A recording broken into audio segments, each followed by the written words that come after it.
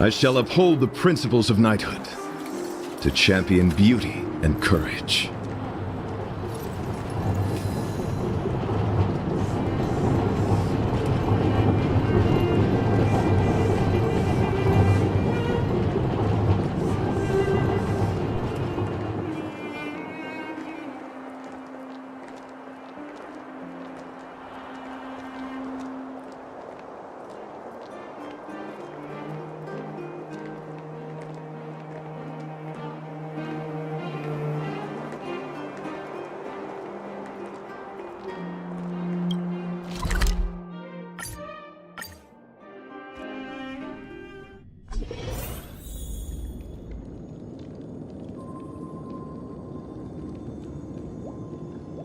Go.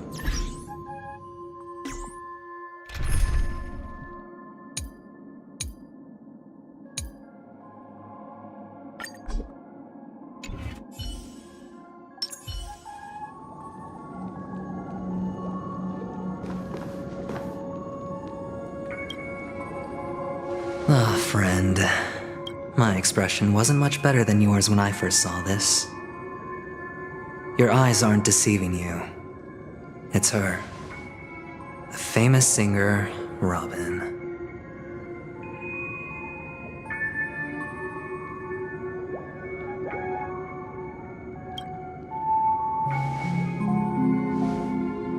Well, first of all, can I just say that this had nothing to do with me?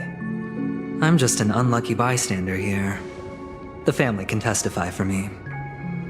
If you don't believe me, just ask anyone in the Bloodhound family. They hate me and they hate the IPC, so they'd never lie. This is not where the crime happened. What I showed you was a memory. The most basic light cone manifesting tech, authorized by the Garden of Recollection and owned by the IPC. Did you really think the Galaxy Rangers were outsiders this whole time? Penacony has made a solemn commitment to protect the safety of anyone inside a family dream.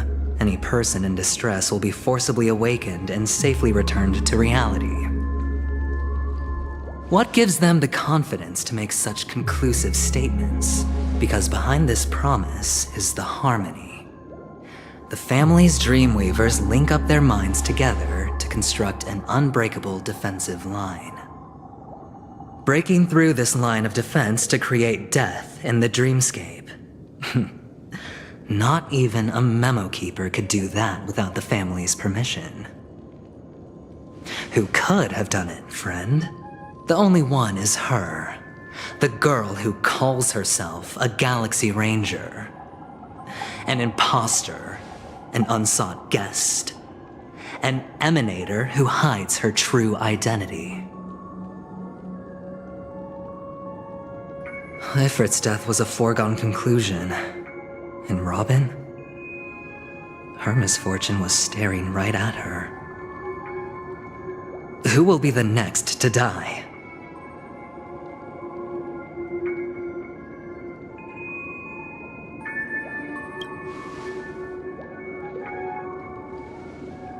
It's fine. Listen to your gut. Building trust always takes time, and I'm willing to wait. I just hope you realize that wherever that legacy is concerned, covert plans are already underway throughout Penacony. Everyone's got their own agenda. Careful you don't get stuck on the wrong side. If I were you, I'd keep my distance from Acheron. After all, any schemes out in the open are always going to be better than a monster in the shadows, right?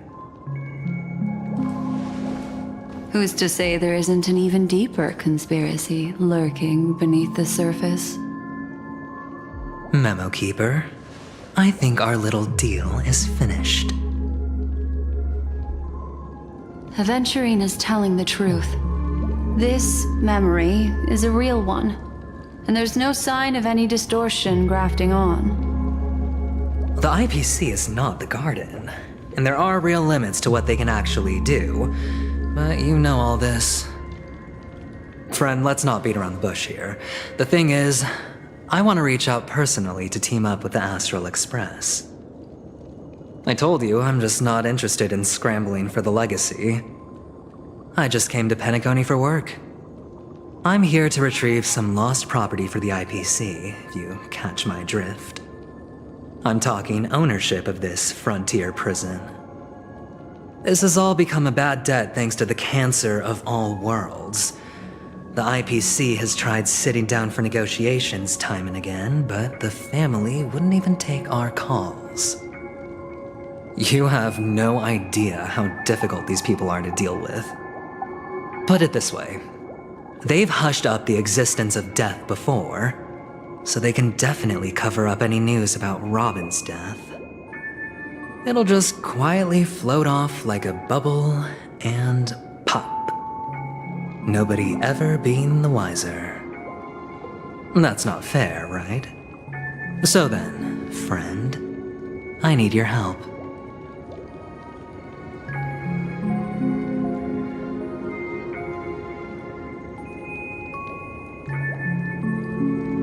I have but only one goal. The family's front door is like a high wall, and to tear the whole thing down, I'll have to dig out a few chunks first. Once I find a weak point, the IPC will have plenty of means. Now we have our chance. So long as we can get to the truth behind her death, we can have justice for Robin, while also gaining a valuable bargaining chip for bringing the family to the table. Truly a once-in-a-blue-moon opportunity. I've been investigating and making lots of friends all over Penacony precisely for this very moment. This tragic news would be extremely bad for the family, so they'll be doing everything they can to stop it leaking, especially to the IPC. But I trust that there are still a few factions that remain exceptions, and that's why I need you all. The reputation of the Astral Express precedes you, and the Harmony will give you the fairest of appraisals. You get to find out really what happened and seek justice, and I get to put it toward completing my mission for the IPC. It's what you call a win-win situation.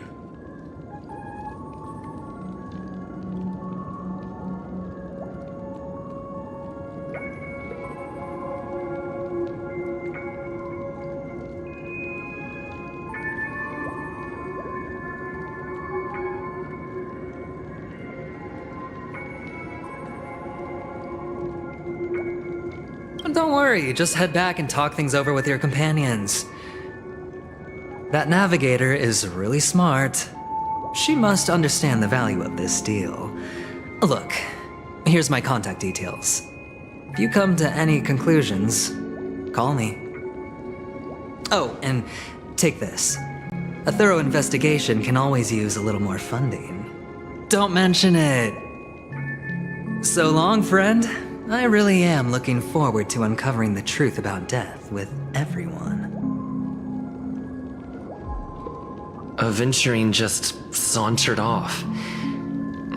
He really doesn't mean to force it, but something still seems off.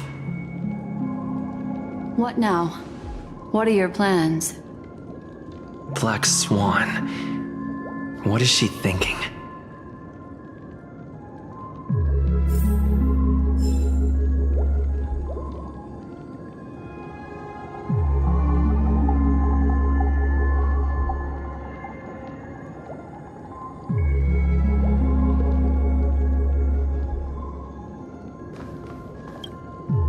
On the surface, this doesn't look like a bad deal for you.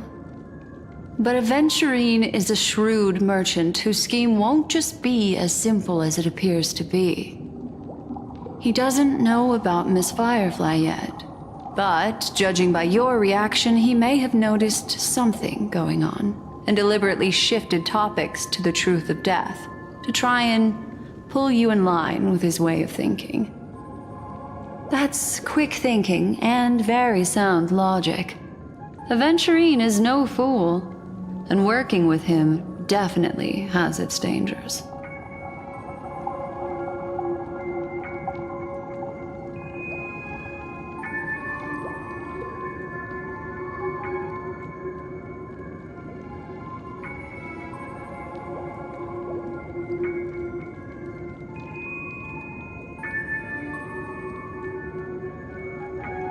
But you're talking about real evil.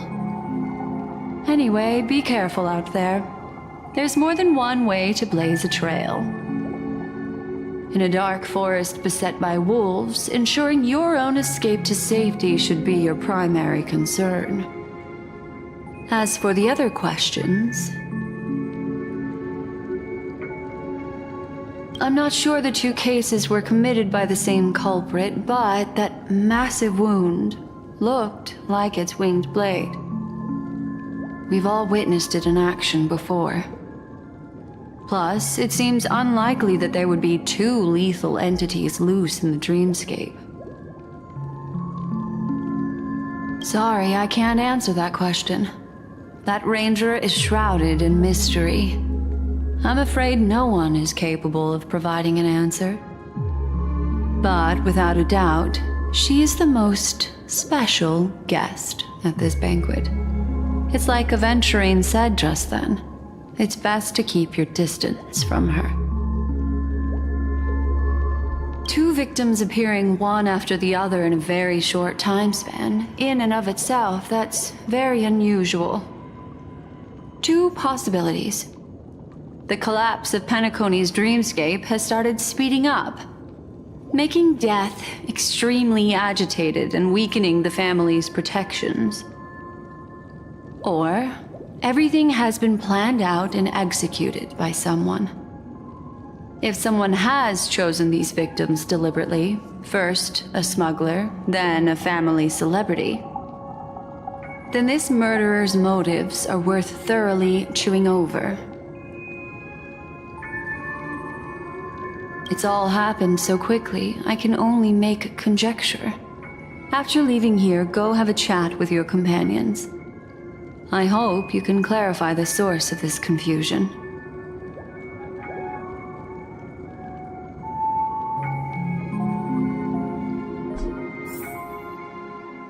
Come, this way. It's a short walk. Don't get lost.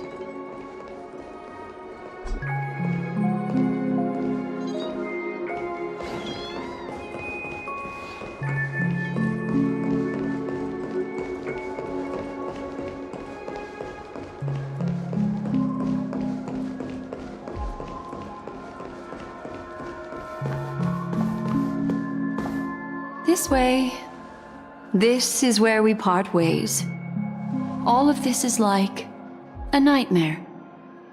Unfortunately, the remembrance doesn't lie. What we just saw is the reality that happened, and it won't fade from our minds just because we wake up. But follow your heart and don't be afraid. We all walk through this world casting shadows of different lengths, and ultimately, all we leave behind are precious memories. Hold on just a sec.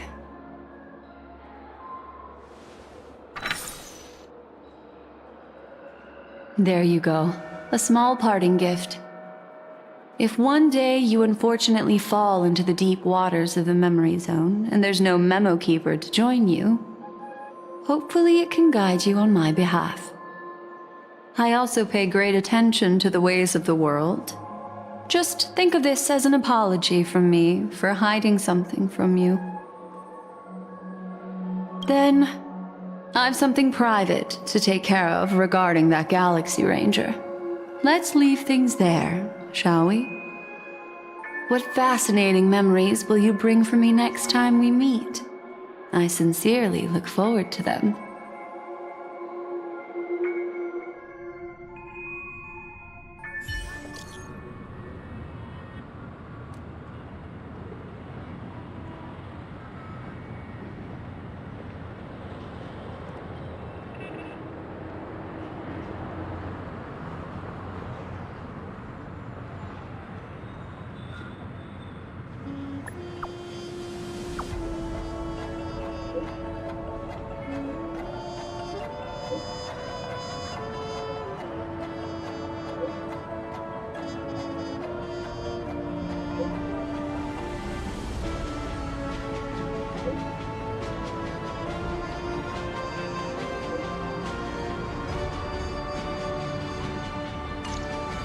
A family rep. Is Himiko okay?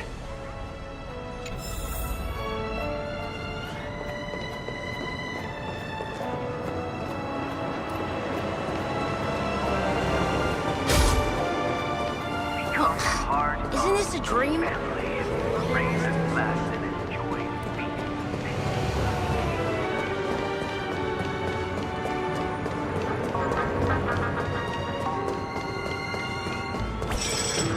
Where imagination meets style. Every cinnamon walk in the neighborhood. Cake, soda, fresh bakery. My dream is right before my So much has happened. I should take a moment to gather my thoughts and wait for everyone to arrive.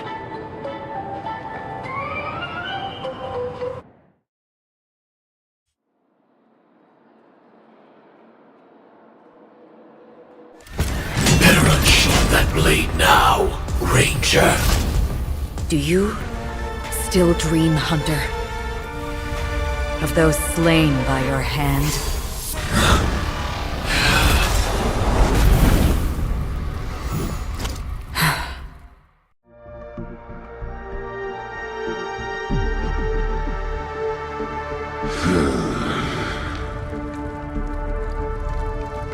It appears the outcome has already been determined.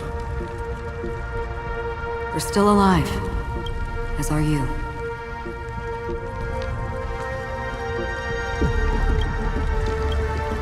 You still have room to make a choice. Leave the music box behind, and then go. Choice. The bloody trail of the destruction leaves no room for hesitation. Vatora's fire demon. Even if you sacrifice your life for that Eon, you won't get special treatment. Ranger, you tread the narrow path of the hunt. You could never understand. We come from the fire, and are born bathed in fire. We spread, burn, and destroy, until all the kindling has burned out and we leave only ashes on the ground. Burning forms the entire life of a fire demon, from the beginning to the end. We are born to die, just to put into practice a profile of another universal truth. All things are created for the destruction. Your companions don't seem to think so. They fight for your chance at survival. They are my children, and just as I was, they are flames that have yet to burn white hot. They're still young, and I don't blame them. But my flames are faint, and time is running out. Can you see the planet of festivities in the distance? I plan to bring Purgatory with me there, and before that, I must surpass you. Why? Because on the path they have forged, you have traveled farther than I have. Emanator.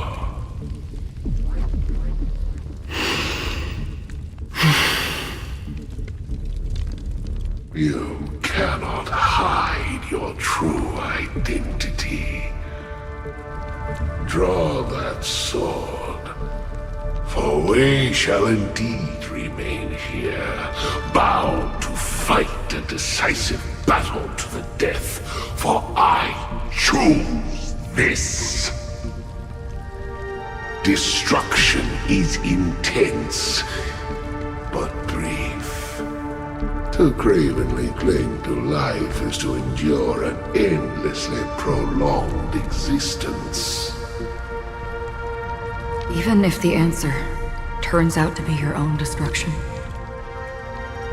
What is important is not the answer, but that it exists, just as you exist. Everything exists to be destroyed. Emanators are no different.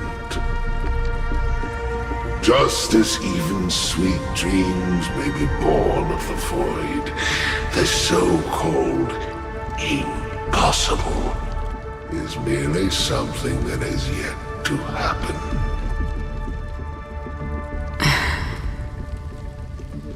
All right. I accept. You shall witness the most brilliant and intense fire in existence.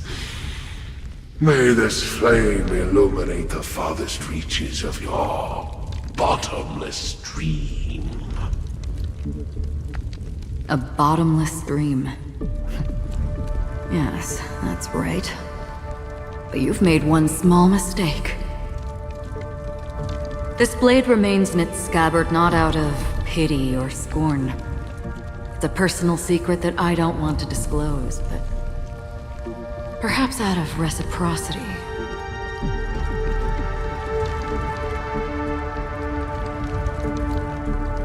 I'll reveal the truth to you.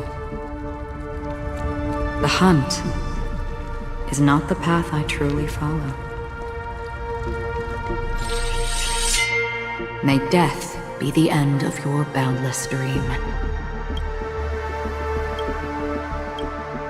guiding you back to the waking world.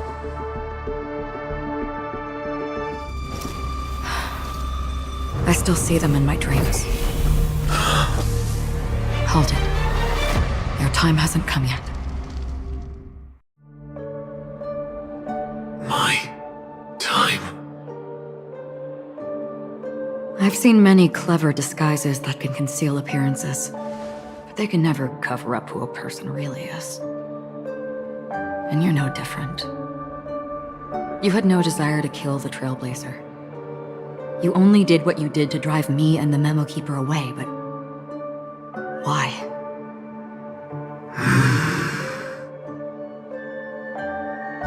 Did Destiny's slave make you do it? You know, Elio. I thought this is just the kind of thing that'd get written into your script. My script has always been brief. Other than that, anything beyond that is unnecessary. He knows my nature. There is but a single destiny from which no one can escape. And until then, I hold the privilege of choice. However, you appear to be ignorant of this, so it's time for me to inquire. Who exactly are you? Not your enemy, perhaps. That's not what I asked. I don't deserve your curiosity. Loners wandering the cosmos always have their secrets. Take me. I'm wanted by the IPC, so it's little wonder that I know something about the Stellaron Hunters. That's all. Maybe I can help. What reason would you have for doing that? I tend to forget things. Which is why, rather than memories, I'm accustomed to using my emotions to capture what I normally wouldn't otherwise. So, I know who is inside that cold armor. How about it? Ready to take off that armor and sit down for a talk? It's not yet time. I don't need help, but I can give you a suggestion that would make things better for you and me. If your goal is the Watchmaker's legacy, Then go look into the family. Not only are they covering up the existence of death, but they're burying the past and the truth about what happens inside the dreamscape. Already on it. And the Astral Express is no enemy of yours. I know that. I just never expected to hear you say it. What's next then? The Trailblazer's been taken by Black Swan. Will you go look for him? No need for that. No harm in mentioning that Elio's only given me one instruction. Get all of the Astral Express to track down the Grand Legacy. I tried settling this in an easier and more direct way, but as you can see, here I am confronting you. I failed. Can't ever go against the script. The so-called impossible is merely something that has yet to happen. That's it. Before we split, can I ask you one more thing? Is there anything else in your script about me? I'd like to know what kind of footnote I get to leave in that future foreseen by destiny. Unfortunately, not a thing came up. I knew it.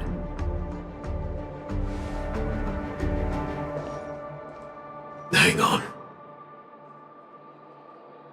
I don't. Don't. What?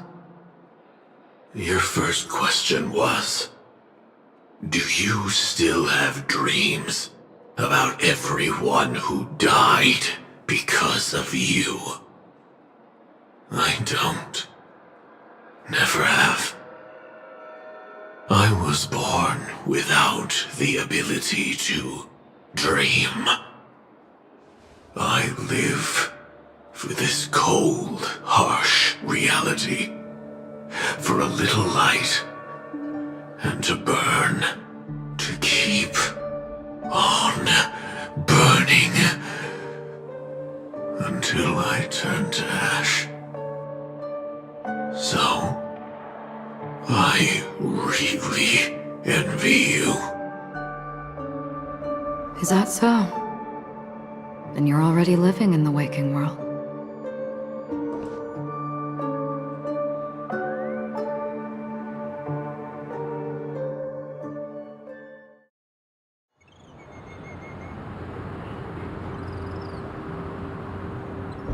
We heard about Miss Firefly from Black Swan, but we never expected Miss Robin to...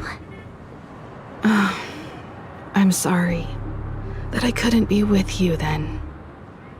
Reality cruises on in serenity, while undercurrents bubble up from the dreamscape. Just like that memo keeper said. Stay strong, everyone. We can still do what we can for them. Starting with finding the murderer. Let's recap everything then. The Trailblazer just reminded me of something. March, do you remember what that family rep who negotiated with us said? Indeed, we trust that the Nameless has nothing to do with this, and we also beg each of you to help assist the family in verifying the identity of the deceased. That's how it was put, in reference to Miss Firefly. Looking back, he seemed a little evasive at the time, and he also failed to mention anything about the earlier murder, too. The family's planning on covering up all news about Miss Robin's death. If news gets out, Penacony's going to turn into a bloodbath. But the murder that followed closely after was obviously beyond their anticipation.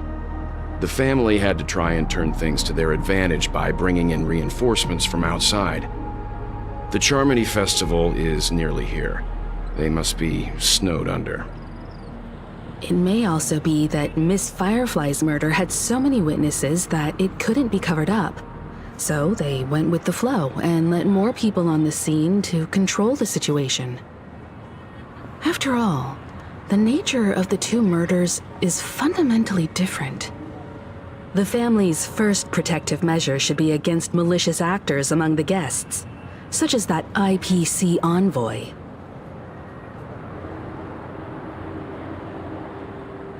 Indeed. He was particularly concerned about that Galaxy Ranger. Are we missing the forest for the trees here? I always felt that Aventurine's reasons for accusing Miss Acheron were highly subtle. Can we believe him? At this point, I'm afraid the only ones we can trust are ourselves. Look, let's try to gather intel first and then list all the possible outcomes we can. Then we go through them, eliminating contradictions one by one. The fewer facts remaining, the closer we are to the truth. I've still got this sense of foreboding. It's like we're stuck in a whirlpool, spinning around that legacy even after everything that's happened.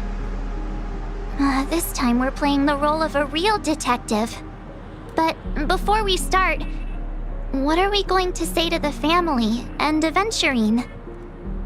As I see things, the family harbors no ill will towards the Astral Express. If they didn't trust the crew, they wouldn't have casually commissioned outsiders to investigate a case that's, in all likelihood, a scandal. Plus, this is the family's turf. Teaming up with them should make things easier for us in the future. As for that Aventurine, well, I'd like to hear your thoughts. He's complex. He deliberately slow-played his hand during negotiations while running circles around us all the while. He appealed convincingly to both reason and emotion. It wasn't forced, but the intent was obvious. Still, it's good to have contacts among all this uncertainty. Aventurine showed his skills, and as far as our interests are aligned, he can become a reliable ally. We also need to keep a certain distance from the family. Never let them get too close. Teaming up with the IPC helps balance that out. If either side makes a move, we have the option to pull out. So you suggest accepting Aventurine's proposal to team up? Yes. It's risky, but we can only wait until both sides have played their cards before making any further judgments. I get why, but there's a whole lot of bad guys and girls around here, and I'm worried about getting stabbed in the back. He's been bullied a few times now, and I can't stand it anymore.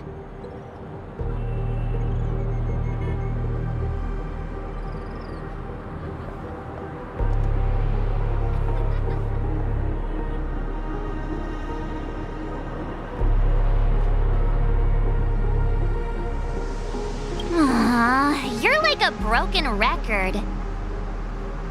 Forget about it. Just let me keep an eye on him. If that doesn't work, we can just turn the tables and use him instead.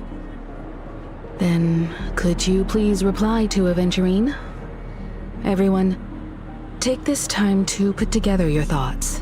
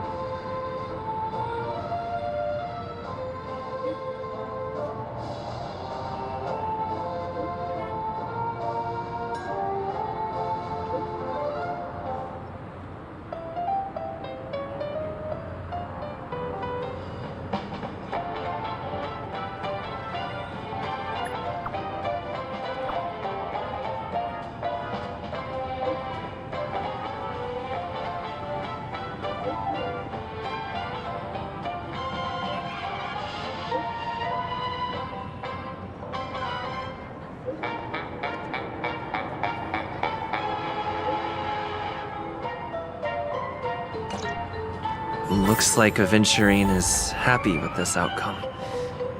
Let's tell everyone about it.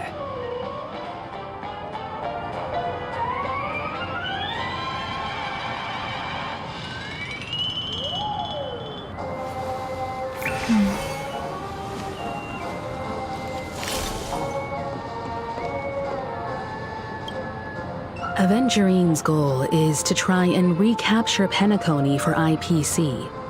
To do this, he'll have to bring down the family in its entirety to create a big enough chance. The existence of death will be covered up by the family. So how does he plan on taking them down? It's gotta be something important enough that everyone will notice. But it also can't be anything too out in the open.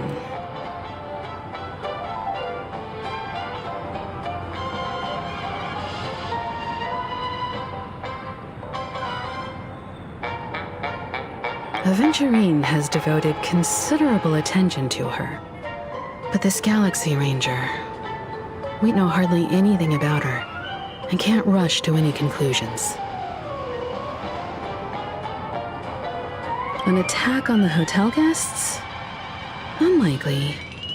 Penacony's guests include quite a few bigwigs known throughout the whole cosmos. People who not even the IPC would dare take lightly. Avengerine is a shrewd merchant, and there's no way he doesn't know that. He's definitely going for the family, and it's just a matter of how. The harmony is strong in Penacony, and almost impossible to take on head-to-head. The fact that the IPC dispatched Avengerine shows that they do not intend to simply play by the book here.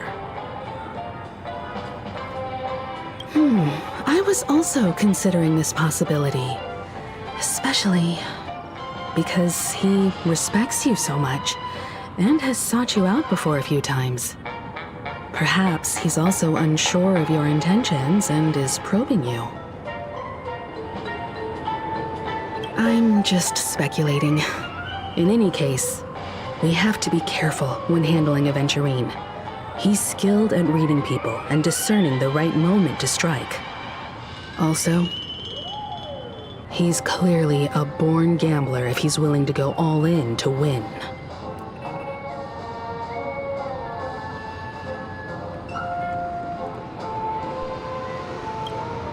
Avengerine said something that concerns me.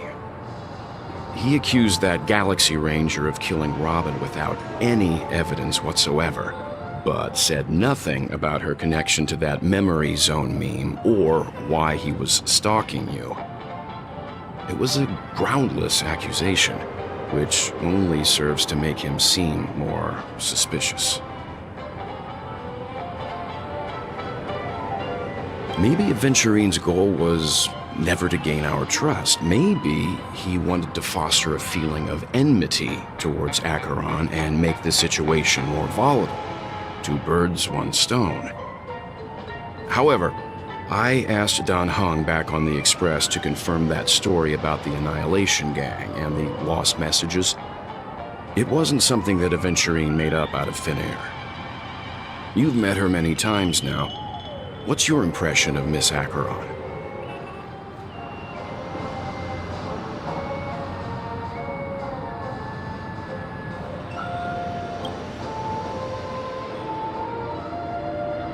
That fits the stereotype of a Galaxy Ranger to a T. They're eccentric, unpredictable, and fond of being alone.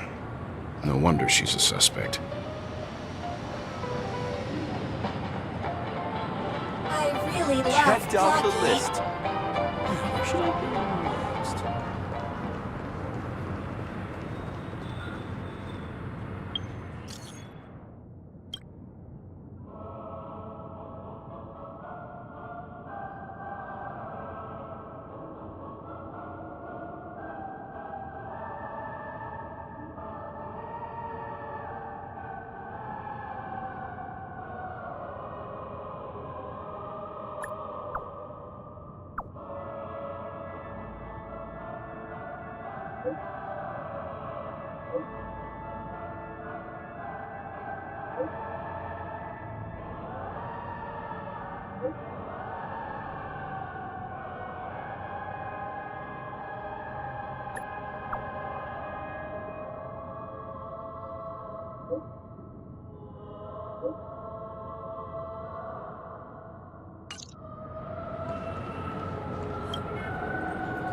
hope it's not too soon to bring it up, but I feel like Miss Robin isn't actually dead, but that she's still alive and well. Somewhere. That everything's just some horrible prank. Because aren't we supposed to be inside a dream? How could someone die in a beautiful dreamscape like this? Shouldn't only good things happen here? Whenever I see the Grand Theater, I just can't stop all these thoughts from flooding my head.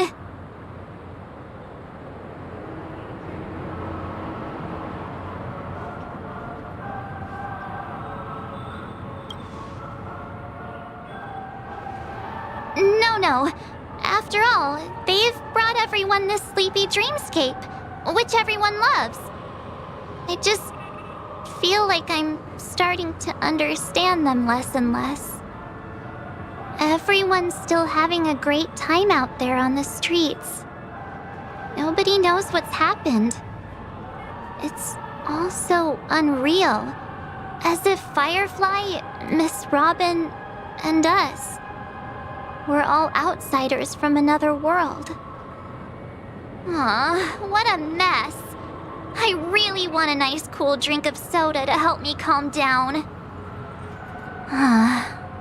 But then I'd be just like everyone else out on the streets. Looks like Aventurine doesn't need anything else. Let's turn our attention to the family's assignment for now. Himiko, what do you think? Among our current clues, the two murders that he witnessed are the most directly connected. I suggest starting here. One thing I'm curious about is, if a person dies in a dream, what happens to them in real life? Seeing as we're at the family's behest, why not pop back out to reality and verify Miss Firefly's situation back at the hotel? Perhaps we could also make a few inquiries about her while out there. How about we split off into two groups? There are still some things worth focusing on inside the dreamscape.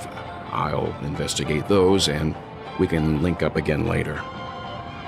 Worth focusing on? Oh.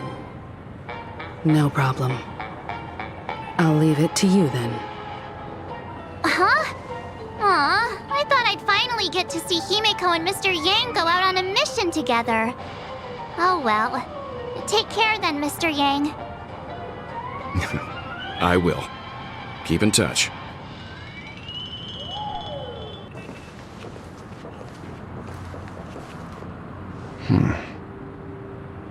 Honored guest, could you come out for a second?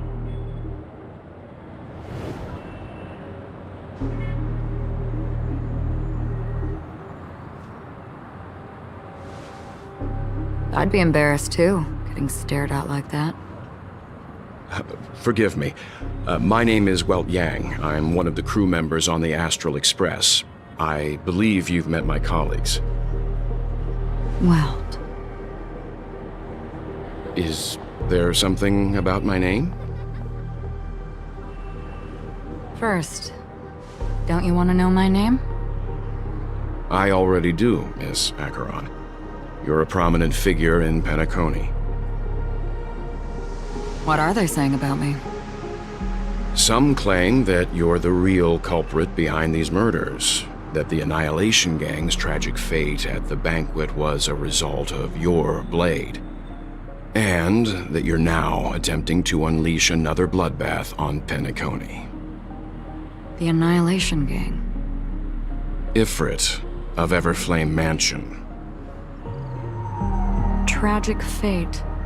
That Duke turned his dying body to flames and sacrificed his life as a martyr.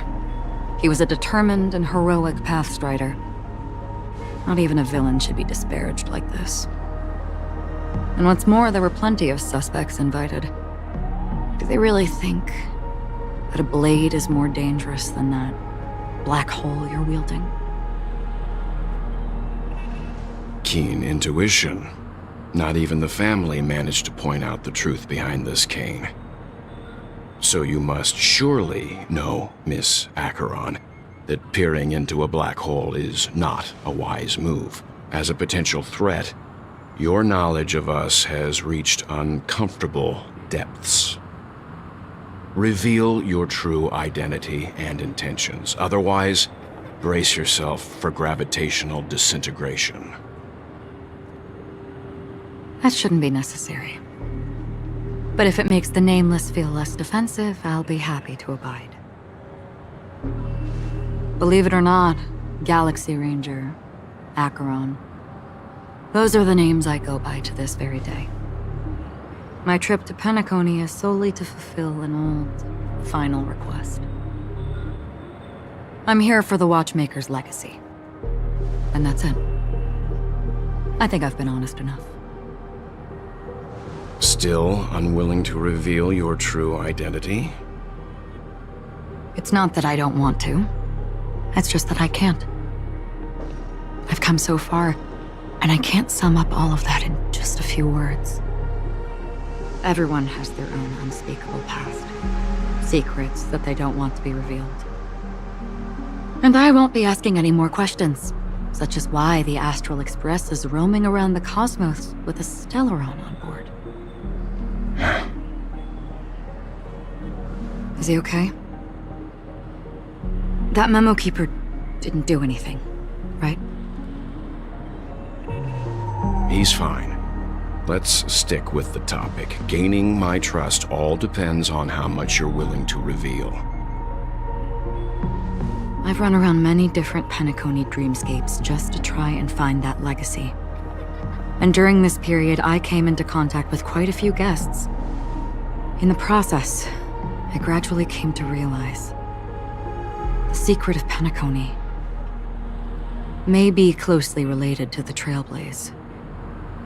That's why I've come to ask for your help. I don't have enough proof yet, but I'd like to speculate something. The source of all tragedy lies within the family. If you could trust me, we could find the proof to support this claim together. Mr. Yang, I think you've come to the same conclusion, haven't you? Let's leave it at that. For now, I'll choose to believe that you bear no hostility. Share your findings with me and me alone. I don't want vague conjecture to interfere with other people's judgments before we find solid proof. By the way, would you like something to drink? Before we go, how about 2 cups of Wake the Heck Up? No, 4 cups. Because the conversation coming up will last forever.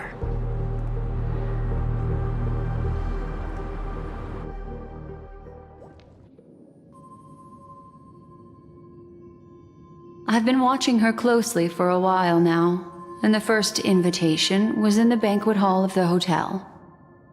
She just sat in one corner, keeping silent, chugging down a couple cups of Wake the Heck Up. I told her it's a pungent, bitter beverage, not the taste of sweet dreams. Only for people allergic to Soul Glad. And she said, Really? But I don't taste any difference at all between them.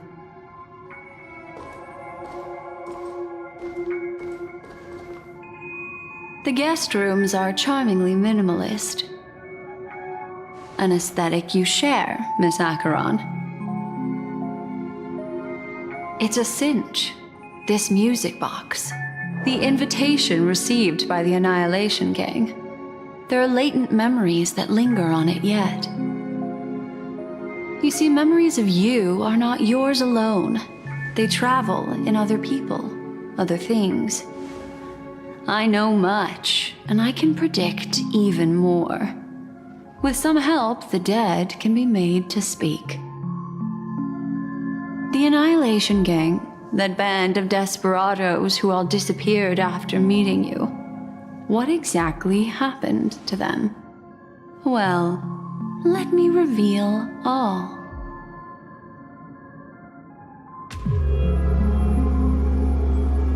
Gradation 12. Dreamscape 12. Father, I dedicate this to you. Well done, Dubra. Wherever they go, shall be met by annihilation. There it is. It's hazy, but it's Ifrit's voice. The other one is probably his progeny. This is the residual memory from when the invitation was first delivered. They were abruptly interrupted. Then, what happened next is... They sought refuge in a land of sleep, merely wishing for undisturbed rest, away from the storms. Children of the flame, this marks your rite of passage. She won't be necessary. I alone am enough.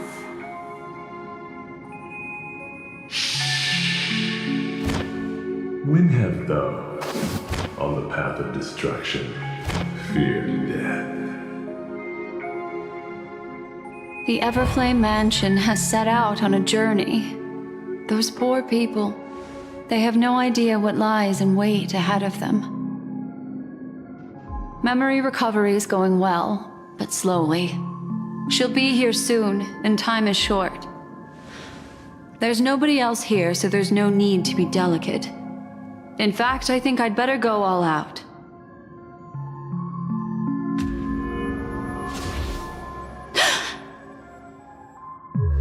What happened?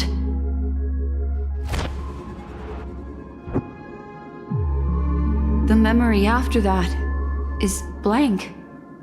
How is that possible? This music box fell into Acheron's hands, and she brought it to Penacony. That's a fact, and that's how it should have gone. But along the way...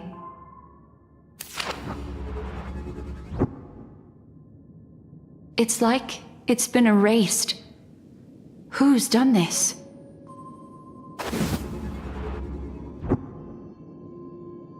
Who are you? Who are you? It's... no. Is this not a memory? Oh, a memo keeper. Do you serve the Garden of Recollection? Or the Cremators? My name is Constance. A pleasure to meet you. We were supposed to meet in Penacony and spend an unforgettable time together. But that seems unrealistic. Dolly is not welcome on the banquet store, and I don't need a coming-of-age ceremony. And you, I know what you're looking for. Want her secret? I can give it to you, and then you can enjoy the banquet for me. I wish you unforgettable memories.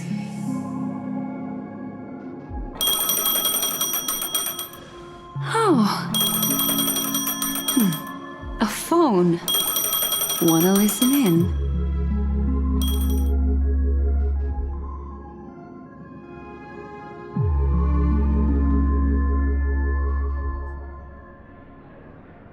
A few days ago, the IPC made an announcement. Under the watchful guidance of the Marketing Development Department, and in accordance with the Interstellar Peace Charter, the independent Sigonian sovereignty has hereby been established, and shall take a legislative seat at the Interstellar Congress. The formation of the Sigonian sovereignty is of great historical significance to the Sigonia system. This move puts an end to the planet's long and bloody history, turning the sensational Kataka-Avgin extinction event into a distant memory. Sigonia 4 is located in an unclaimed zone at the intersection of the Denise, Prothean, and Dorneau star clusters. The planet's surface environment is known for being extremely harsh, constantly faced with the threat of impact from small-scale celestial objects.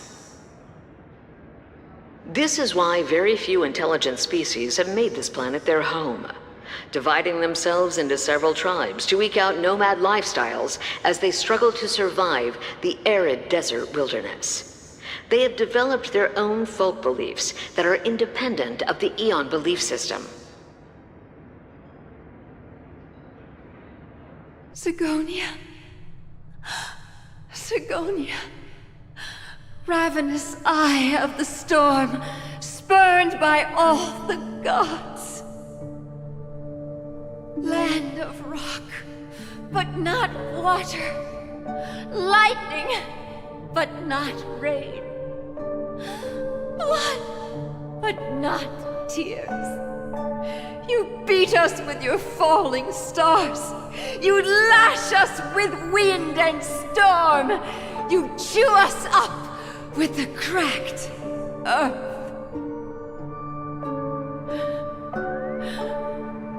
You promised us a land of honey, yet yoked us beneath a sword of bitterness. Oh, Gaiathra Triclops, if thou can hear me, please open up thy 3 eyes and gaze upon this child. When you took his father, my child was still sleeping in my belly. And where my husband went, I too soon must go. I don't ask for a peaceful death, just for you to tell me, does the baby swaddled sweetly asleep? Does he dream of his mother's heartbeat and the sound of falling rain? Please tell me whether this life is all just a fleeting dream. Otherwise, why would this child be born to face impending death? Mommy! Mommy! Mommy, the rain! It's raining! Raining?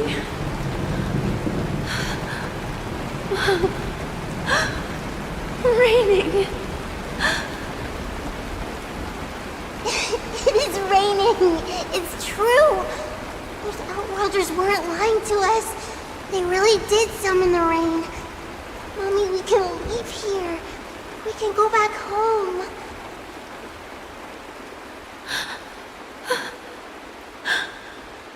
Back home.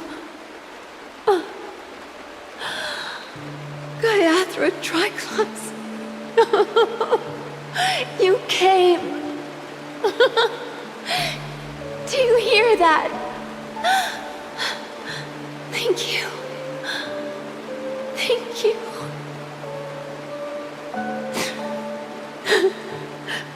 Darling, listen. This is the sound of rain. On the day you were born, the sky also sent down a gift like this from Gaiathra.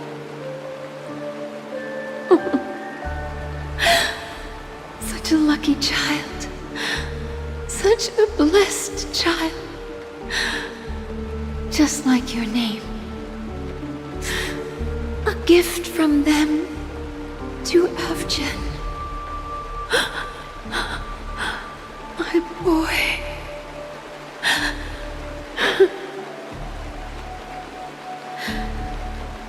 May the goddess Gaiathra close her eyes 3 times keep your blood eternally pulsing. Let your journey be forever peaceful, and your schemes forever concealed.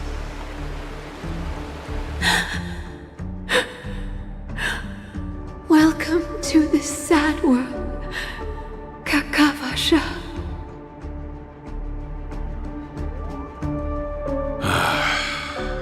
Time to wake up, gambler.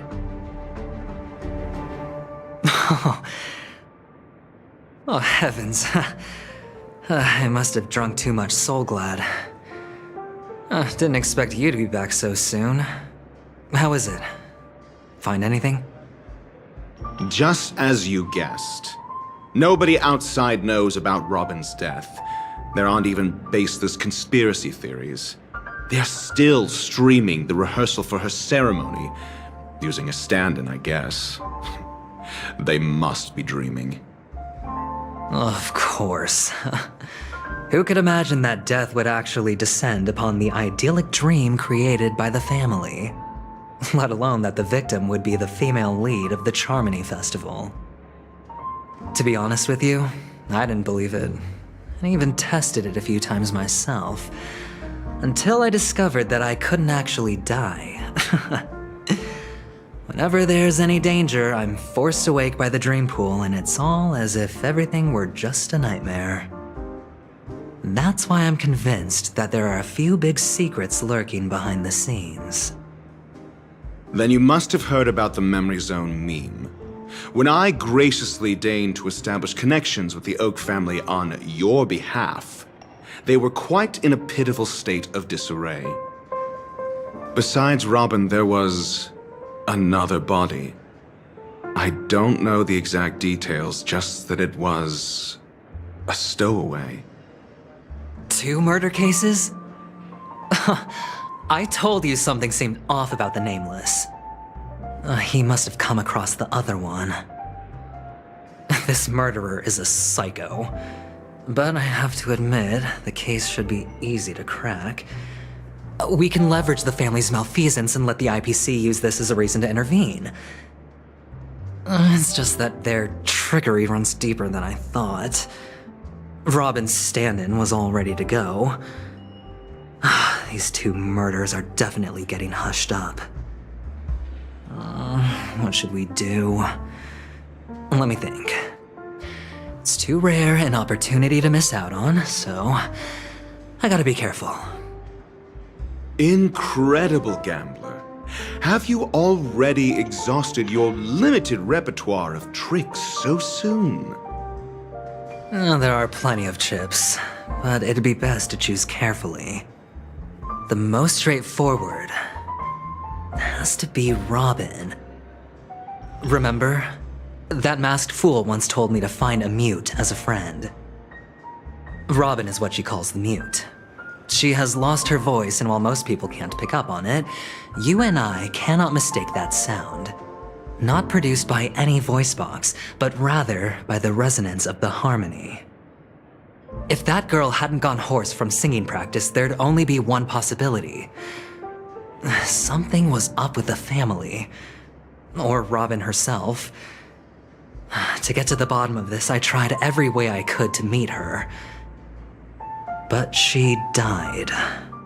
Right before my very eyes. A complete and utter loss. Incidentally, it seems to have resulted in your rather undignified arrival on the interrogation stand. There were eyewitnesses at the scene, and the family, in their graciousness, has tentatively accepted your alibi. However, for the foreseeable future, you shall, regrettably, find yourself under the vigilant watch of the hounds. Well, things aren't looking too optimistic, Doctor. I'm starting to break out in a cold sweat. Do you reckon there's still any chance of a comeback, given how things are? A probability? Yes, it exists, but it verges on the infinitesimal. To phrase it in a manner more befitting the vernacular of penacony, you're dreaming. But if you simply can't control yourself and want to try your hand, then there just so happens to be a suitable candidate. That man wants to see you again. Who? Sunday. Is this a public hearing or a private trial? If it were the former, it would hardly befit my stature to stoop to the role of a mere messenger. Fine. Oh, that's great. It's all great. You see, the dead can't talk, but the living can. Ratio, I'm convinced now that there must be something wrong inside the family. Oh, just you wait and see. That man's sister has died. He can't sit on his hands. Well, without any further ado, let's set off. Lead the way. The show is about to begin. We're here. The Dewlight Pavilion is the Oak family's fortress and a place where heads of the families meet to discuss great plans for penacony. Fortress? I like this metaphor. I dealt with the warlords of the Amanicus star system not long ago, and their synchronized orbital manor wasn't this heavily guarded. This mansion nominally belongs to Sunday, and is very befitting of its owner. Without his express invitation, the likes of ordinary guests would never grace these grounds in their lifetimes. Look around while you still have this moment of freedom. Hey, Doc, whose side are you on anyway? Who's to say I won't sell you out? We'll see. When we meet the authoritarian master of the Oak family, I'll pry an answer out of him. Follow me and I'll bring you to his parlor. Hold your tongue and let me deal with the members of the family.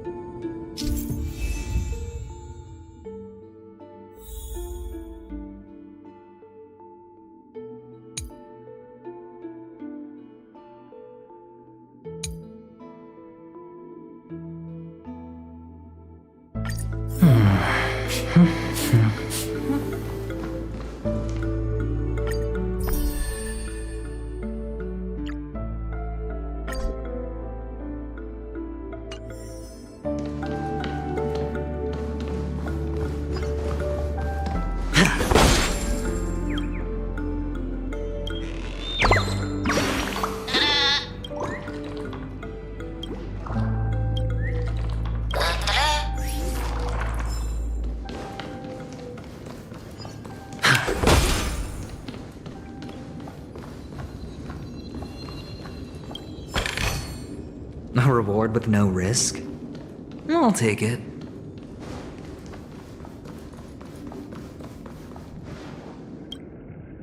Hey, you two! That's a place of business. No entry! I was requested by Mr. Sunday to bring him the suspect. My name is Ratio. He should have mentioned it to you. Oh, I remember you. Veritas Ratio. Your punch virtual particle clock is impressive. Excuse me? The one on your head. Of course, it's nothing compared to my full pocket dimensional annihilating power armor of the Mobile Knights. Right, and as I mentioned, that fantasy raiment of yours doesn't exist. That's because you can't see it. Like I say, only family can see the glory of the Mobile Knights. Enough. Get going. Don't keep Mr. Sunday waiting. It seems like the idiocy index here is no better than it is out there.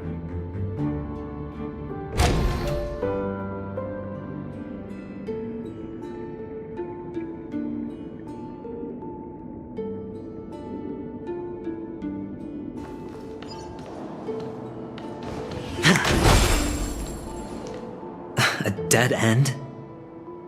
The door is shut tight. Looks like we're on our own. I mean, there isn't a door. How did you get in before? For security reasons, the family built the administrative site deep in the dreamscape, with the mechanisms hidden in these nightingale statues. The direction of the statues can be controlled. On the previous occasion, an attendant named Kona had gone to the side room to verify something before setting the statues in the correct positions. Well, maybe we should do the same. Let's go and take a look. Of course, we can also use brute force.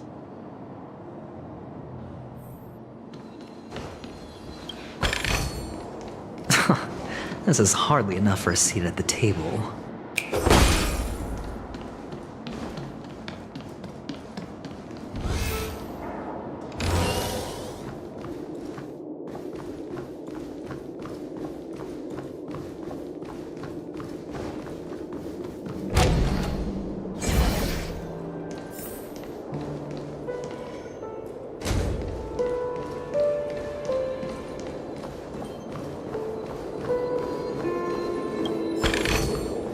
A reward with no risk?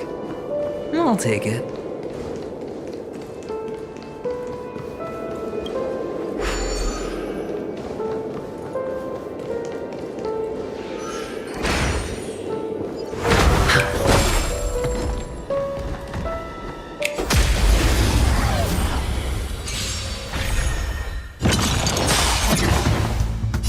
All will be swept away by the wind.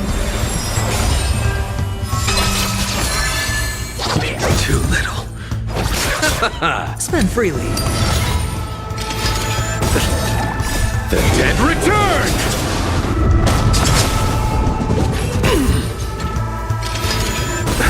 The fight is set. Savor it for me.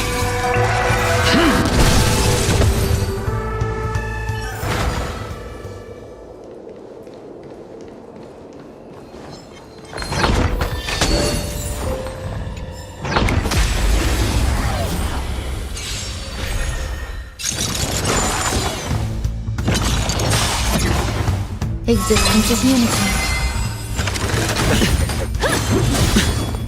Bloom. Your end approaches.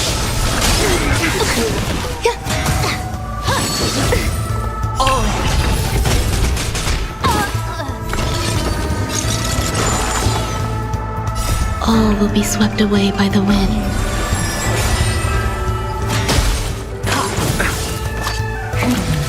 No dirty tricks. The dead return! It's on me. Bust.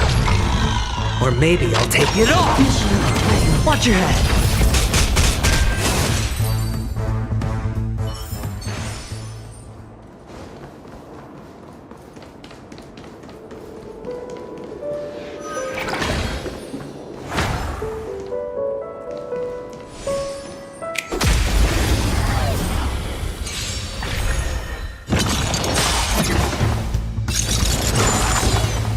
Eternal. The redemption.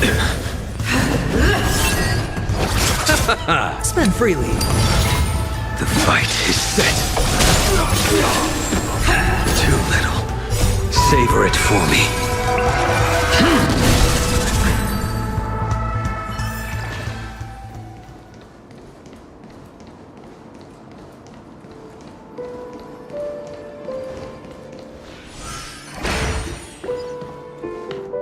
Six nightingales facing in different directions. An obvious hint. But are these nightingales? They are. What's wrong? How can nightingales be so huge? They look more like torment eagles to me. There are no eagles in the 5 families, only nightingales. Why am I wasting time with you on this?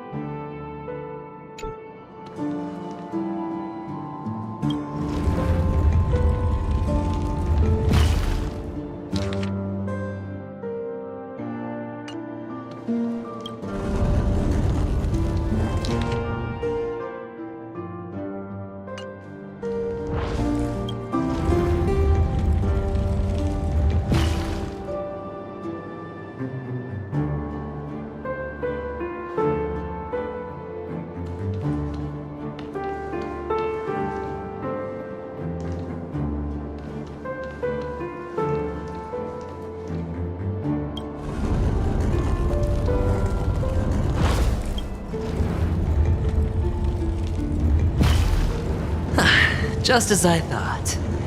Here's the correct answer. A truly miraculous discovery. Perhaps I should offer you the chance to join the Genius Society. Really? Well, I thought you'd given up on that already. I was being sarcastic. Can't you tell?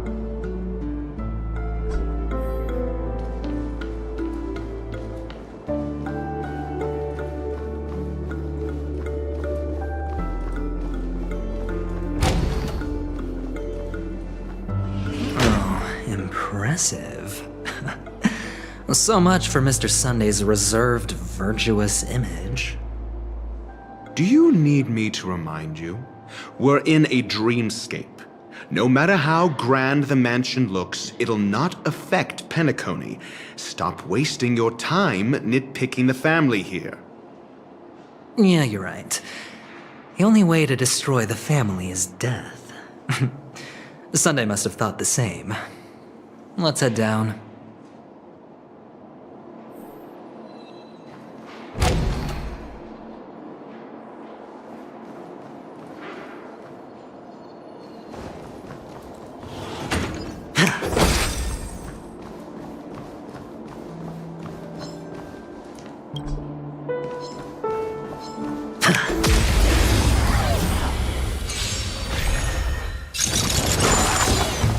Existence is unity. It's on me. Bust. Or maybe I'll take it off. Too little. Oh. The fight is set.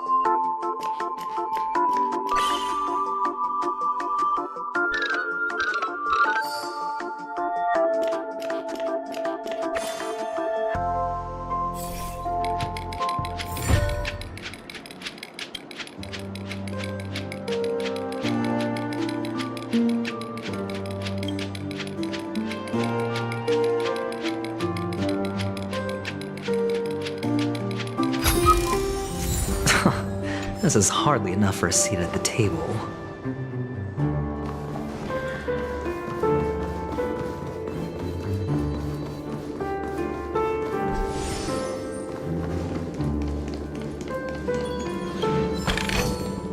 A reward with no risk? I'll take it.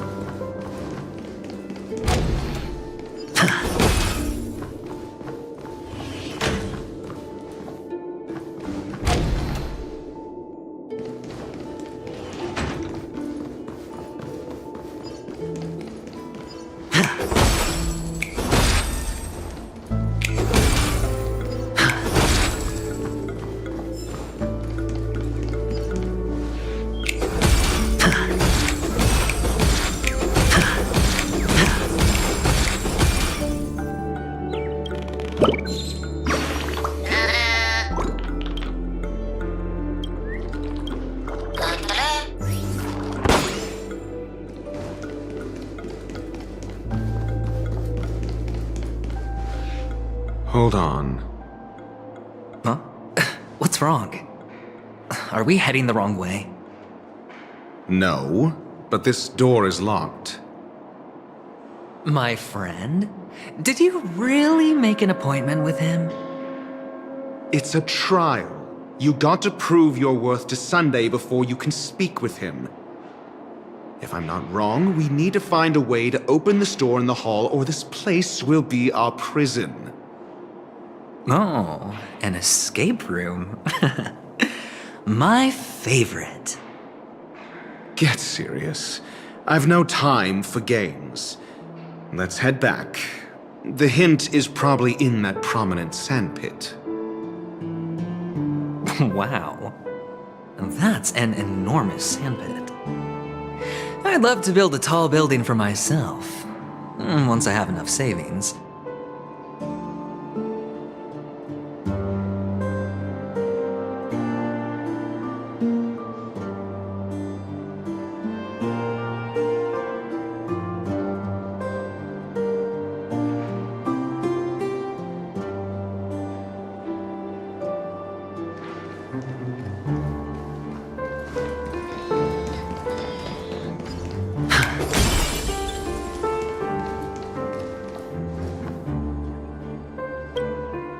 Oh, look. There's a noticeable gap in the model. I believe you're right. There wasn't a gap before. That man must have done it intentionally. Well, with your brilliant mind, you shouldn't have any trouble recalling what was here last time. Right, Doctor? Of course. Let's look around. When I see it, I will know it. Fine. Why do I feel that we're pursuing a degree in burglary now?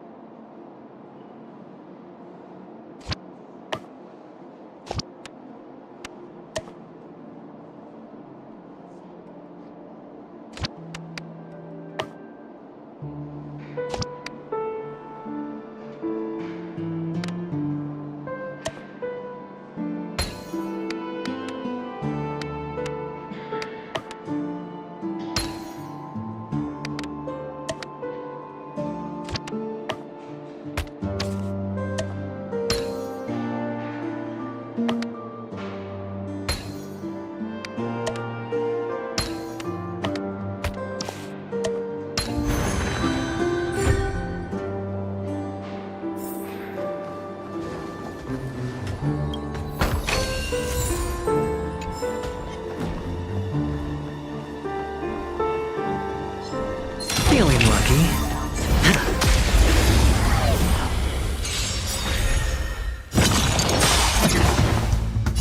All will be swept away by the wind.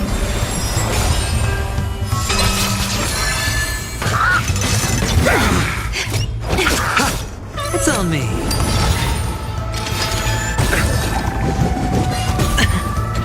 Oh! Your end approaches.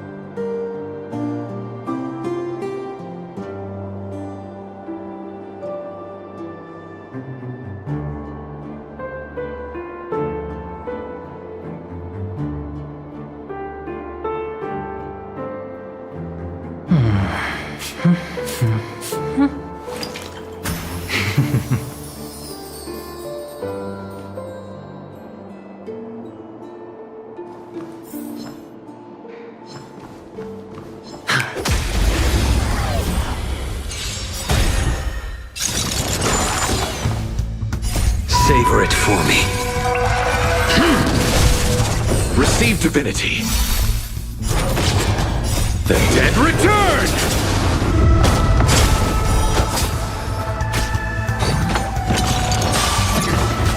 Eternal. All will be swept away by the wind. Spend freely. Bust. Or maybe I'll take it off!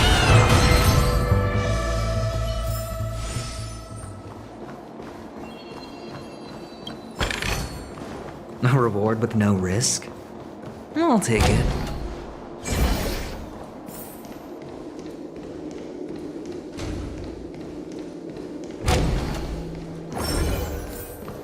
Found it. This is it.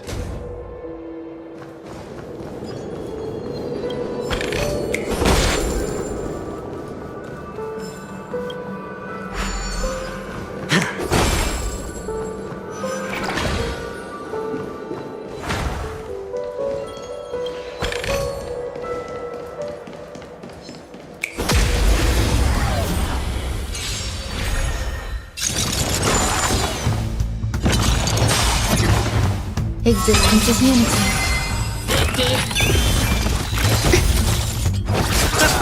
It's on me. The fight is set.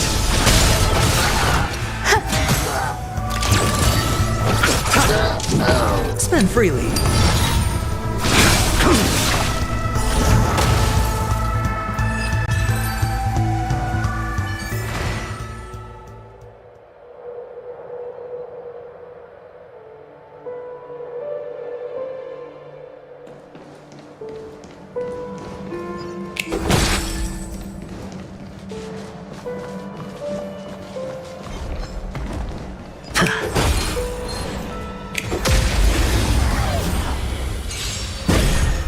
Eternal.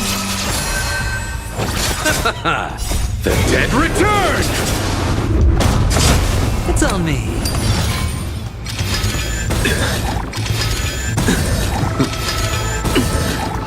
All will be swept away by the wind. Your end approaches. Receive divinity. Repay. Savor it for me. Spend freely. Bust. Or maybe I'll take it off. Watch your head. It's on me.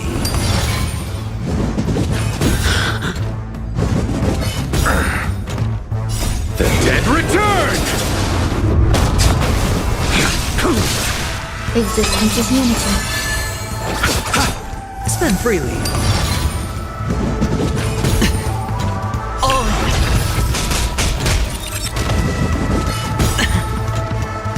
Bust. Or maybe I'll take it off. Watch your head.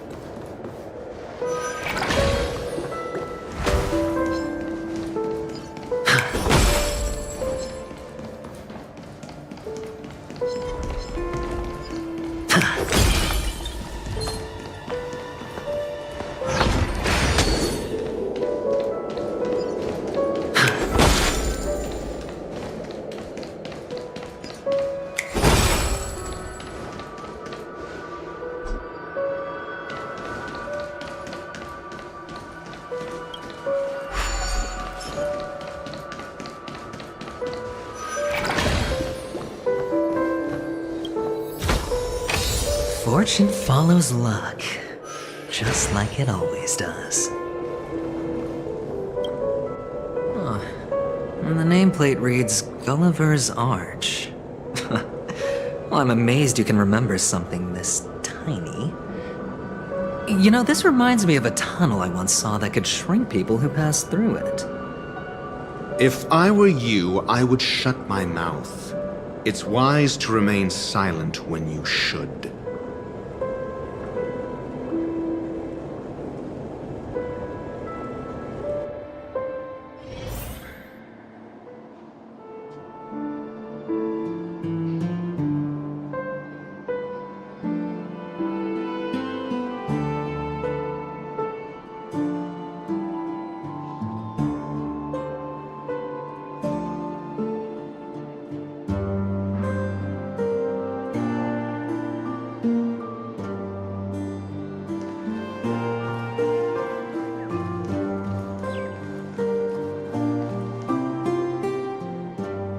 Oh, this reminds me of one of those building toys. You know, with the blocks. I've never played with them before. I wonder if it's more interesting than stacking chips.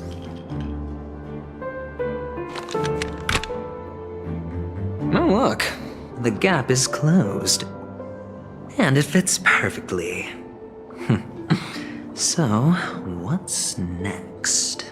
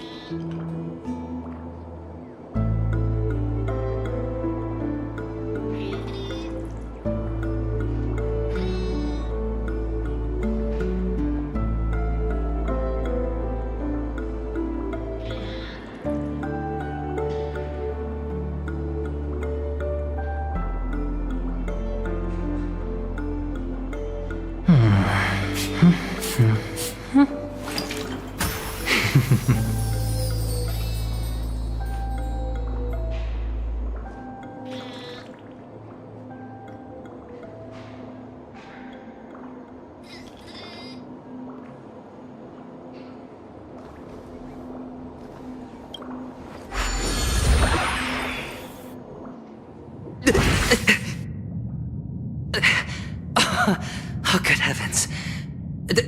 Did I drink? Am I still in a dream?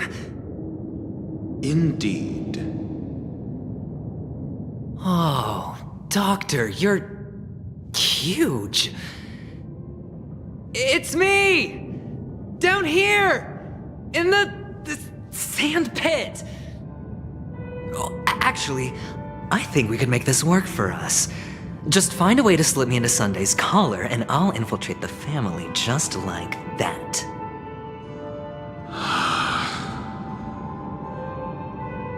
Oh, fine. I was just kidding.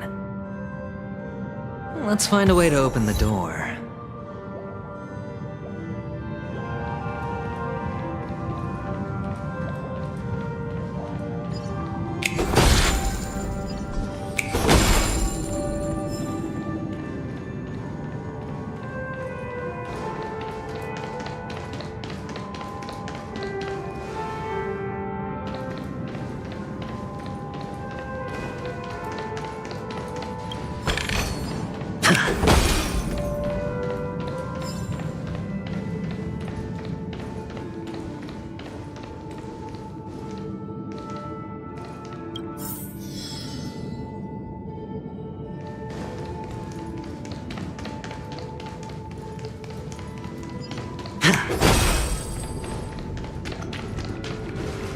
Hello!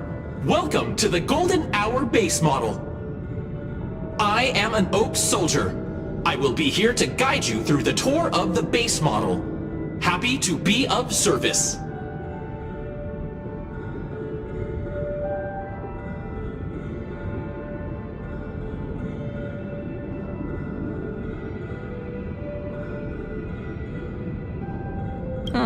And tell me about the tour. Hello! Welcome to the Golden Hour base model. I am an Oak Soldier. I will be here to guide you through the tour of the base model.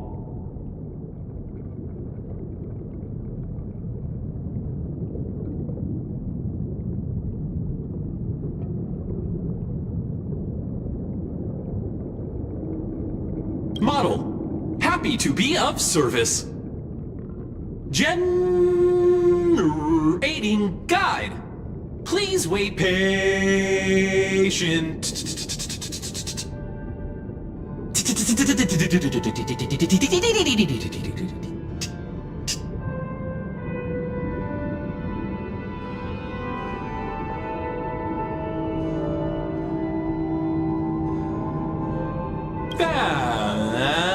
The nearest check-in spot. Please look behind me. A capsule machine model.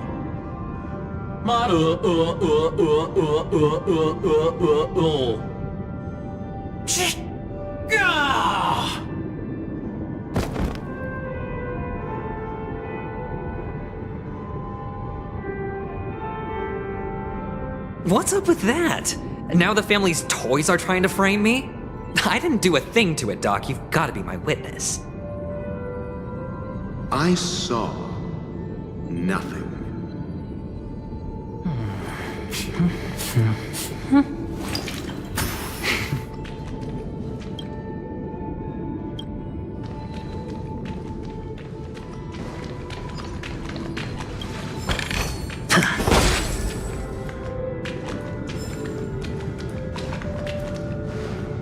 Oh, capsule machine. There's no mechanism on the floor. Could there be one at the top? Doctor, do me a favor.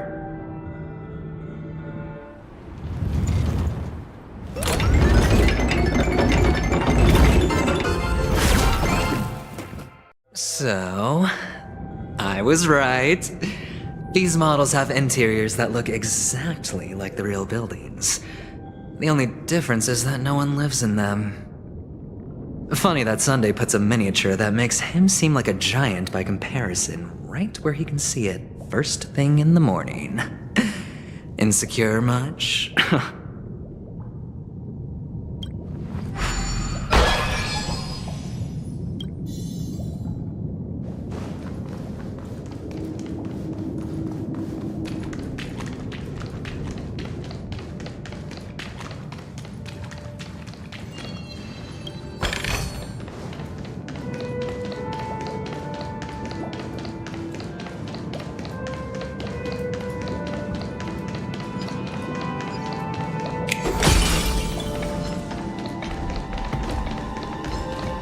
One of the fragments flew upstairs.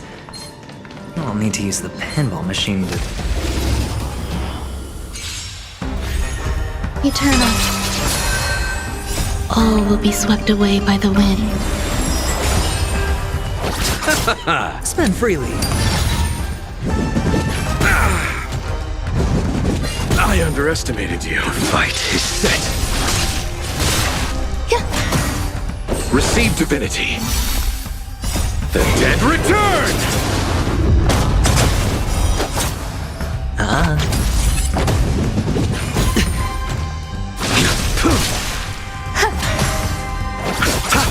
It's on me. Bust. Or maybe I'll take it all. All right.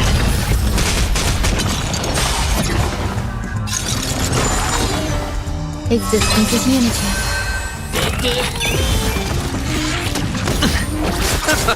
Spend freely. Savor it for me. One of the fragments flew upstairs. I'll need to use the pinball machine to flick myself up there. But it's tough.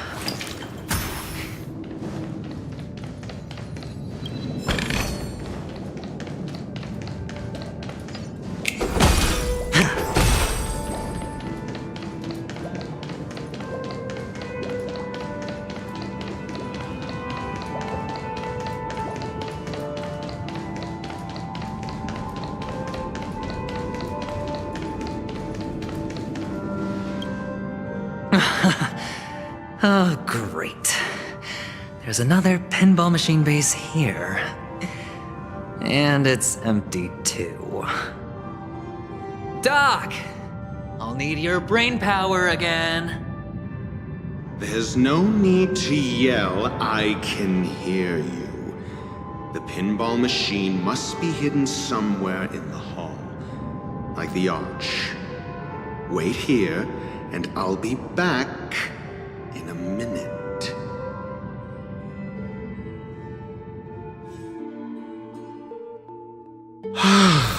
Finally, a moment of peace.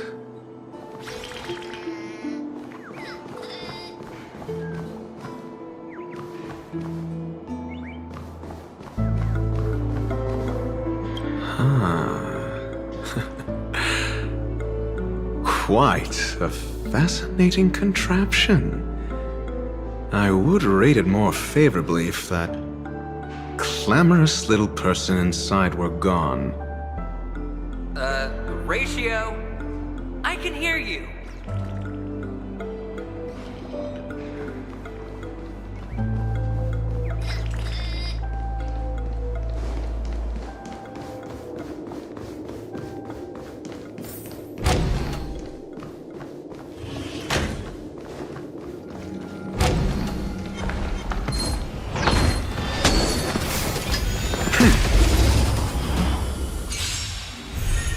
Eternal. All will be swept away by the wind. Answer me.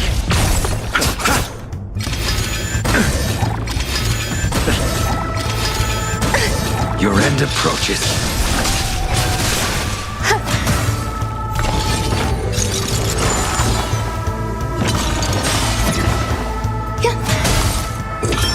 Test. 0 points. Judgment is here. Receive divinity.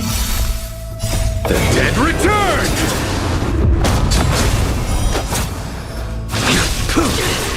Existence is unity. All will be swept away by the wind. Answer me. Knowledge, the measure of truth and falsehood.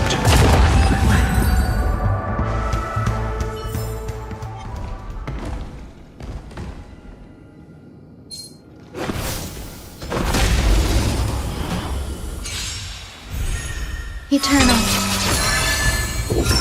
Test. Savor it for me. Bloom.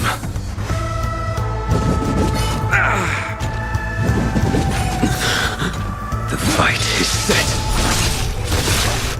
Fail to stand you. Answer me. The dead return!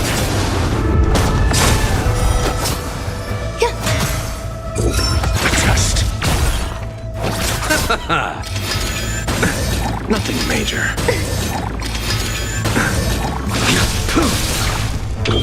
Answer me. Fail. Knowledge, the measure of truth and falsehood.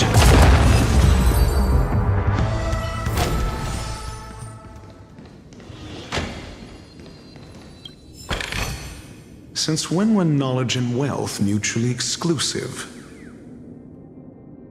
That's it.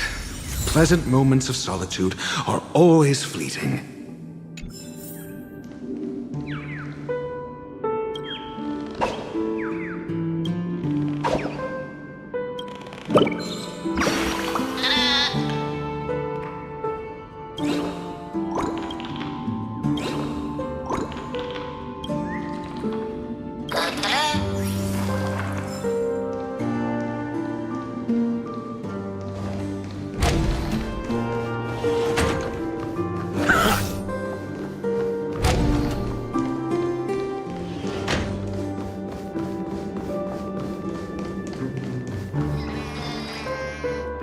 You're back. Just place it here. Thank you.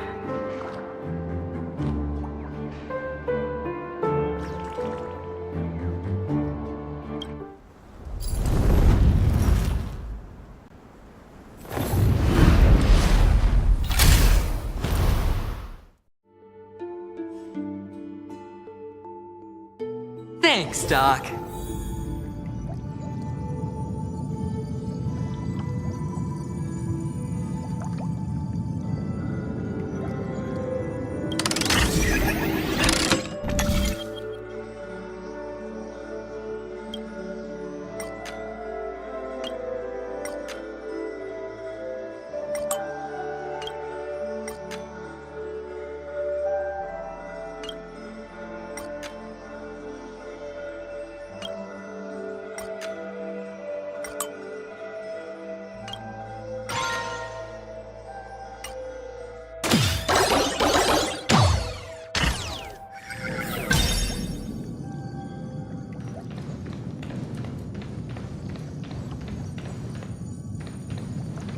Horatio, you should come in here and take a look. The view here is breathtaking. Honestly, you could easily squash me with just a pinch. If that is your wish, I will do so without a moment's hesitation.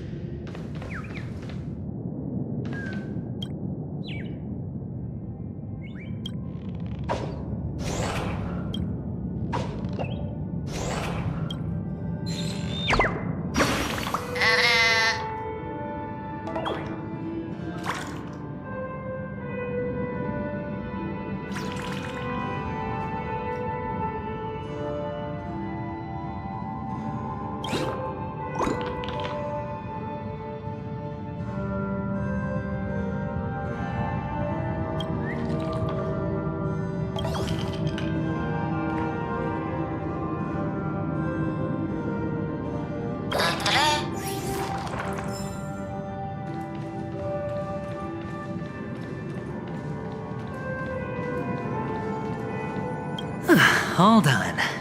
Piece of cake.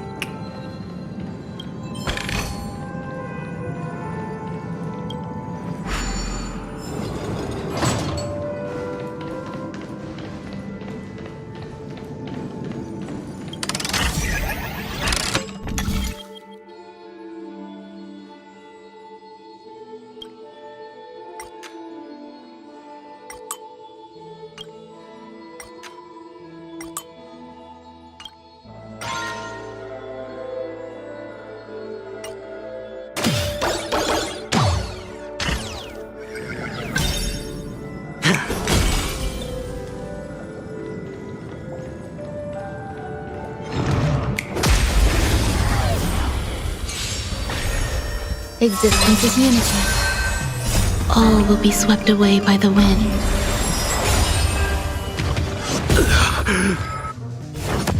Enjoying yourself? Savor it for me. Bloom. The dead return! Well timed. It's on me. Your end approaches. Failed to send you. All in. Bust. Or maybe I'll take it all.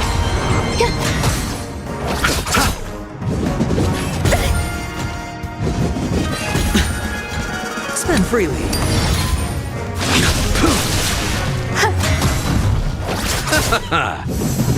Oh. Watch your head. It's on me. Eternal.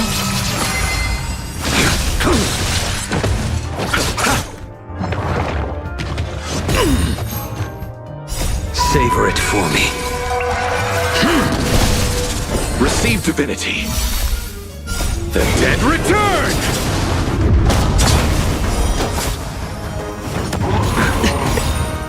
All will be swept away by the wind. Well timed. Spend freely.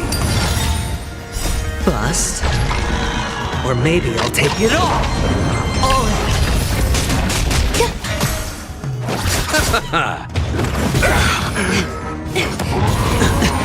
Watch your head.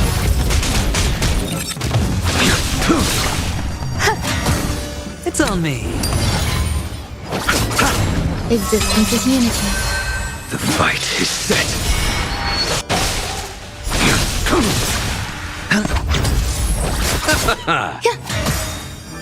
All will be swept away by the wind. Spend freely. Bust. Or maybe I'll take it all. Savor it for me.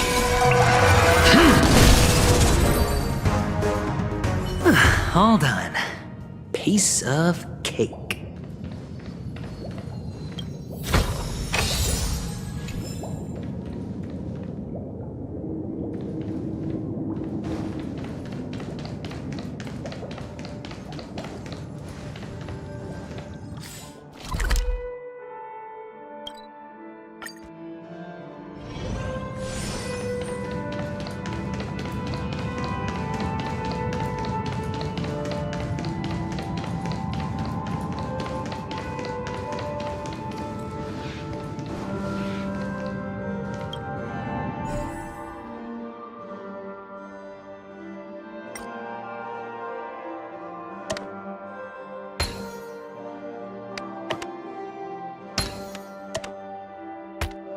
And the joyous tour of Toy City has come to an end.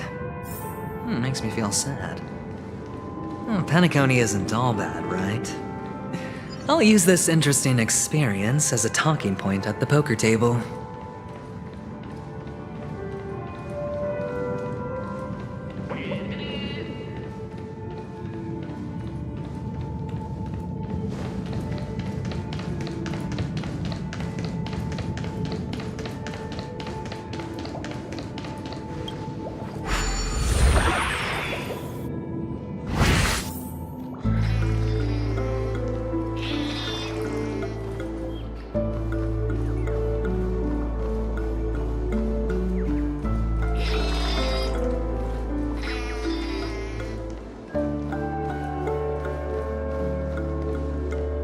It's a pity you made it out of the sandpit alive. Sunday is just beyond this door. From my limited understanding, he's not someone easily handled. Are you prepared? Yeah. Only I believe he's the one who should be prepared to face me. Tell me about your plan. I don't have a plan. I'll just play it by ear. There are only two kinds of bargaining chips when dealing with people. Benefit or fear. Looks like sincerity isn't in your dictionary. Am I not sincere enough? There's no need to emphasize it. We've got to make good use of death. That man's sister is dead.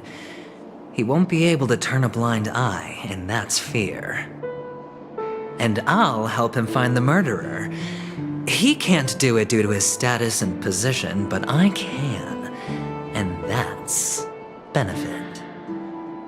On what basis do you believe he's incapable, necessitating the delegation to someone from a rival faction?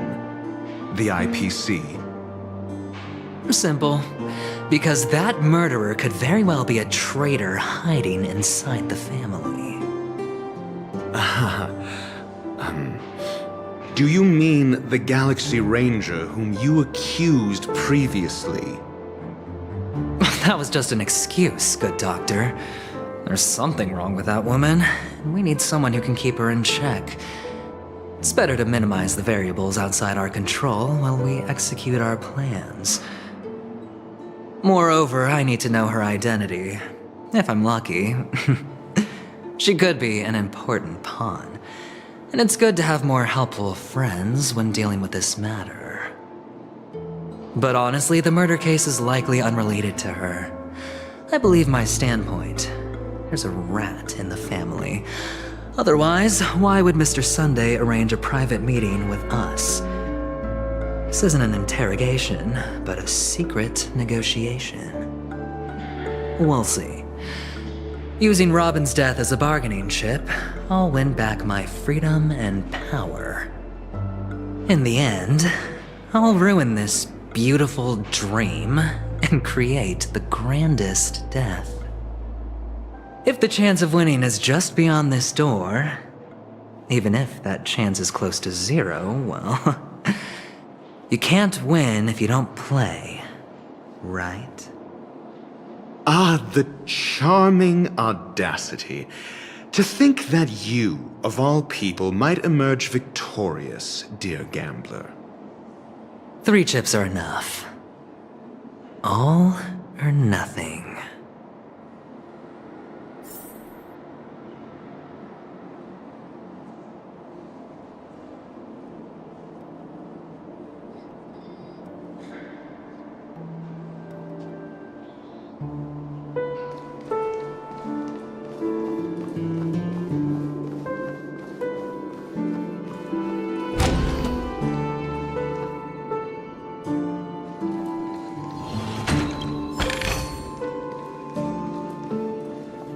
It seems my puzzles are too effortless for you, IPC Ambassador. I appreciate your words. And I see you put a lot of effort into welcoming me, Mr. Sunday. However, this is no way to greet a guest. Well, this isn't an invitation, but a summoning. Before we speak, I need to test your character. I imagine this knowledgeable doctor friend of yours has been of great help, yes? Certainly. You ought to know this better than I do. He's already faithfully fulfilled his duties, hasn't he? Yes, the doctor has assured me of your noble character. He considers you, like himself, a virtuous person who can be trusted by the family. I have come to know you very well as a person, Mr. Aventurine. You're diligent, generous, and willing to cooperate. The fact that you succeeded in overcoming many obstacles just to meet me gave me the reason to believe in your wisdom and courage. But there's one thing I must ask you. That is, you've used your wisdom at the wrong place to meet the wrong person and put yourself in a situation where you shouldn't be, witnessing a tragedy that shouldn't have happened. You don't look too well. Am I making you anxious? If not, then it means I'm on your side.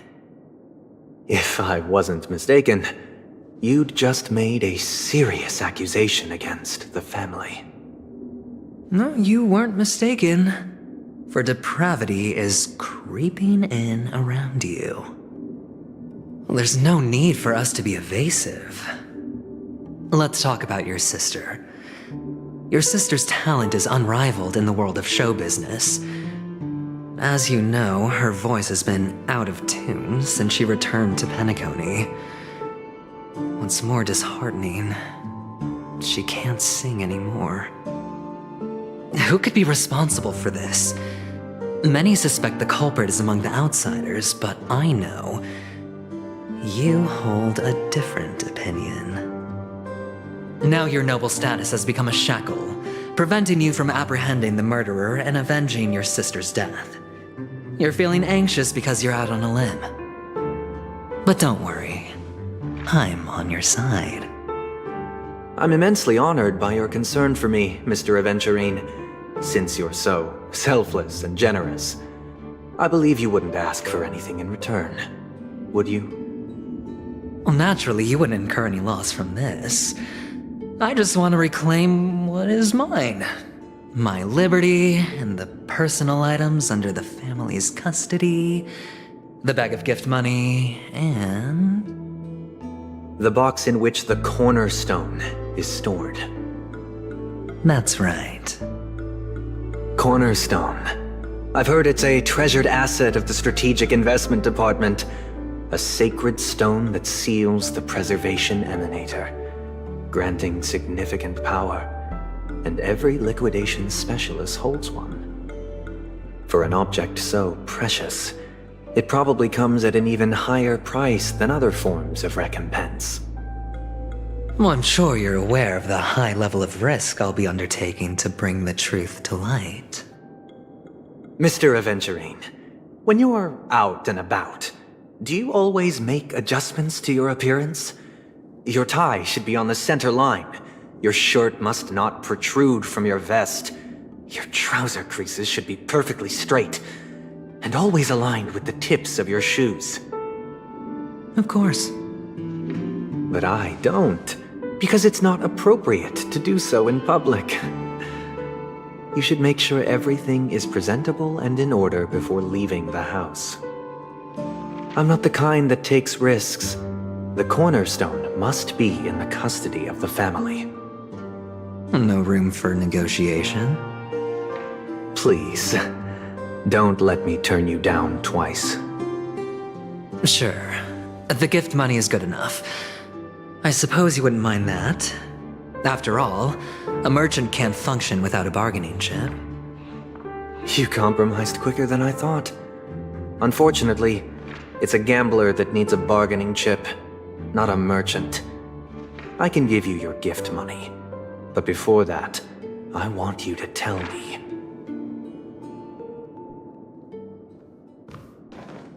The fact that you can decisively forsake the box you asked for, what exactly is stored in it?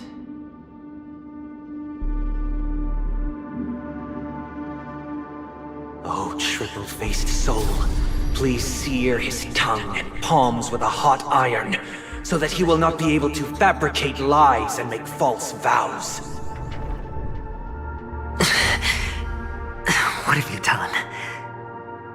Under the light of the harmony, all wickedness is revealed. I implore them to shed their light, and I'll ask you questions on their behalf. Next, you have 113 seconds to prove your innocence and gain my trust. And if I refuse to answer? You can try, and we'll see if the harmony rejects you. Question: do you own a cornerstone? Yes. What a simple answer. You, too, understand that idle chatter leads only to poverty. Did you hand over the cornerstone to the family when you entered Penacony? Yes. Does the cornerstone you handed over to the family belong to you? Yes. Is your cornerstone in this room right now? Yes. Is your memory free from any kind of tampering or deletion, encompassing but not restricted to the techniques of the Garden of Recollection? Yes. Are you an Avgin from Sigonia? Yes. You even know about that? Do the Avgins have any ability to read, tamper with, or manipulate one's own or another's mind? No. Does it matter? Do you love your family more than yourself? Yes. All the Avgins were killed in a massacre. Am I right? No. Are you your clan's sole survivor?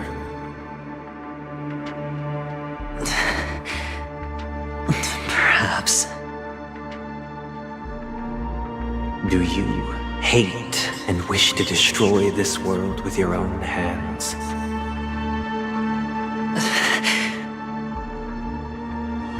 I don't know.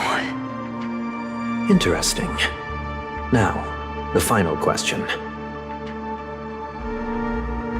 Can you swear that at this very moment, the aventurine stone is safe and sound in this box?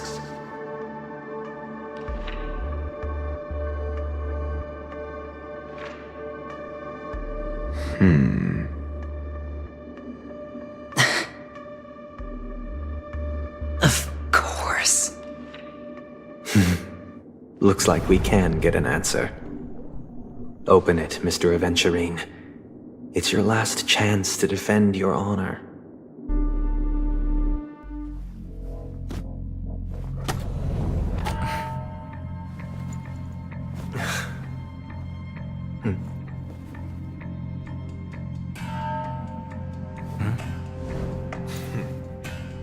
Please.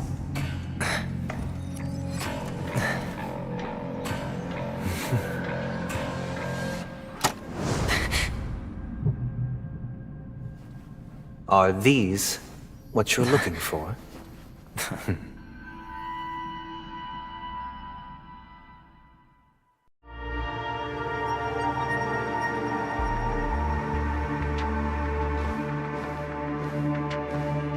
Since you came as promised, learned doctor, does this mean that you are willing to take the side of the family in this farce? What makes you think you can convince me?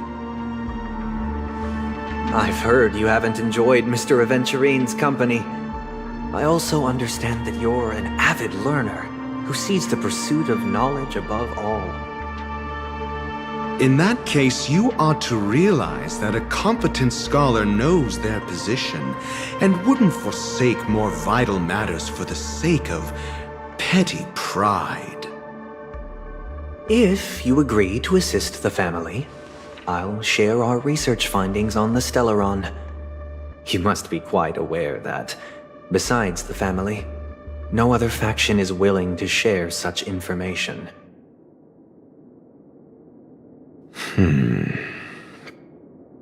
Cut to the chase. What do you need from me? I need Mr. Aventurine's comprehensive plan. Haven't you confiscated his cornerstone? You can't expect a featherless bird to take flight. But I've also heard the 10 elites in the Strategic Investment Department have united, progressing together in the interests of the IPC. You'll have to speak more clearly than that. The cornerstone, which Mr. Aventurine surrendered.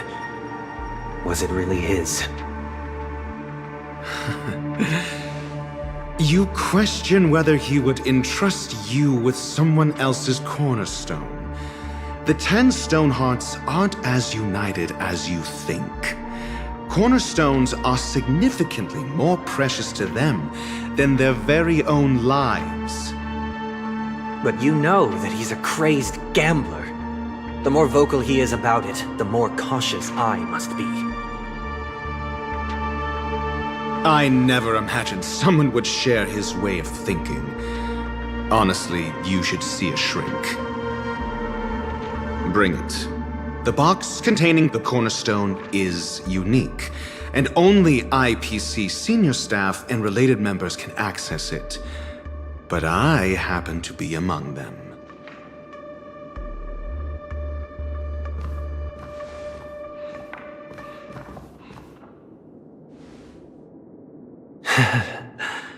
I appreciate it.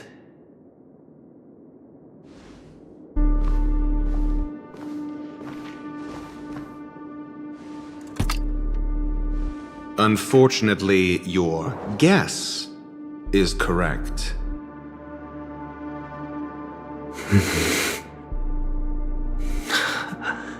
The golden stone.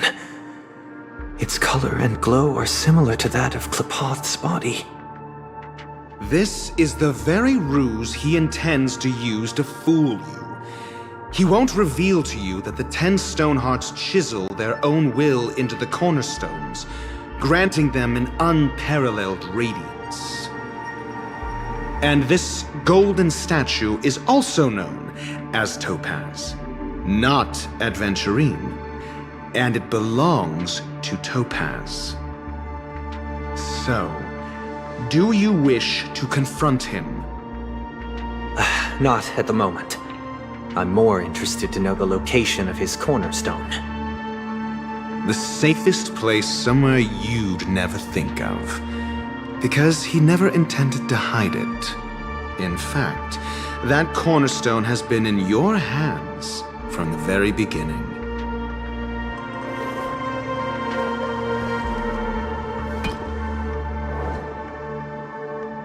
I see. This bag. Mixing a cornerstone, more precious than life itself, with a bunch of worthless jewels.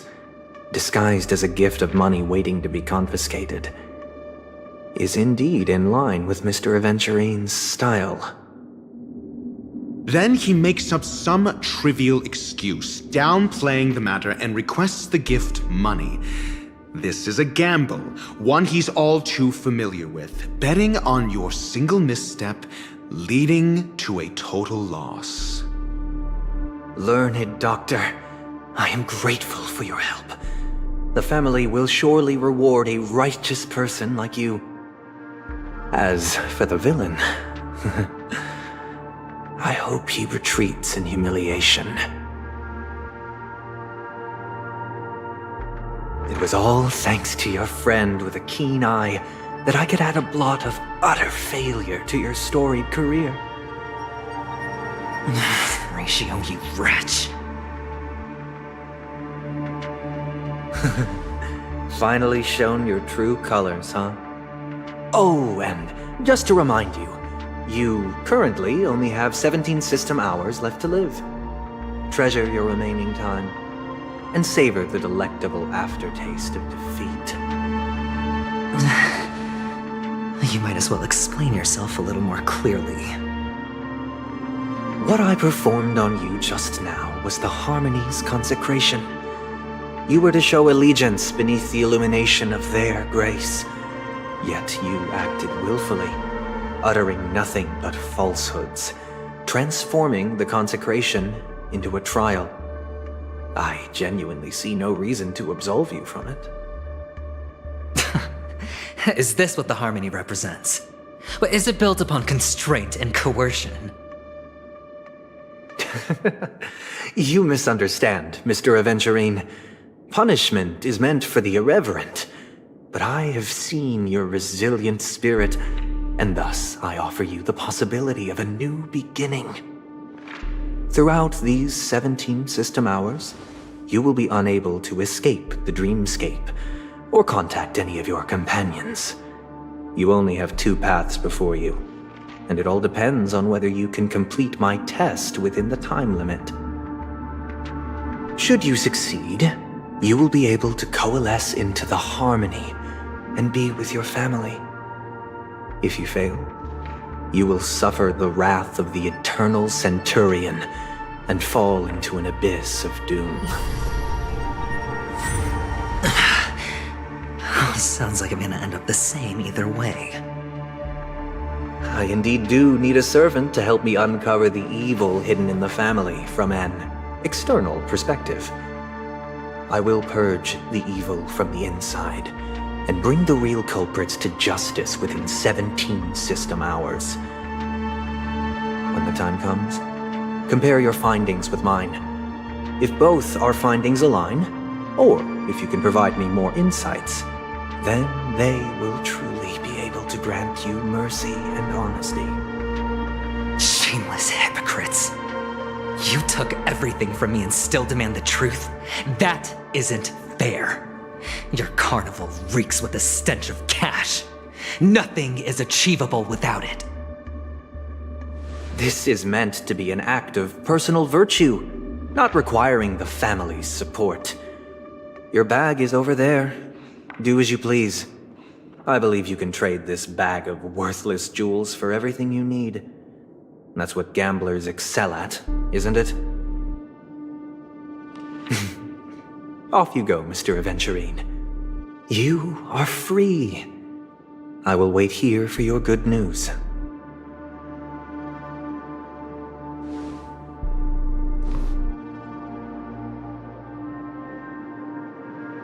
This meeting isn't an interrogation or a negotiation. It's an outright execution. Why would I do that, Mr. Aventurine? I'm just wondering what a passerby who stumbled upon a scene of a murder could have found out. That's all.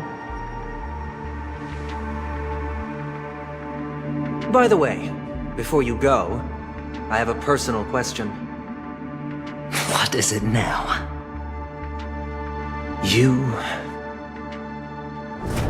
Do you truly wish to bring about the destruction of this world?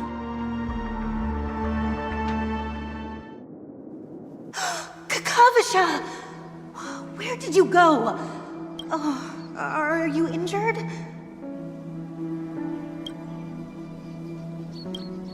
I got it back, sister. You went to look for them? That's too dangerous. It's just a necklace. It's neither food nor water. We can survive without it. But I can't live without you, little brother. Promise me not to look for those catechins again, okay? Sister, don't be afraid. The catechins are fools, but I'm smart. I played a game with them, and I won. Won? What happened exactly? Tell me. I made a bet with them. The two birds in the desert and me. Who will die first? I won. They suspected me of cheating, but I didn't. I won fair and square. Of course you'd win. You've always been a lucky child. Gaiathra Triclops must be watching over you. But that's no reason to push your luck by going up against those bloodthirsty, cruel catechins. Have you forgotten how Mom and Dad...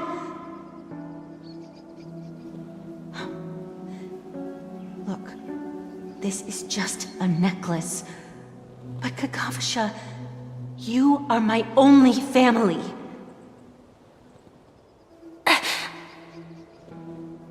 I'm sorry, sister. I thought you'd be happy. Because Mom left you this necklace. There'll be no next time. It is important, but not as important as you, my dearest brother.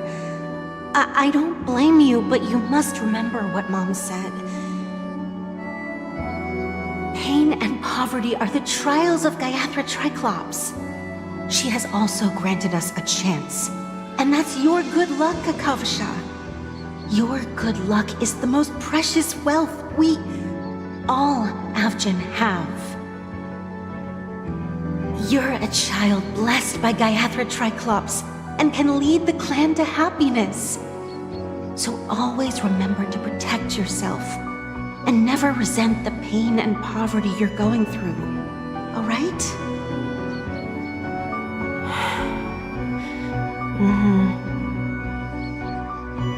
Listen to me and swear to Gaiathra Triclops. Okay. We'll swear to Gaiathra Triclops to protect this wealth. But sister, if Gaiathra Triclops was really watching over us, then why did she not protect Dad when he was swept away by the quicksand? After all, Dad went to the Catechins' land only to prepare for Gaiathra Triclops' offerings. And where was Gaiathra Triclops when Mom was shivering in our arms? Mom was still pleading for Gaiathra Triclops' forgiveness under her breath until the moment she closed her eyes. Sister, everyone praises me for being smart, but I don't get it. If every rain pour was Gaiathra Triclops' forgiveness and grace, then how bad were our sins? So much so that we were born in this world of death?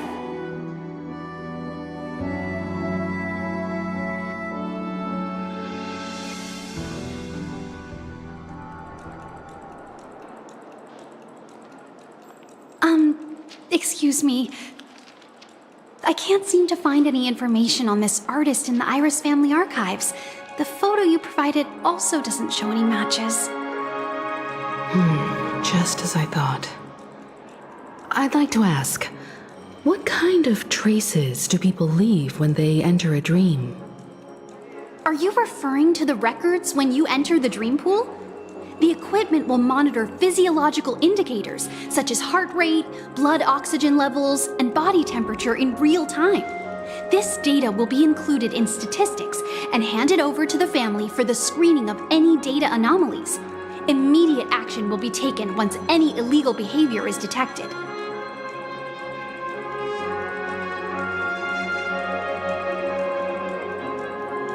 I apologize. The hotel does not have access. This information is managed by the Bloodhound family.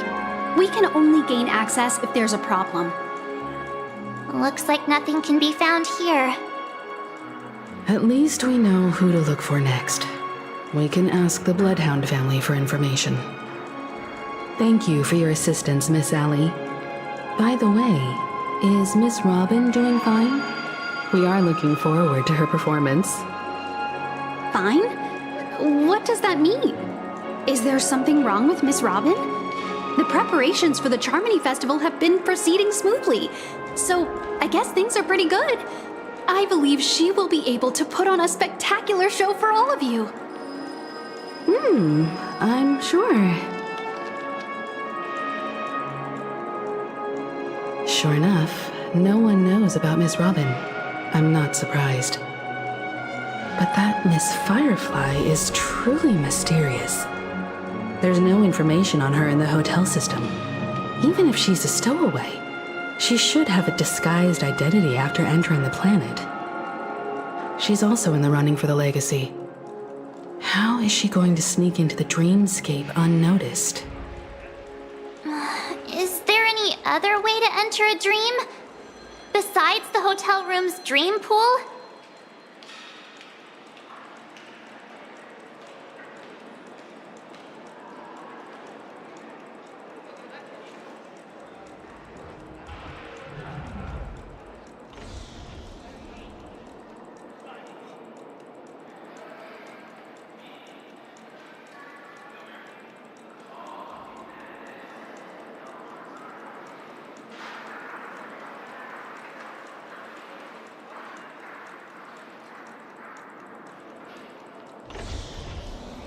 The Memo Keepers have abilities that are difficult for normal people to comprehend. In the memory zone of Penacony, they thrive effortlessly, a fact proven to us by Black Swan. The hacker girl from the Stellaron Hunters used extraordinary means to unlock the Dreamscape Hotel's seal. According to the scene witnessed by him, it is likely that they are behind Miss Firefly's case. The Garden of Recollection and the Stellaron Hunters.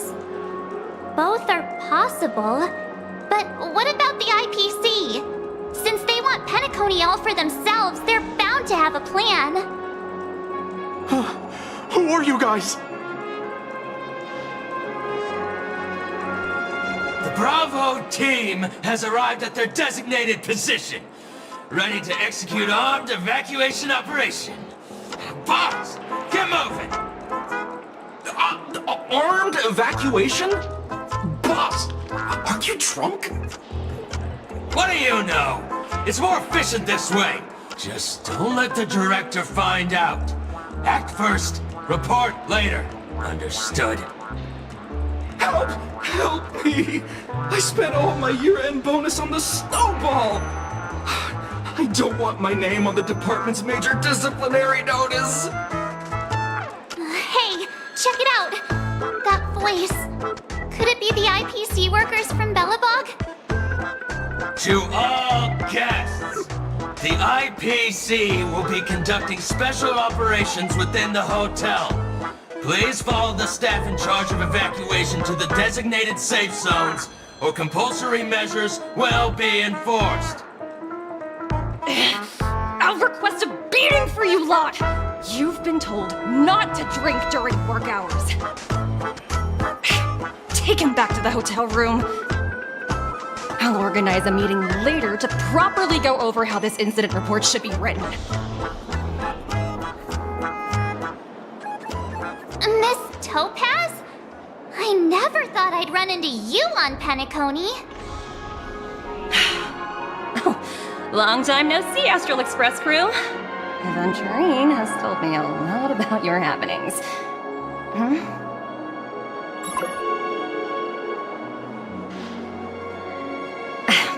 It's fine. Do as they ask and try to avoid any conflicts with the family. Report to me before taking any action. Yes, all right. As you see, the IPC isn't very popular here on Penacony. cordiality from the family is a mere facade. The former frontier prison has turned around and cuffed its shackles on the IPC staff now. Only a Aventurine, who carries an invitation, is allowed to attend the banquet. An entourage like us, we can only sit around in the reality hotel, unauthorized to even enter dreams. No wonder Aventurine's scrambling to partner up with someone. The IPC can't back him up in the dreamscape. His situation isn't optimistic, I hear. You're all helping to investigate some dirt on the family, are you not? Let me know if you need anything outside the dreamscape. The IPC always treats its partners well. Thank you, Miss Topaz. We're on our way to the Hounds to verify some intel. Perhaps you've had dealings with them? Yep. They're tailing us right now. Why not go and talk to them? It'll take the spotlight off me. Being constantly stared at is really uncomfortable.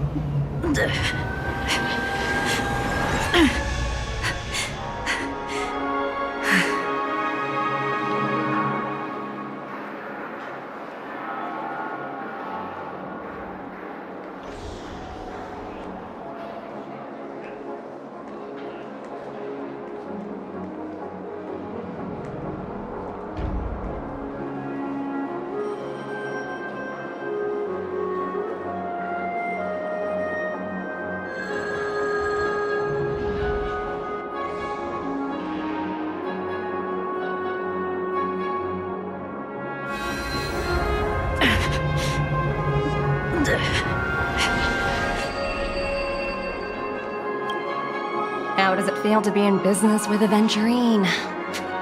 I bet you're not used to it. That's just his style. All or nothing is his mantra. He's always cozying up to his clients while egging them on to undertake some dangerous assignment with him. But everyone has their merits, so I won't comment further. But Aventurine's luck has always been good. He's always closed all his cases without a hitch, and basically never lost a gamble. Which is why, on the issue of retaking Penacony, I'm watching with keen interest.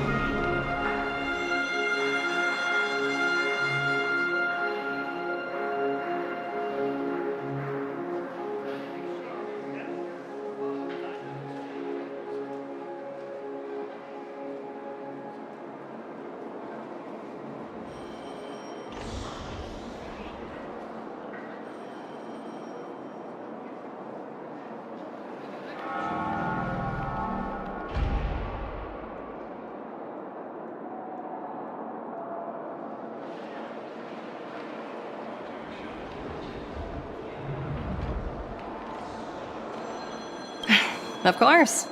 It's business after all. What's important is where you're seated at the table. As for the two cases, apologies, but I don't have much info on them either. All I can do is ask you to keep digging for more details.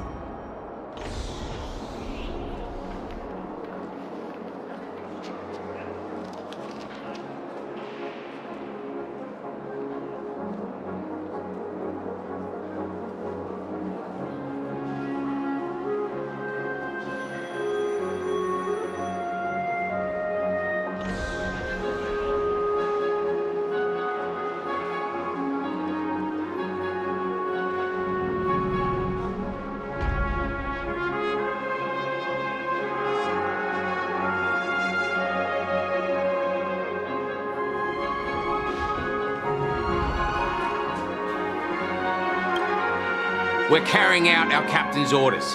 What do you want? We made a mistake last time, and we're working hard to rectify it now. We don't have time for anything else. Surveilling the IPC executive Topaz, ensuring that she stays put at the Reverie Hotel during her time on penacony. We've got the right one this time. So that's it. They were the pair who were after Firefly at the time.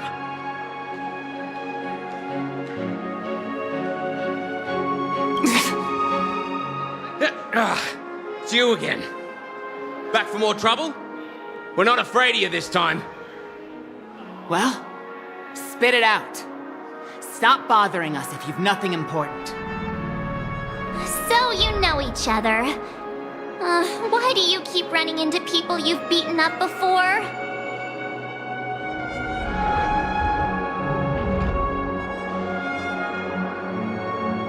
Oh, sheesh, why do you keep asking me that? We're in the middle of investigating a murder case for the family. May we speak to your captain about it? Well... Hey! The security officer instructed everyone to shut their traps before he returned from Dream's Edge. What murder? You'd better stop spouting nonsense. Yeah, that's right. We have nothing to report. Please leave. Looks like they're not going to cooperate. But they did at least tell us that the captain is at Dream's Edge. Why don't we just look for the security officer then? It's probably Gallagher, the one he mentioned, right?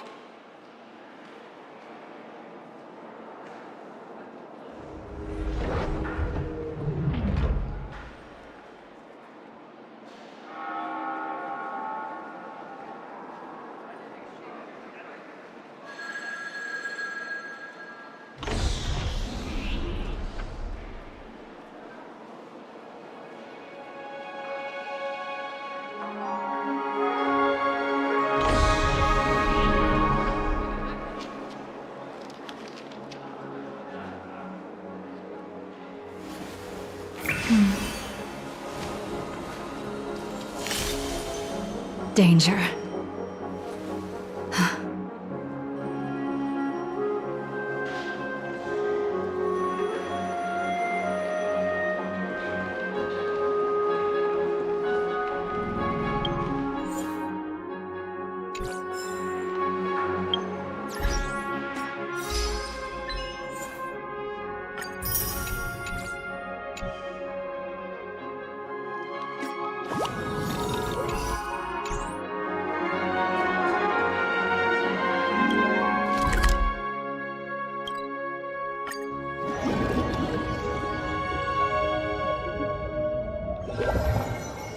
Such tight security. I bet they're stumped by the case as well. Gallagher. Gallagher. Where could he be?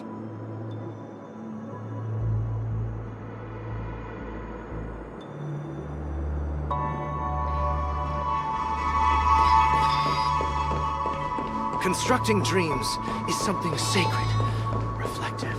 Just as I... Apologies. The Bloodhound family is running an investigation up ahead. No unauthorized personnel allowed. Hold on a minute. I think I've seen you before. The gray-haired one. How much trouble have you stirred up exactly on Penacony?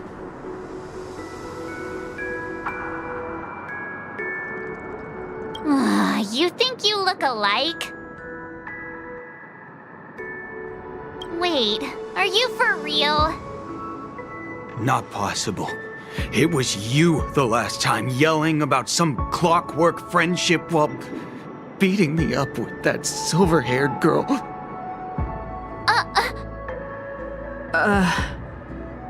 I'm not letting you get by this time. Please leave, or I'll have to get on my knees and beg you. Huh? What kind of heinous crime have you committed now? Hold on, sir. We have documents authorized by the family that would aid your investigation. If it wouldn't trouble you, could we see this Mr. Gallagher? Who exactly is this Gallagher you keep talking about? There's been a few people mentioning this name. Even the one with the gray hair. He didn't send you all here? It was the security officer who dispatched us. That's all I can divulge. He'll do! He's the one we've been looking for! Sorry, no can do. The boss said that since it's a matter of the family's reputation, no one's allowed through. Everyone, please leave. There's really no need for us to make things difficult for each other, right? We're really sorry for troubling you. Let's think of another way. Another way. That's it! Didn't they say something about that, what was it? Clockwork? That got this guy to change his mind. Can you perform it again? That, clocky magic.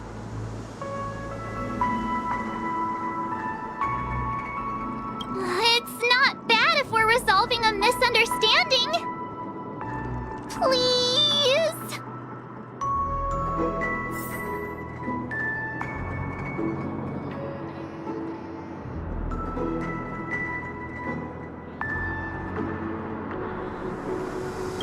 Sorry, no can do. The boss said that since it's a matter of the family's reputation, no one's allowed through. Everyone, please leave. There's really no need for us to make things difficult for each other, right?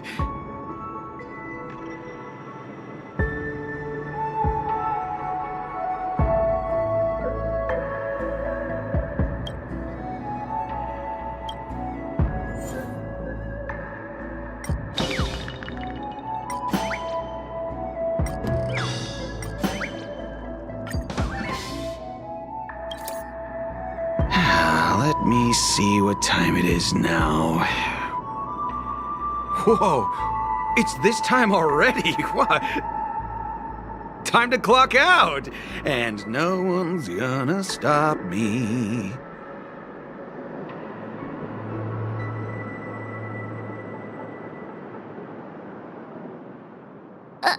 What?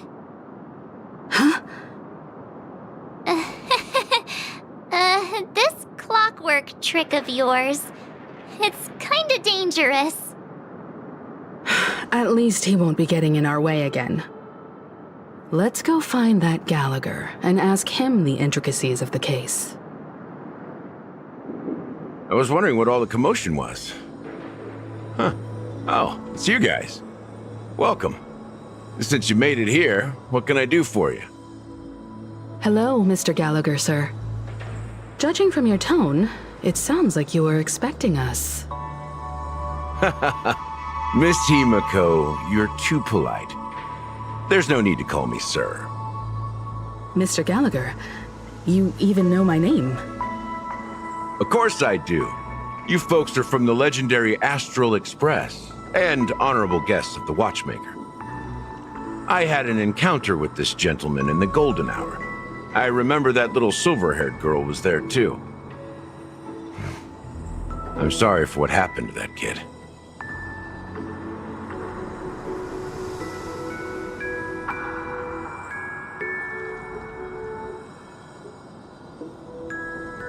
This is also the reason why we've come to visit you, Mr. Gallagher. The Express can't just overlook the death of that child.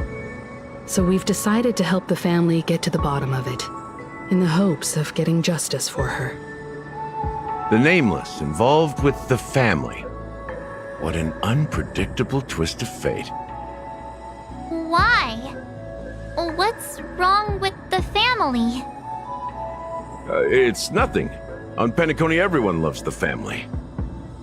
No matter how much one resists the beautiful dream, when the time comes, they too will find it hard to let go. Who wants to leave a warm nest?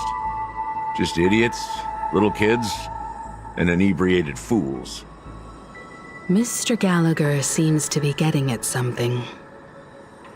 Well, you got it wrong. I'm not. You want to discuss the case? Sure. Come with me. This is not a good place to talk. Let's go elsewhere.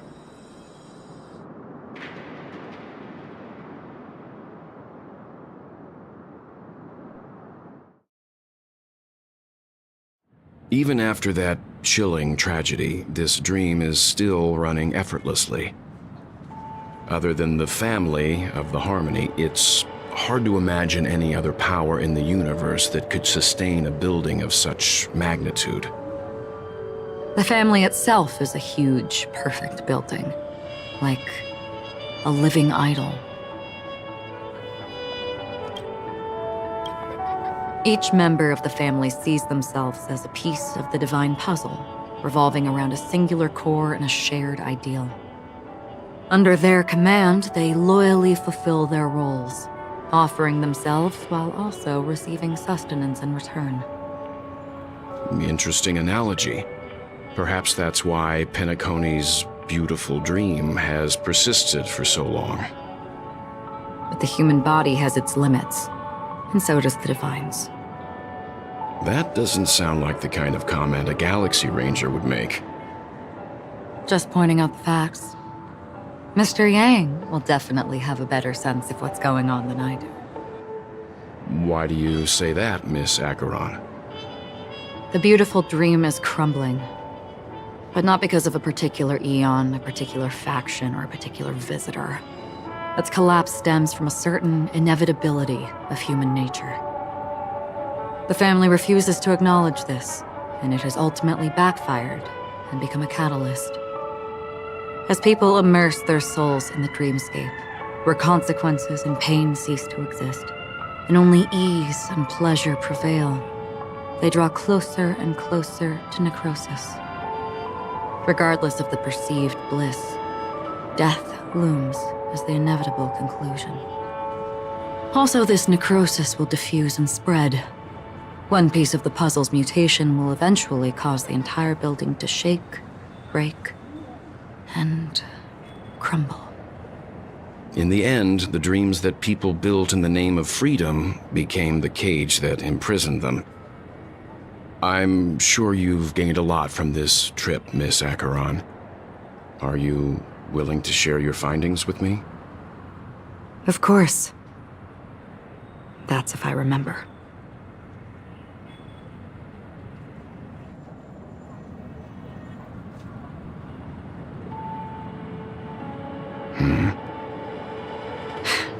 Don't mind me, it's just a habit.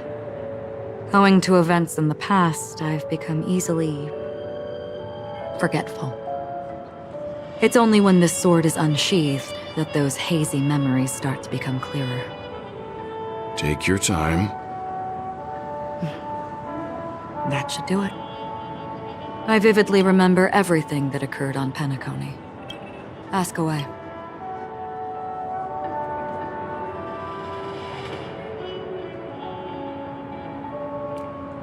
The moment of daybreak. I've heard that's where the Dawn Factory, which processes the foundation of the dreamscape, is located. Behind the dreamscape's song and dance stand many imagination factories. Workers create all kinds of whimsical works day in and day out in their dreams. Then they return to reality and sleep on a narrow bed in a room. A far cry from luxury. They say it will suffice. Experiencing the bizarre and motley dreamscape is the best reward. There I encountered a young woman who had just come of age, the perfect time to indulge in beautiful dreams. Her greatest wish was to one day move to the golden hour and see the magnificent garments she had woven with her own hands. For certain reasons, her wish was difficult to fulfill. But I managed to bring her a garment.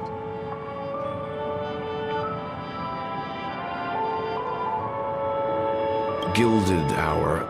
It's said to be Penacony's currency center. Yes. It is a fortress-like financial city, the economic heart of the dreamscape. The Pepeshi people of the Alfalfa family are there to keep it running, sending blood that is made from money everywhere on Penacony. Everyone there is exquisitely dressed and always in a hurry. The greatest wish of the local Pepeshi people is for their future generations to work in the Gilded Hour. I've never met anyone who is willing to talk. I could only stand at the crossroads, watching crowds of people hurrying like the wind through the jungle of steel, only to deposit the alfalfa credits that they'd earned into the bank's vault. I don't know if they would open the vault door, but before I left, I witnessed a well-dressed Pepeshi person plummet from the sky, while those around him continued on their way, unfazed.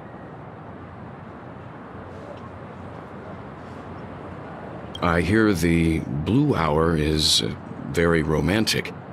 Do you have any tales to share? Perhaps Mr. Yang has heard. There is a large boat called the Eventide, anchored along the Sea of Dreams, where soft music and dancing persist endlessly every night. I ran into a wizened lady there. She was at the dock, waiting for her long-departed lover to return, waiting for countless hours within time that stood still. In the humid sea breeze, she spoke of her own youth. Like many who desired wealth and love, they came to Penacony to pursue their dreams. Alas, her lover's consciousness was lost in the dark depths of the Sea of Dreams. Finally, she suggested we continue our conversation on a boat in the shallows. I agreed and boarded the boat with her. But she never said anything. Her eyes absent-mindedly gazing at the horizon for what seemed like forever. Finally, we retreated to the beach.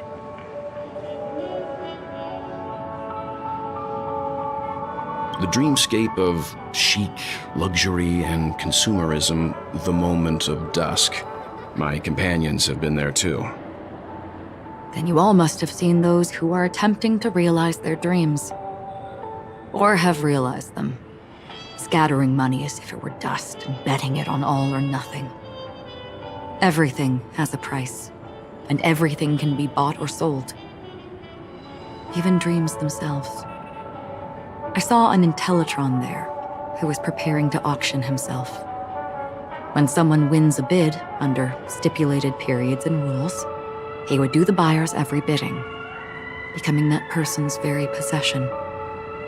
That Intellitron had been auctioned off 12 times, and I participated in his 13th. That was the grandest banquet I had ever attended. But never again did anyone cast another glance at him. This time around, there were no successful bids for him. This is what I've seen and heard along the way. Someone once said to me, Penacony wasn't like this a long time ago, nor should it be. I've traveled through the reality and dreamscape of the planet of festivities, watched the tides of night rise and fall when time stopped for people, where the spirits of the rich and impoverished remain forever fixed on their own scales. This is why I think the collapse of the beautiful dream is inevitable. There might be a way to change everything. Perhaps. But if this is indeed the world that people desire, if this is precisely why life chooses to slumber, should we still seek to change it?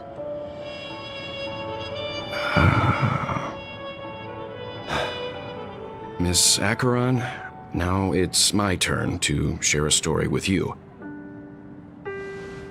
There was a man from my homeland who, at a time when the world was grappling with deep, unhealable pain, made a choice. He wove together the dreams of everyone in the world, linking people's dreamscapes, and shouldered this burden himself. From this, he created a giant, a spiritual atom. And since that moment, the giant stood between heaven and earth, becoming the pillar of the world's existence. As a price, those who found it hard to move forward, who could not advance, forever lost their future. They slumbered in a dream, devoid of disaster and pain, living out their days peacefully in the man's created utopia. And it is because of the wishes of those people who wished not to awaken that this spiritual atom became unbreakable. And yet, you stand here right now, which also means that man failed. Because people must always move towards the future. Even if human weaknesses make them pause when they truly cannot move forward, humanity will eventually seek a way to save itself. And that man, he was never a failure. Like everyone in that world, he etched the possibilities of human nature into his heart. He was the sun chaser of legend, soaring towards the sky and embracing his final victory with his fall. He ascended to heights uncharted, only to come face to face with the sun, a place not visited by anyone before. His wings would melt because of it, only for him to fall into the sea. And after that, countless others would surpass him, soaring to even greater heights. A fitting metaphor for the Nameless's trailblazing spirit. Thank you, Mr. Yang. I know what you wish to confirm. The universe has innumerable similar, yet different worlds. In these worlds, there are innumerable people who look alike, yet don't. I too have embarked on journeys, encountering old friends with familiar faces on different worlds, witnessing their destinies follow paths similar to mine. So I will tell you, even if not completely similar, the story you just told, it overlaps with my past. And within that abyssal dream, I ended that man's life. Alone.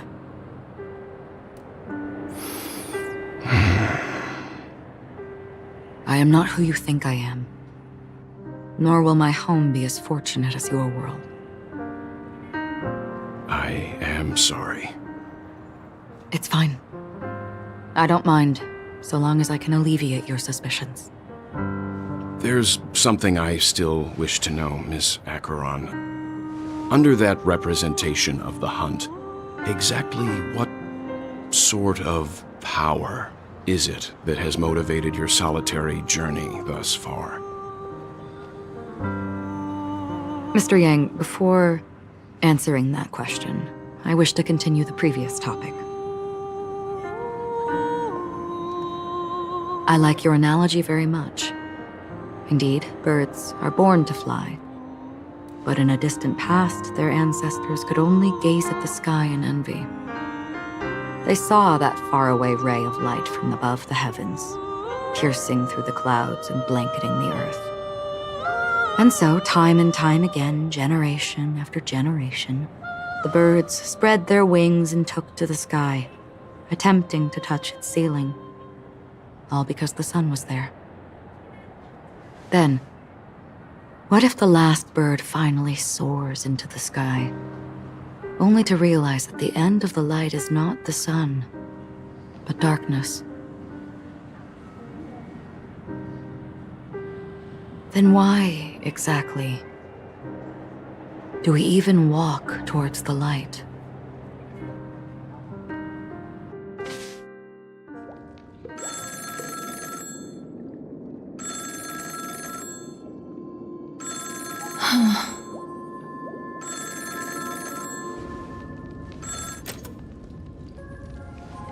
Long time no see. Having fun on Penacony? Acheron? This voice, it's not Constance. Could it be her companion? Though I don't know exactly what you are, or what you're up to, my bullets will find you.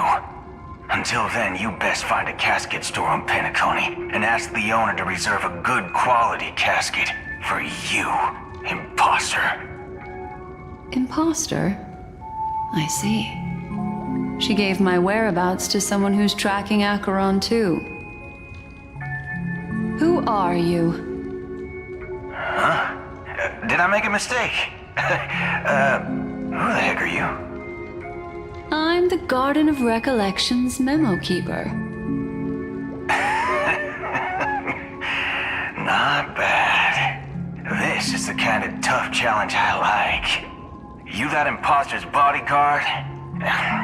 Never mind. It's fine. I'll leave a round for you. So get that forehead clean and wait for me.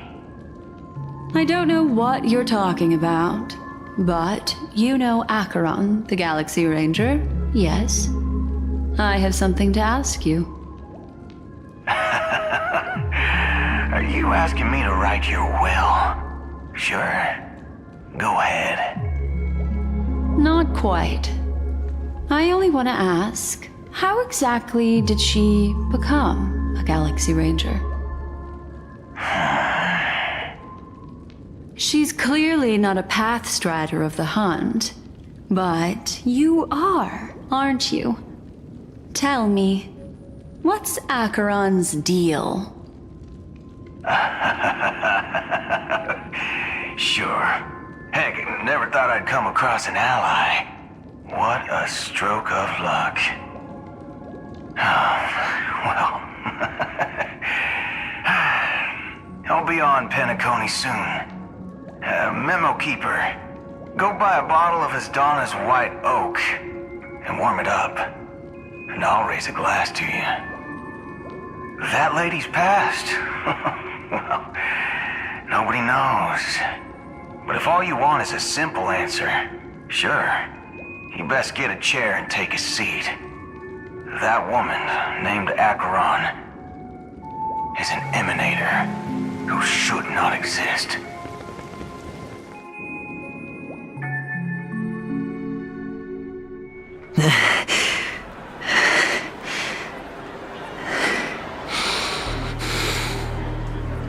You look pale.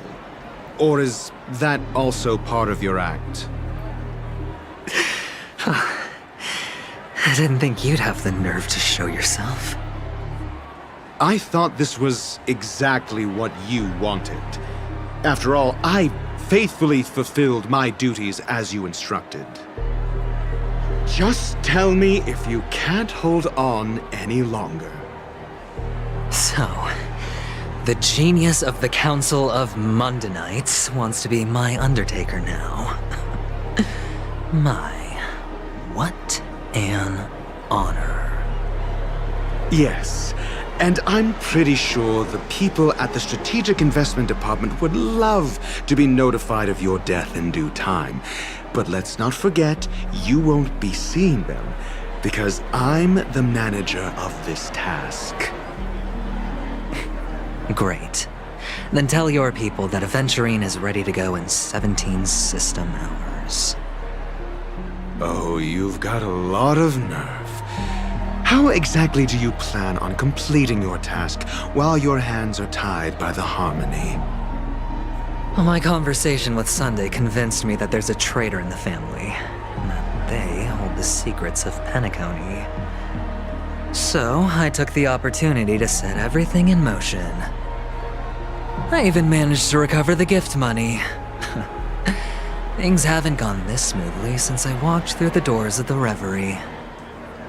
Now I'm only one step away from victory. Let's just wait and see. Sounds like a very elaborate way of saying that you failed. That's all I can say. Have you forgotten, Doctor? You betrayed me. Go. Do what you must. I look forward to the sight of the IPC fleet surrounding Penacony. You've achieved what you desired, haven't you?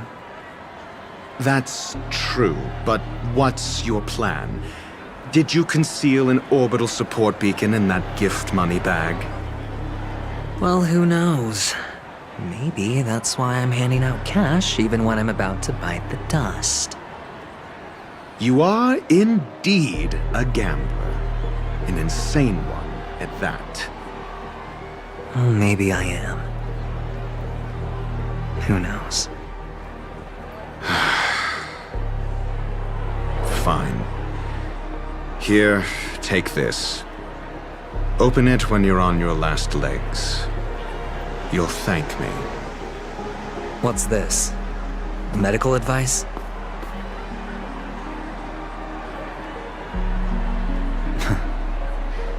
You catch on pretty fast, Doctor. Asking me to solve a case without giving a single clue. How typical of you, you wing-headed scoundrel. But the way you're all on edge about that stowaway, it's just as I guessed it would be. As for now, let the rain of wealth from the IPC fall evenly on everyone.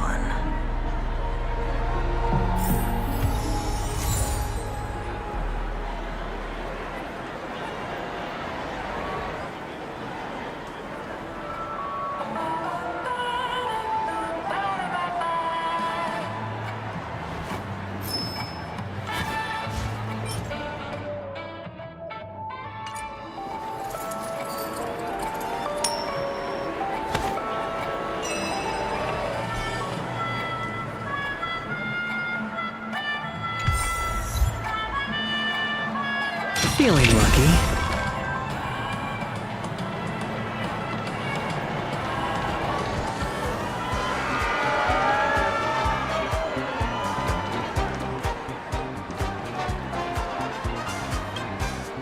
Would you be willing to support my performance? And keep the Song of Beauty alive in the cosmos? Wow, how fabulous! But why would you give such a wonderful gift to a random stranger like me?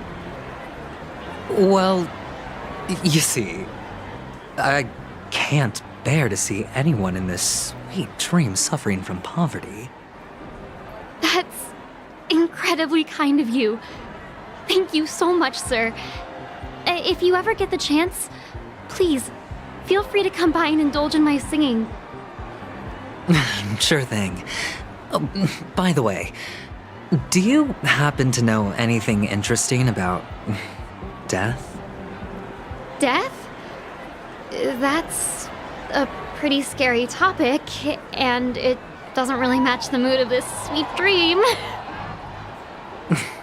Oh, you see, I'm a tabloid reporter collecting ghost stories in penacony. As you know, the more chilling the stories, the more attention they get. Maybe you could help me out. Well, if you're up for some gossip, it's not about death, but there have been some rumors about a guest at the Reality Hotel who fell into a deep sleep and didn't wake up. It was like they were in some sort of coma. Nobody knows what caused it, but luckily the customer eventually regained consciousness. Well, all customers are under the protection of the family, after all. Thank you. This will make for a very juicy headline. May Shibe protect us. Unexplained coma. That's actually what happens to your body if your brain dies in a dream. But unfortunately, the customer ended up waking up in the end.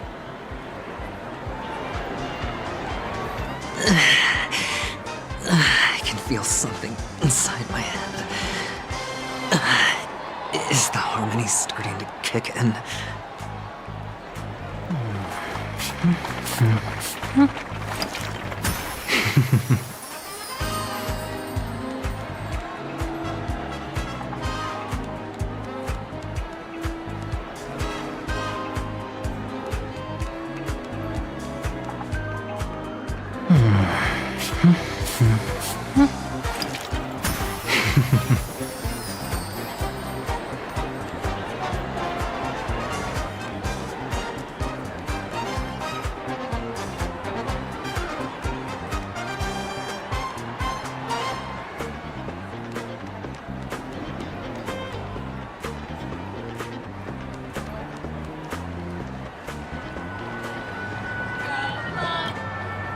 The world has truly lost its way.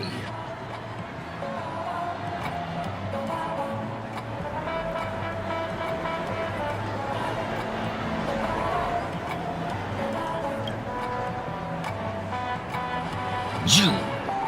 Wait. I get it now. This is some sort of prank show, right? You must have some cameras set up around here to film yourself doing good deeds, right? You youngsters are always looking for a quick way to get an audience. But you know what? A truly great show never comes easy. A great show will start soon, old man. But before that, I need to ask you something. Do you know where I can find death in this dream? Ah, I see.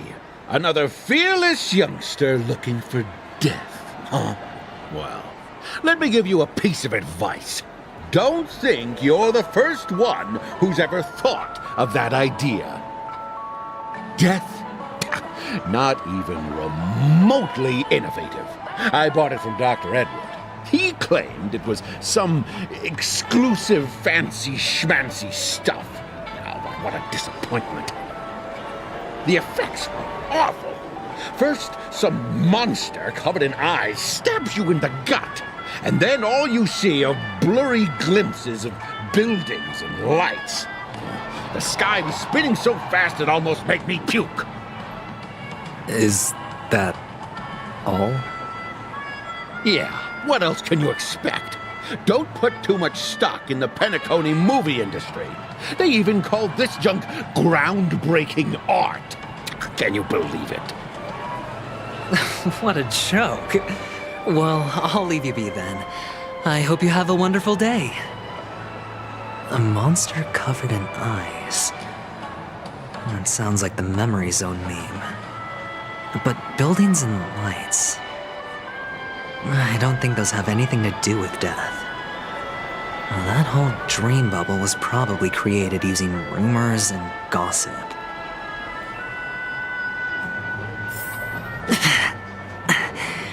The disturbing voice in my head.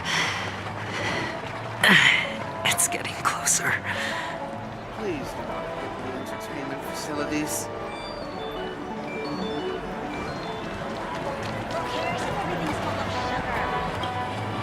A sip of liquor, a blissful reprieve, to drown 1,000 sorrows, let worries leave.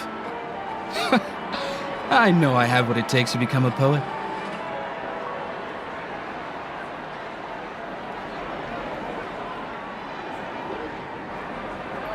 Oh? Oh. You're giving these gems to me? Didn't expect to meet such a generous soul in this place. Or are you just pitying me? Well, it really doesn't matter. As long as I have Soul Glad, that's enough. This is just a dream after all. You really shouldn't drink so much Soul Glad, my friend. It's not good for your health. Oh? Maybe I really should quit. But not before meeting the Devil of Soul Glad. The Devil of Soul Glad? Care to elaborate? Yeah. It's a seahorse with a long neck. They say it loves to appear to drunk people, especially the ones who are passed out on the side of the road. How funny. Yeah. Very funny indeed. Thank you.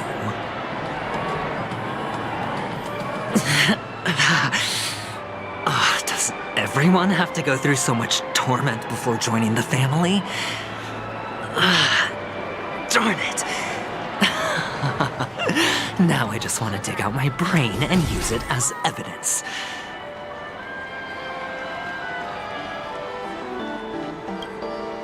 Take care, my friend. If you ever find yourself in danger, remember that the hounds are always ready to help.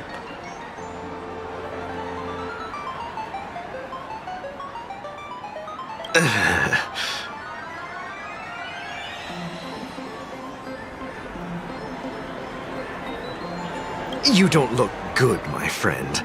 If you need assistance, I can contact the hotel and have them wake you up forcefully. That won't be necessary. I have some business to attend to.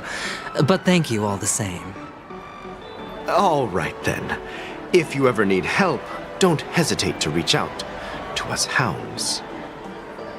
Well, actually, I do need a favor. As the most outstanding hound in Penacony, have you come across any stowaways recently? Stowaways? How could there be stowaways in Penacony? We've never had anything like that before. All right. Good luck with your work then. What was I even thinking? Family would never share intel with the IPC.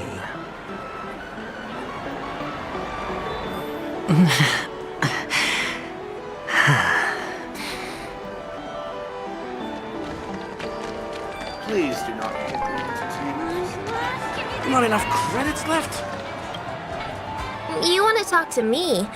Sure, but nothing too sensitive, okay? Huh.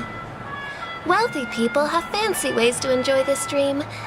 But to be honest, I've never seen anyone who gives out money to others like you. So, are you trying to be the prince from the tale, handing out his gold leaf garment and melting his lead heart in the fire? I'm flattered. I'm no prince, and I just thought these gems would help you speak. So, as an investigative reporter, maybe you've heard something about death? Another curious soul. I see. Well, that was actually the topic I was most into when I entered the industry. But my boss shut it down. How did your boss talk you out of it? Well, she simply said, covering baseless urban legends like that would make us look like some third-rate tabloid. I thought about it, and she had a point. Reporting on stuff like blowing out birthday candles and getting spooked by nightmare ghosts isn't exactly professional material. Guess she's got a point. Thank you for sharing.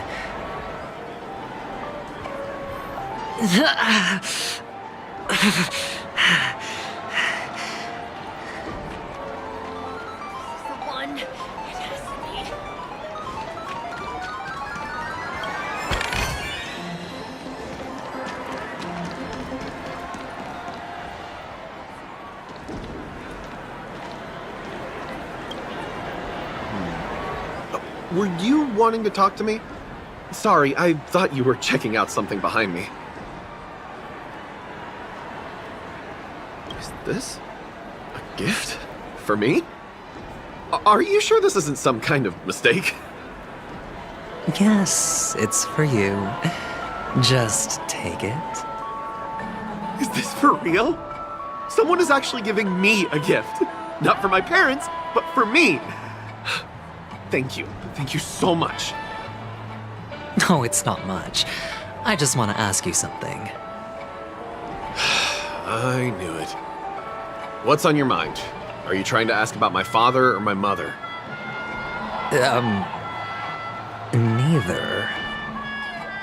I just wanted to know if you've ever heard about death in the dreamscape. Oh, you sound just like my father. Always warning me about danger, even in dreams. He's an Intellitron, so his dream entry methods are different from us organics. Can't count on him to protect me if something does go haywire. Funny, right now I'm still under his protection. How ironic. Hey, stay positive. Gold will always shine one day, right? The Devil of Soulglad, dangers in the dream, and nightmare ghosts. Well, surely death is a popular topic in this sweet dream granted by the family. Well, I've collected a bunch of rumors, but no useful clues. The gems in my bag are running low. Well, let's see if my last lucky interviewee brings some surprises.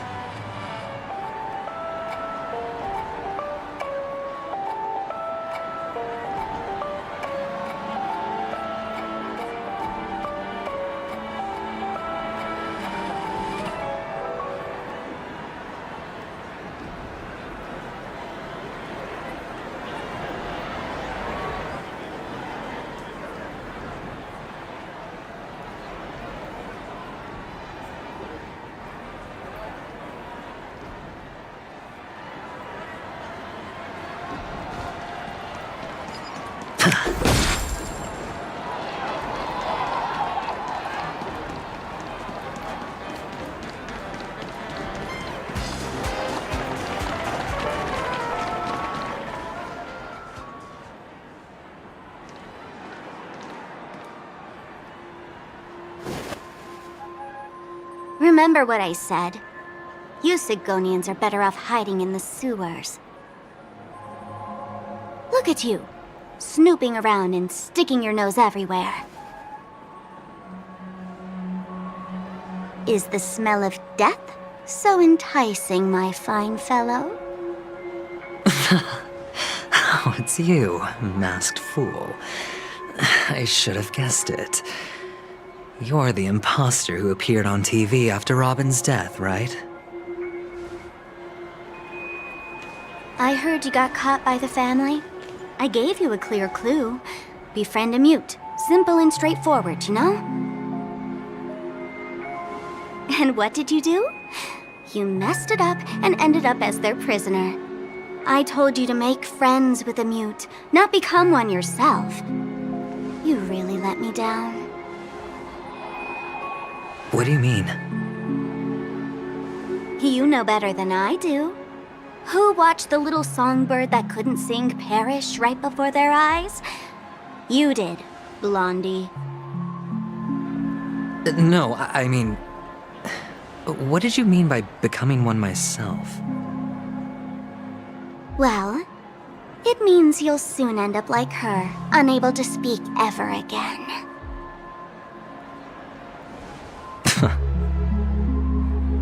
But it's a good thing if you ask me, because... Because I'm getting closer to the truth, right? Oh? Why else do you think I'm handing out cheap trinkets all over the streets, fool? All part of the act. Fool's bait. The more pathetic I seem, the more likely you'll come sniffing around. So... now that I've drawn you out, will you reward me with an answer for my efforts? Why should I help you? Don't you want to see penacony descend into... chaos?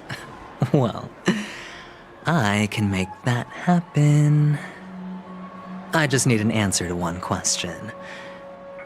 Back then, when you asked me to find a mute, did you really mean Robin?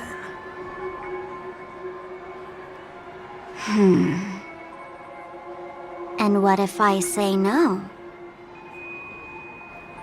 Then I'll thank you. Oh, the word no has never sounded so pleasing. Well done. I admit I underestimated you, but what difference would it make? Let me tell you something. There were 2 mutes, but one is dead now, and the other, though he's still in Penacony, I'm afraid you'll never find him again.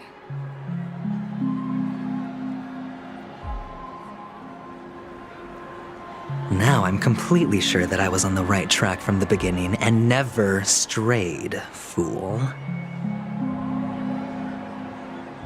Right now, there are only 2 things missing from my grasp. The meaning behind the truth, and the means to expose it. How impressive. That's quite a fancy way of saying I haven't learned anything so far. Not exactly. I've gathered enough clues to prove its existence, and that's enough for me. As for the answers to my questions, I'll find them within 16 system hours. Oh, really? Only 16 system hours? Well, let me lend you a hand. Here you go. This is my precious, mutually assured destruction button, and I have one just like it. When either of us presses it, the other and the whole of Penacony will go up in smoke. If you're really so desperate for the IPC to take over Penacony, blowing up the chessboard isn't a bad idea. Start from scratch.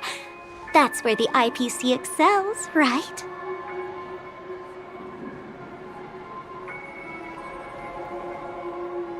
Just press the button when you're at your wit's end.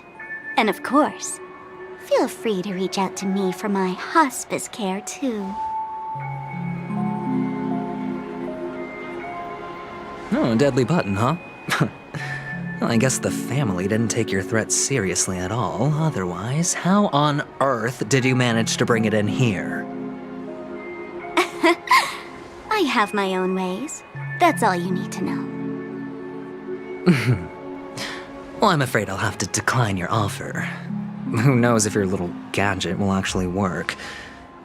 By the way, I have no plans to search for the other mute friend you speak of, but it's good to hear that he's still here in Penacony. I'll handle the rest myself. I'll orchestrate a grand finale for the downfall of the family. And at the climax, the walls will crumble, people will wake up, and those who couldn't speak will find their voices again. When that time comes, go ahead, press the button, light up the sky with a magnificent fireworks display for me. Catch you later, fool. You're still talking big, but sure, if that happens, I'll stay true to my word. Just don't let me down now, okay?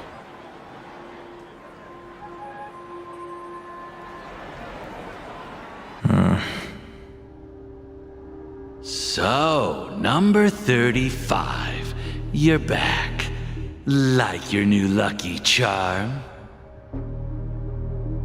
Can a commodity code really be considered a lucky charm? Silence! I didn't give you permission to speak, you Sigonian hound.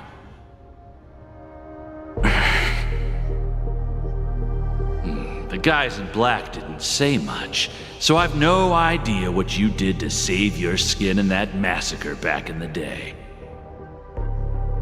But I figured you must have had good luck, so I bought you. From now on, you and your good luck are my assets. Are we clear? Your first task is simple. In addition to you, I've purchased 34 other slaves. Go and play a game with them. You came out alive after 2 days. It proves that you are the real deal. You're insane. Testing out if you're a good product. Aren't you worried that the money you spent on me will go to waste? I've got stacks on stacks, Blondie. The slave market is never short of self-righteous brats like you. But you look good, and that's why many customers are betting their fortunes on a scrawny brat like you. So go along now, and don't let your master down.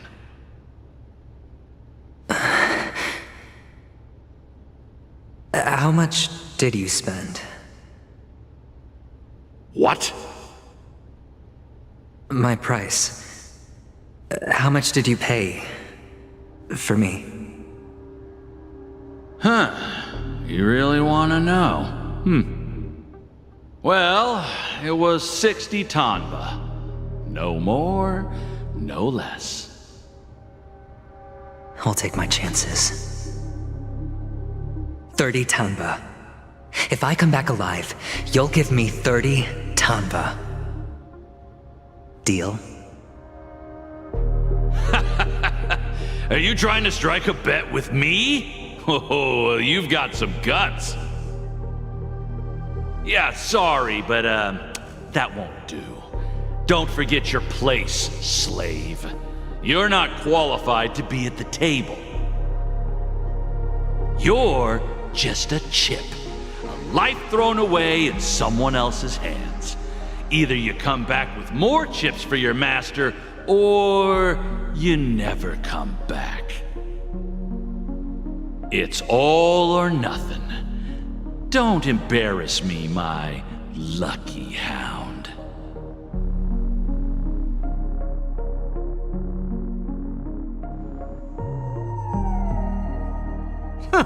What brings you here, Gallagher?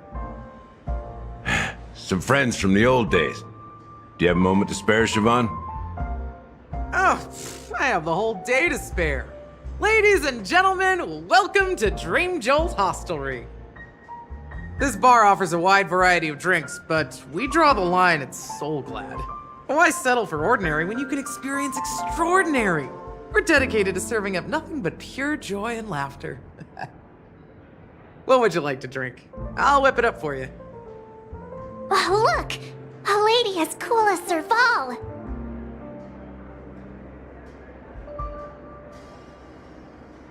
Who's Serval? Will you, introduce me to her? Huh?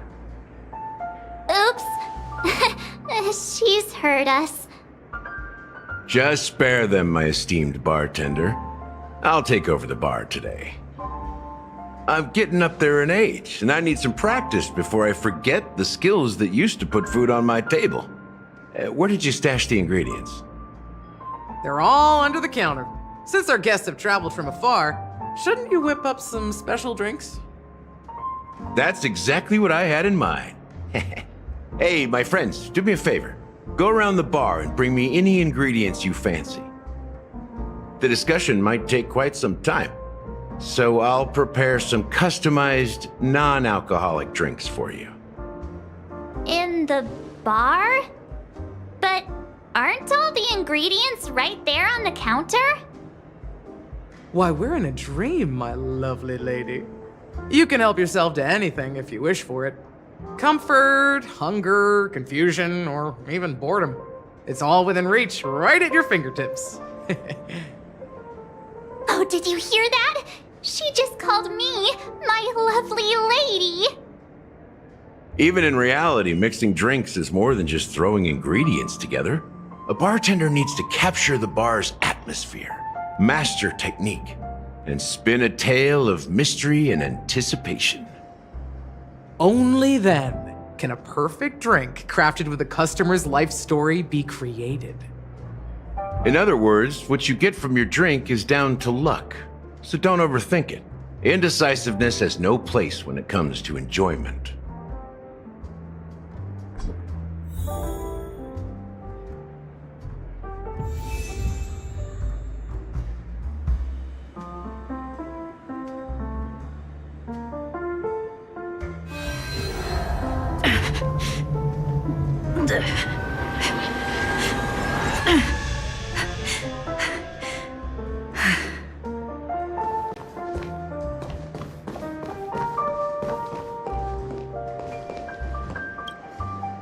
It's Soulglad!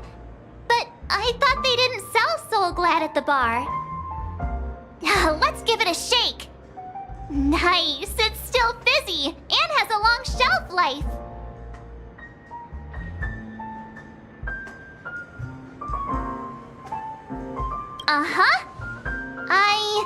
Let's just leave it here for a while, and it'll be alright, right? Why don't they sell Soulglad in this bar? Did something happen? It's all about the bartender's pride. It wouldn't make sense for customers to come here and order drinks they can find anywhere else. That's the mindset I use when I brew my coffee. You're right, Himeko.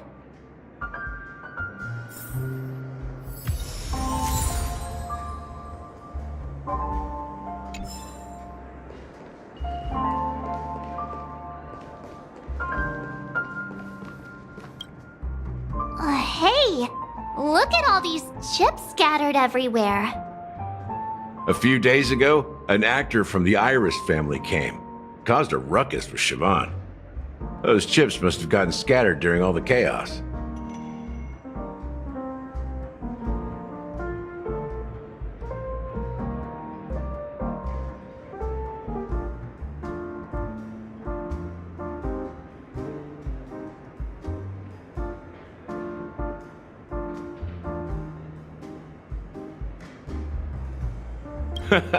That's a clever metaphor.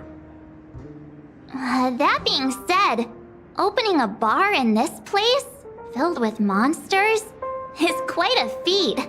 Siobhan must have a lot of tricks up her sleeve, right?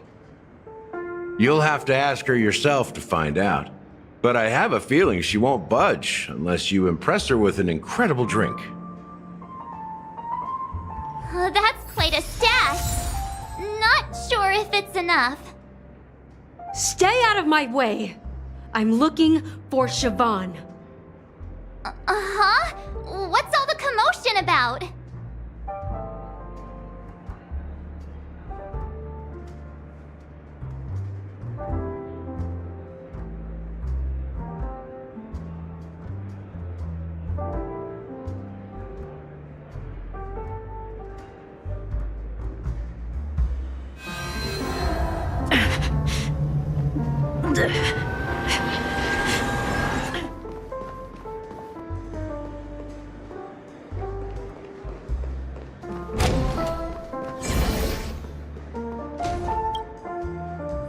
Can this be used for mixing drinks?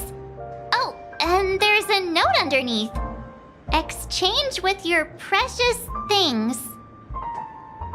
What should we exchange for it? And who should we give our stuff to?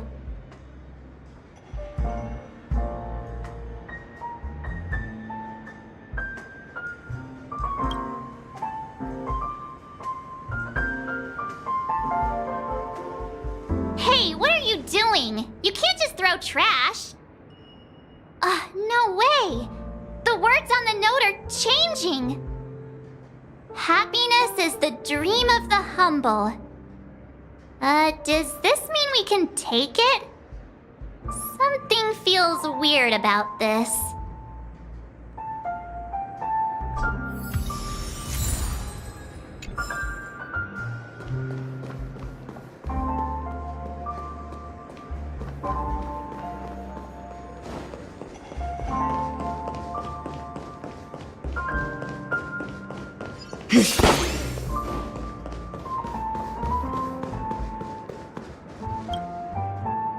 Check out this bottle! The liquid inside looks beautiful! And the label reads... Dream Syrup. Thick. I don't see an expiration date, but the production date is... half an amber era ago? Ugh, drinking this stuff can't lead to anything good. That's for sure.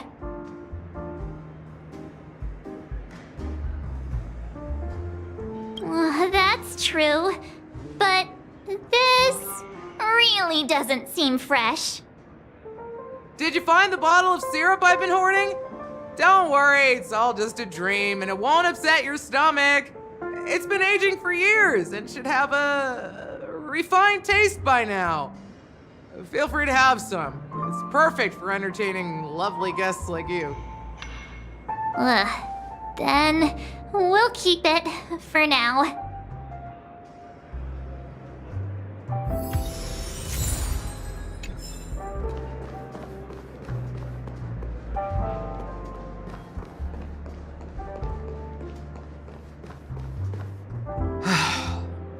Haven't I made myself clear enough, Miss Amiki?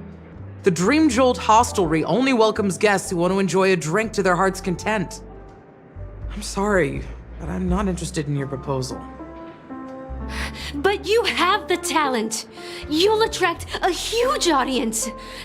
You're destined for the Iris' stage, not for this rundown shack. Come with me. We'll become the talk of Penacony, a shining light into every corner of the dreamscape. Please, Siobhan, I really need you. As you see, I'm entertaining my guests. Don't make me repeat myself. Fine. If you don't come along, I'll just sit here and not go anywhere else. Give me a sparkling drink. Sweet. With extra ice. Just one moment. What's her deal? We can't discuss the case with other people hanging around the bar. Hey, can you do that clockwork trick of yours again? Time is running out. We need to hurry. Yeah, I'm counting on you.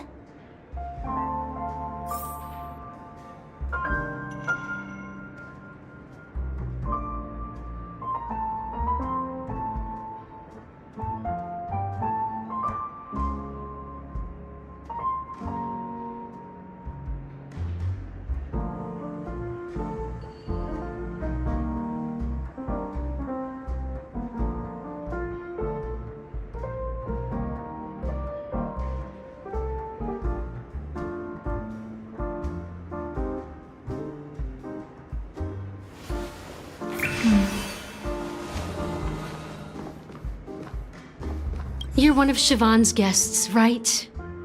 What can I do for you? If you're here to convince me to leave, please stop it. I'll never leave until she accepts my proposal. I just don't get why she won't leave this place. This rundown shack with no customers whatsoever.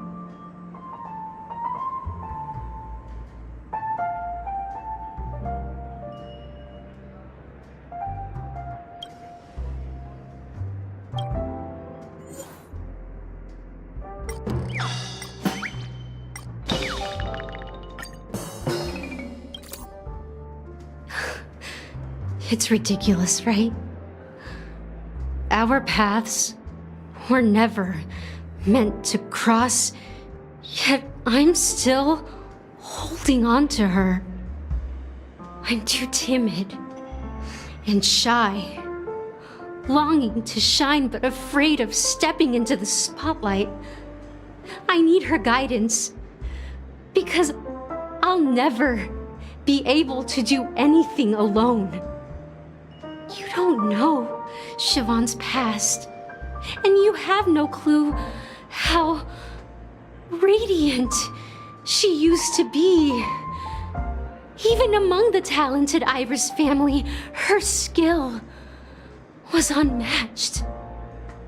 I know she probably thinks I'm just trying to ride her fame to get ahead. But all I want is for her to reclaim her place.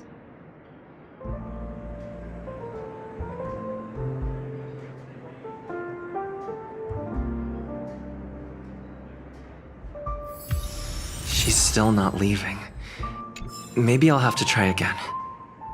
I just don't get why she won't leave this place.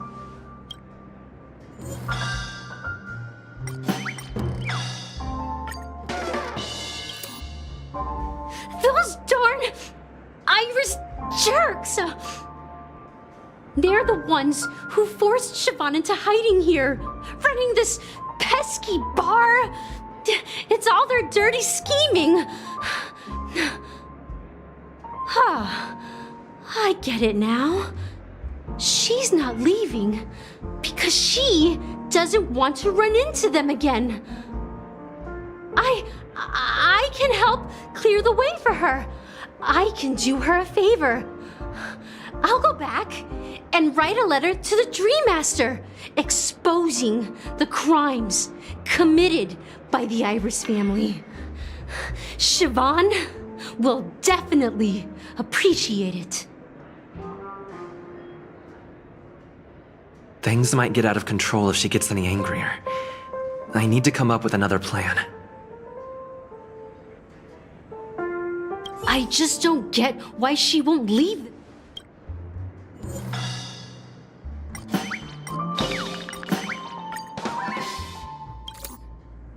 I've seen it. The moment when Siobhan and I share the stage. The crowd is going wild. Applause crashing like waves. The aroma of irises fills the air. A beautiful melody playing. Ribbons dancing around us. And the taste is sweeter than honey. I've seen that scene countless times in my dreams, and every time it mesmerizes me. That's why I have to bring her back to that world, no matter what it takes. Want to raise a glass, my attentive listener? Let's consider it a toast to my far-fetched dream.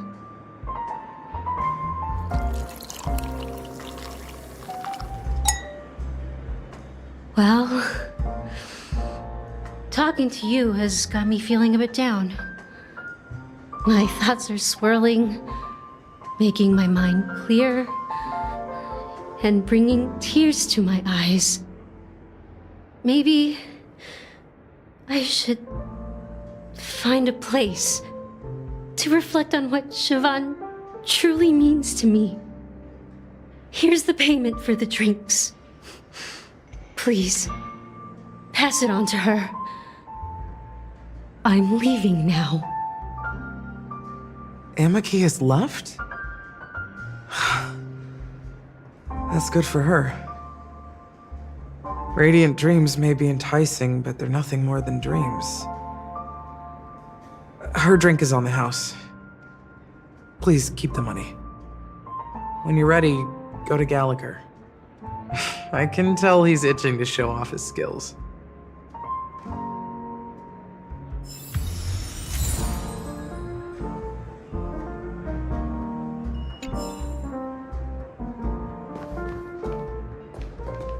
That being said, mixing a drink is way simpler than you'd imagine. Just pick your favorite ingredients, toss them in a glass, mix it up, and it's done. So go ahead, explore the bar, and bring me any ingredients you prefer. Nice work. Let me take a look. You found some interesting ingredients there. Now take your pick. Each drink has its own unique flavor, and the base ingredient sets the tone for the initial taste and the lingering aftertaste. So, which one would you like to use as the base?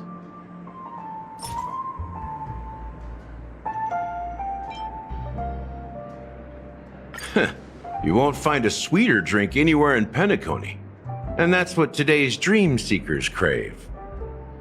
Now that you've chosen the base, it's time to pick the adjunct. The ingredient that'll create a marvelous chemical reaction with the base. It should give an unforgettable taste without overpowering the main tone. So, what's your choice for the adjunct?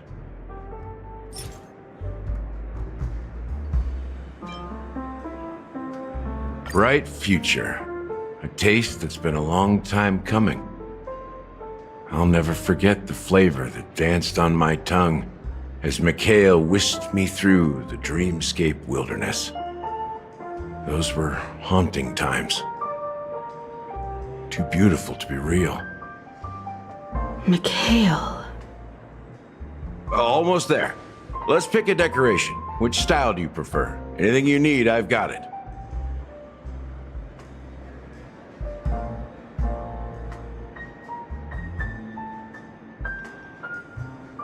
A symbol of bravery and dauntlessness. May you break free from your shackles just like he did. Well, it's done. Here's to you, Dream Seeker, with this glass of El Dorado. To golden dreams. Well done, Gallagher. You're not over the hill yet. So, are you satisfied? Oh, the flavors! They're way more sophisticated than Soul Glad. The richness and layers of these flavors are a masterpiece, especially with the adjuncts. I can taste the spicy and sour notes with a hint of sweetness. I'm not entirely sure what it all means. Maybe Mr. Gallagher can shed some light on it. Well, if you're expecting a profound answer, I'm afraid I'll disappoint you. The imagery it implies is pretty straightforward. It's just a glimpse of what this dream truly tastes like. Nothing more. Does this true taste have anything to do with that Mikhail? Yeah, that name does sound familiar. When you got knocked out by that masked fool girl, I think I heard someone calling that name. Do you remember? I was right about you. You guys seem to know quite a bit, and now there's no reason to hide anything from you anymore. Let's dig deeper into the case, and of course, I'll tell you a story about Mikhail. All right, let's start with what we know based on the clues the family has. It seems that Firefly isn't a local or an invited guest. In other words, she's a stowaway. She managed to fool me at first. My age must be getting the best of me. But here on the planet of festivities, stowaways are a common sight. You're bound to run into one sooner or later. After the incident, the hounds wasted no time searching for that girl in both the dreamscape and reality. But here's the thing. We only received bad news, and the trickiest kind at that. She simply vanished, leaving no trace in the dreamscape or reality, as if she had never come to Penacony at all. Huh? Does that mean...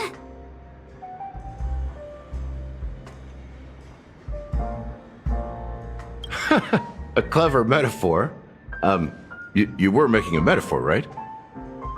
Let me be frank. This case, actually, is unlike anything the Bloodhound family has dealt with before. Dealt with before? So, death does happen in Penacony, if I understand correctly. You've witnessed it, so there's no need to hide. Even the shiniest city has its dark side. We're all adults here. Surely I don't need to explain too much to you. Confronting the family based on that alone would be naive. Death may occur in sweet dreams. So what? Such events are highly unlikely and only affect a tiny number of people.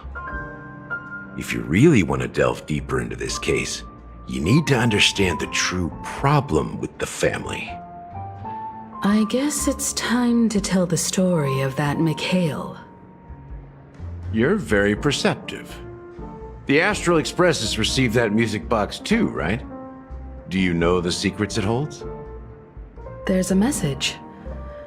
Witness the impossible in the realm of dreams. Find the legacy of the Watchmaker, father of Penacony, and thus the answer to the question, why does life slumber? That's the exact wording. Hey, why are you laughing? Wait, did you write it? It's quite poetic. No, but I'm the officer in charge of this case, so how could I not know? I'm sure you must have noticed that this message didn't come from the family. You might have even guessed that the relationship between the family and the Watchmaker isn't as close as it seems. That's just our speculation. Actually, it's hard to believe that the father of Penacony and its actual managers are at odds. Now I can assure you that your speculation is absolutely correct. The family has considered the Watchmaker an enemy for a long time, but the hounds haven't been able to track him down, as he seems to be living only in the characters and stories he created. Let me ask you a question. Have you ever wondered why the family allowed the Watchmaker to send out such a ridiculous message to the outside world, inviting you here and causing chaos? So, you want to seize this opportunity to expose the Watchmaker? Well, now you understand why the Oak family authorized the Nameless to assist in the investigation, but kept you in the dark, right? Because the Watchmaker is not the legend of the Land of the Dreams at all. He's the most shameful stain in the history of Penacony, and he's the root cause of all the anomalies in the dreamscape.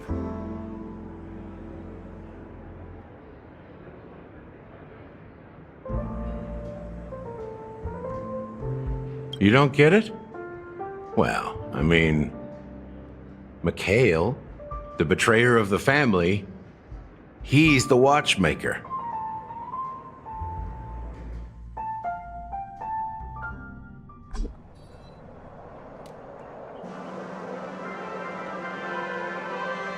Here we are, Clock Studios theme park, the most popular entertainment center in Penacony. Wait, aren't we supposed to be discussing the Watchmaker? I would have expected you to take us to maybe a library or an archive room of sorts. But an amusement park? The culture of a city reflects its history in the most authentic way. To you, it's a fun place. But to me, it's a prison for the planet's past. You know that Penacony used to be the IPC's prison planet, right? All the prisoners were brought here, helping the Garden of Recollection salvage the leaking memoria from the macro void. The prolonged exposure to high concentrations of memoria caused a unique phenomenon. The dreams of countless prisoners intersected and overlapped, and people started meeting each other in their dreams, living lives that were almost identical to reality. But everything has a price, and sweet dreams are no exception. In the end, the dream world was unable to alleviate the suffering of prisoners in reality. One of the prisoners broke free from the IPC shackles and fought for freedom. He is Hanu, the great leader of Dreamville, the great peacemaker, and the faithful companion of the underdogs.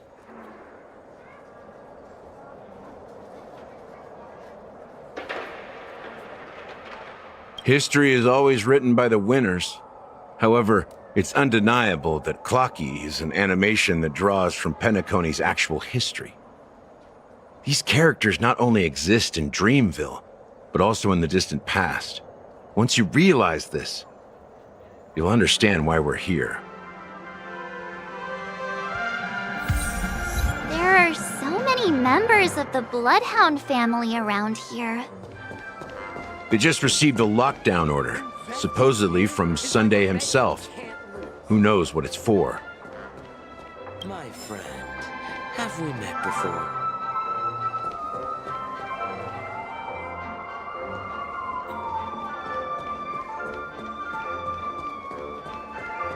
What's going on? Why can't anyone go in? I wonder if there's been an incident in there. So many of them. I've never seen anything like this, even when they're tracking down suspects.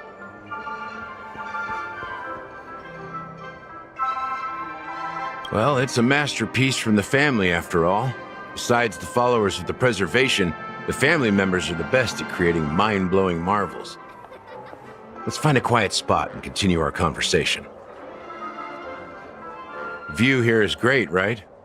We can see everything from here, including Clocky. If all the characters in the animation are based on characters in reality, then Clocky's counterpart is definitely the Watchmaker. In the animation, he's Hanu's partner and one of the founders of Dreamville. Does that mean the Watchmaker was personally involved in that war and sided with Asdana? It was a monumental war for freedom. Hanunu fought alongside a motley crew of masked fools, nameless, history fictionologists, mourning actors, omen vanguards, even visitors from beyond the sky. In the end, they emerged victorious. Among them was the person who would eventually be known as the Watchmaker. But if you do the math, doesn't that mean the Watchmaker was around for several centuries? I'm not sure, but Mikhail was already the Watchmaker when I met him, so maybe he inherited the title. How old are you now, Mr. Officer? I'm 13. No way. Not even close. Hanunu freed the frontier prison, but peace still eluded him. With limited resources, threats from the outside world, and internal conflicts between major prison districts, the future of Asdana was uncertain. It wasn't until the Watchmaker approached the family with the idea of turning the prison into the planet of festivities that Penacony finally gained its name and glory. Thus, he became known as the Father of Penacony. But didn't you say the Watchmaker betrayed the family? And you said you were his companion, so that means you...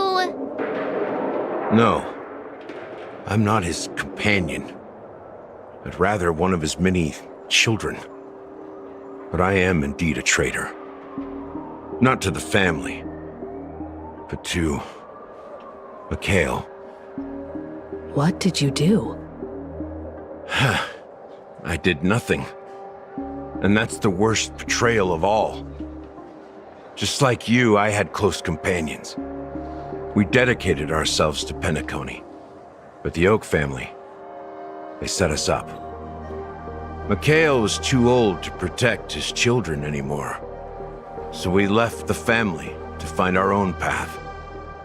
We were branded traitors of the Harmony, even though the true traitors were someone else.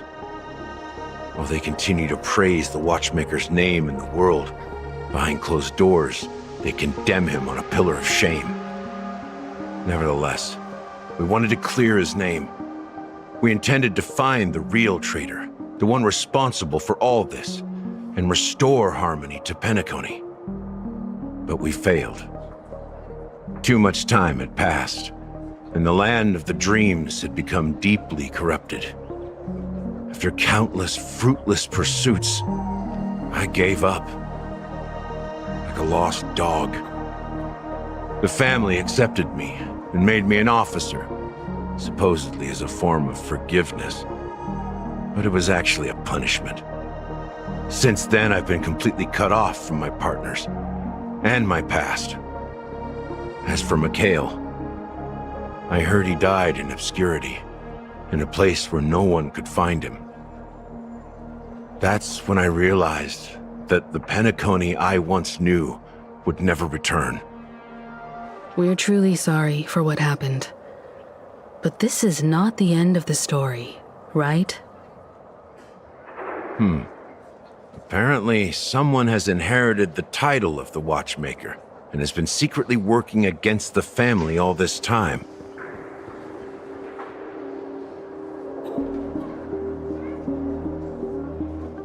Well, that's one way to look at it. However, only one member has truly inherited the Watchmaker's title.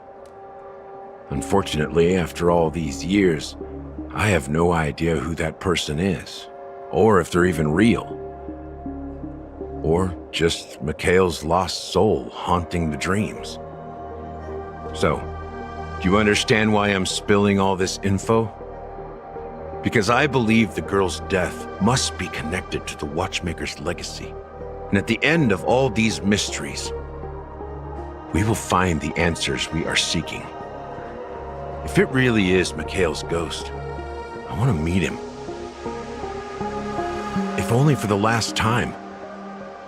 For those who despise me could form a line from here all the way to the entrance of the hotel. But those willing to look me in the eye and hear me out? Let's just say, there won't be many. I've told you all I know is a sign of gratitude. Thank you for listening to this old dog. Bark and all. Something just happened at the theme park. Now if you'll excuse me, good luck to all of you. How ironic. What's so different between the stowaways projected by Penacony today and the dream seekers once hailed as pioneers several amber eras ago? Gallagher does have a troubled past, it seems.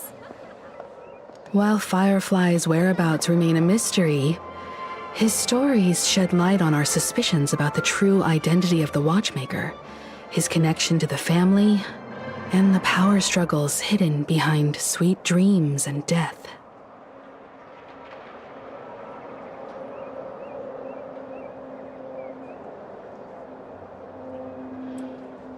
Exactly.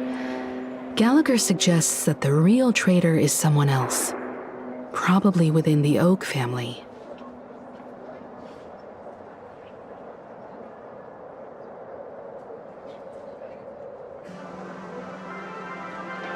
That lines up with what we've gathered so far. Firefly got involved in this mess because of the legacy, and now we're sure that Aventurine's accusations against Acheron are baseless.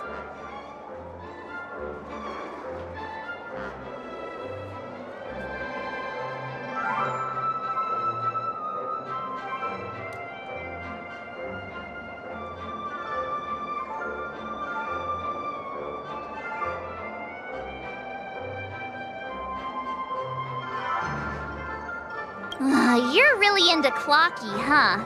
He's just a fictional character, not a real person.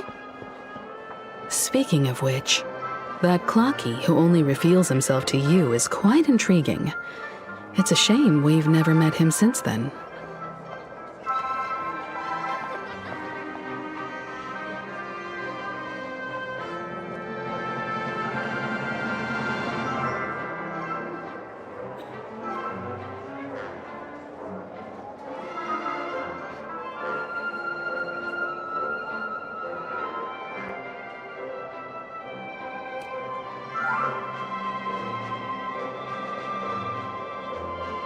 Now that we've confirmed a lot of our suspicions, let's take a moment to think about the clues we have.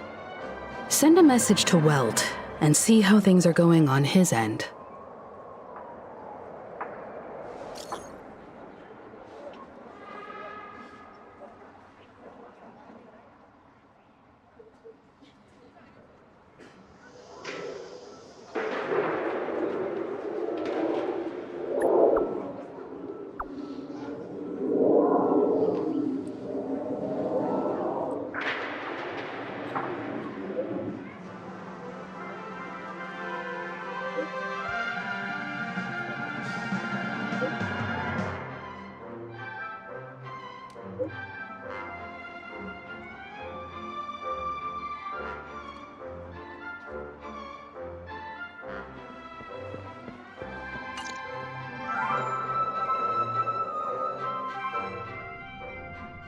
Are your companions worried about you?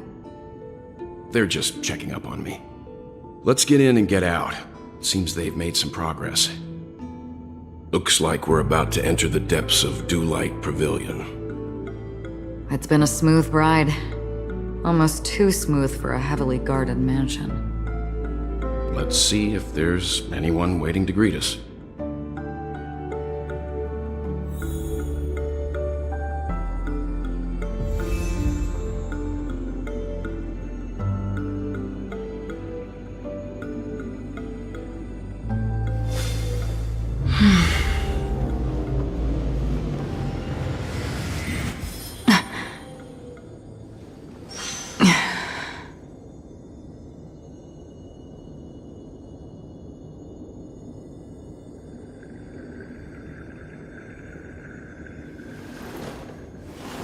Hmm.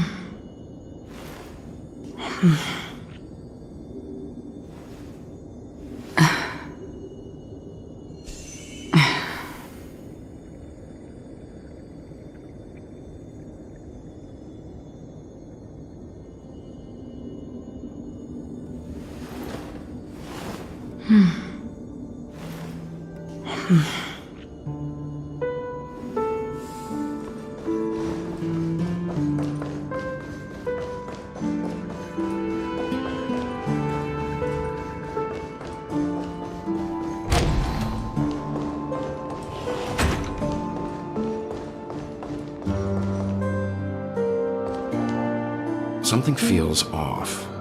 A grand mansion like this and not a butler or servant in sight. Could it be due to the disruption caused by the emergency? Well, this door is open. Looks like we'll have to investigate ourselves.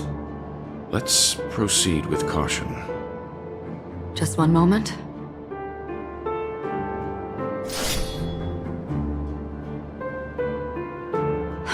Light. I've made myself less noticeable. The crew can explain their presence as authorized by the family, but I can't come up with any excuses for being here. I see. What an interesting technique.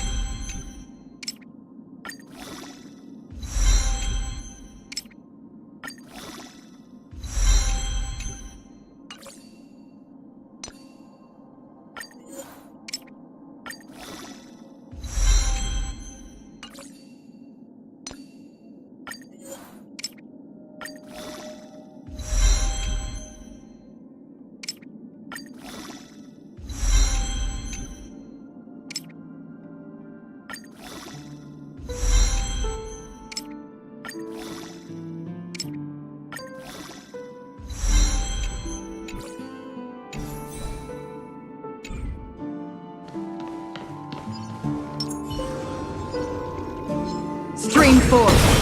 Gleam of old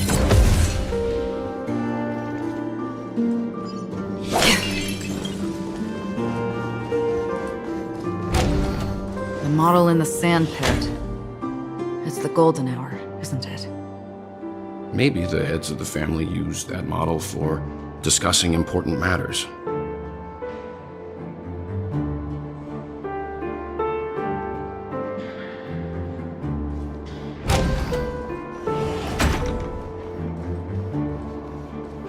The footprints here are different from the rest. There are 2 sets of them. Looks like outsiders might have passed through here not long ago.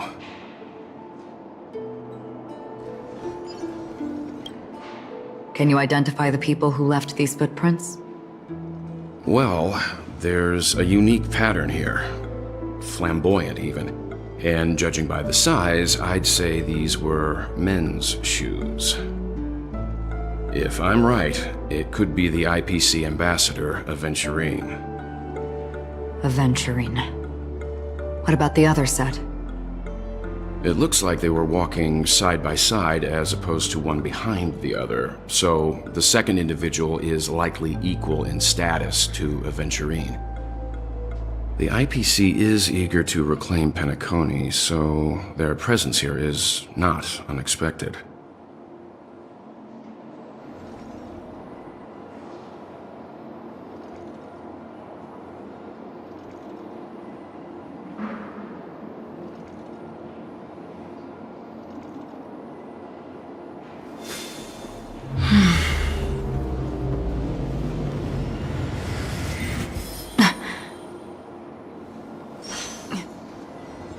Stream 4. The gleam of old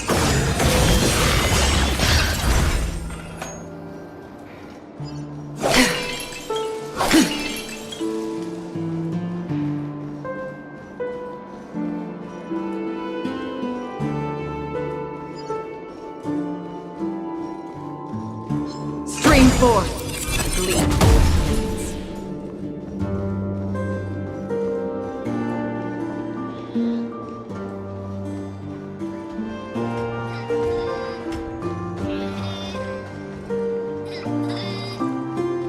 While there aren't any people in this mansion, they've set up quite a few mimetic guards to patrol this place. On the still waters of oblivion, I weep for the departed. It too shall fall. Together as one. Again. The dead return! Destined for oblivion. Human creations.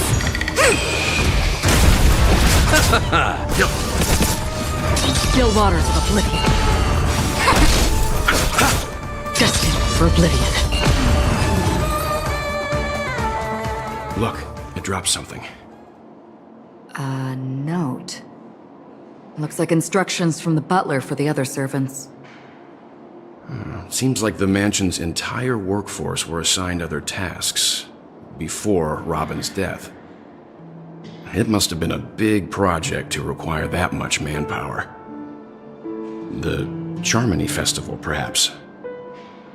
But no matter what their main priorities are, there should always be someone left at the mansion, right? So you're saying someone deliberately cleared the place out? Yeah, but I don't know why.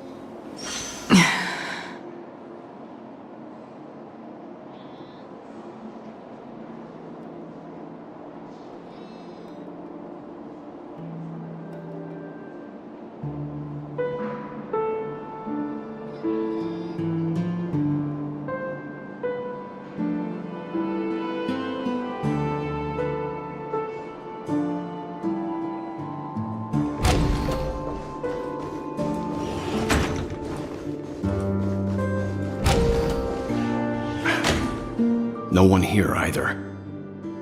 Since no one's around to entertain us, let's make ourselves at home. Stay close to me so that my white can cover you too.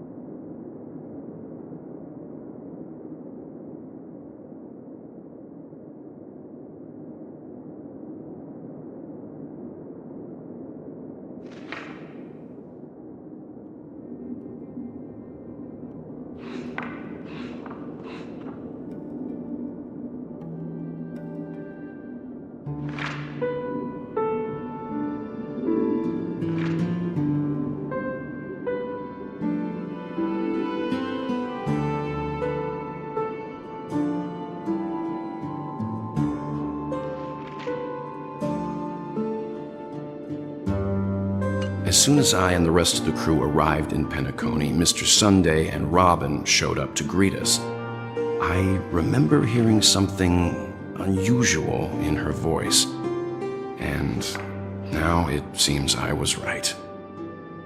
Robin believed it was because the harmony had been tampered with somehow. But as far as I know, there aren't many entities capable of interfering with the power of paths. Meaning? If there really is a traitor within the family, that person must hold a high position or possess unimaginable strength. That would explain why Mr. Sunday has been having such difficulty in catching the traitor.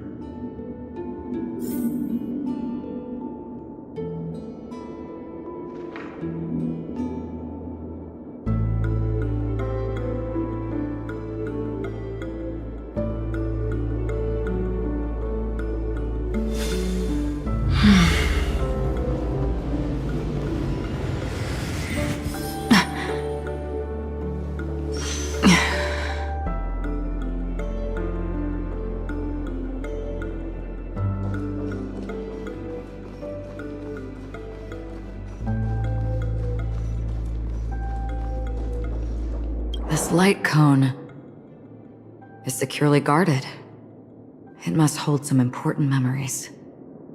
According to Robin's interview, despite having performed on so many grand stages, her favorite performance was a pretend show she put on with her brother when they were just kids.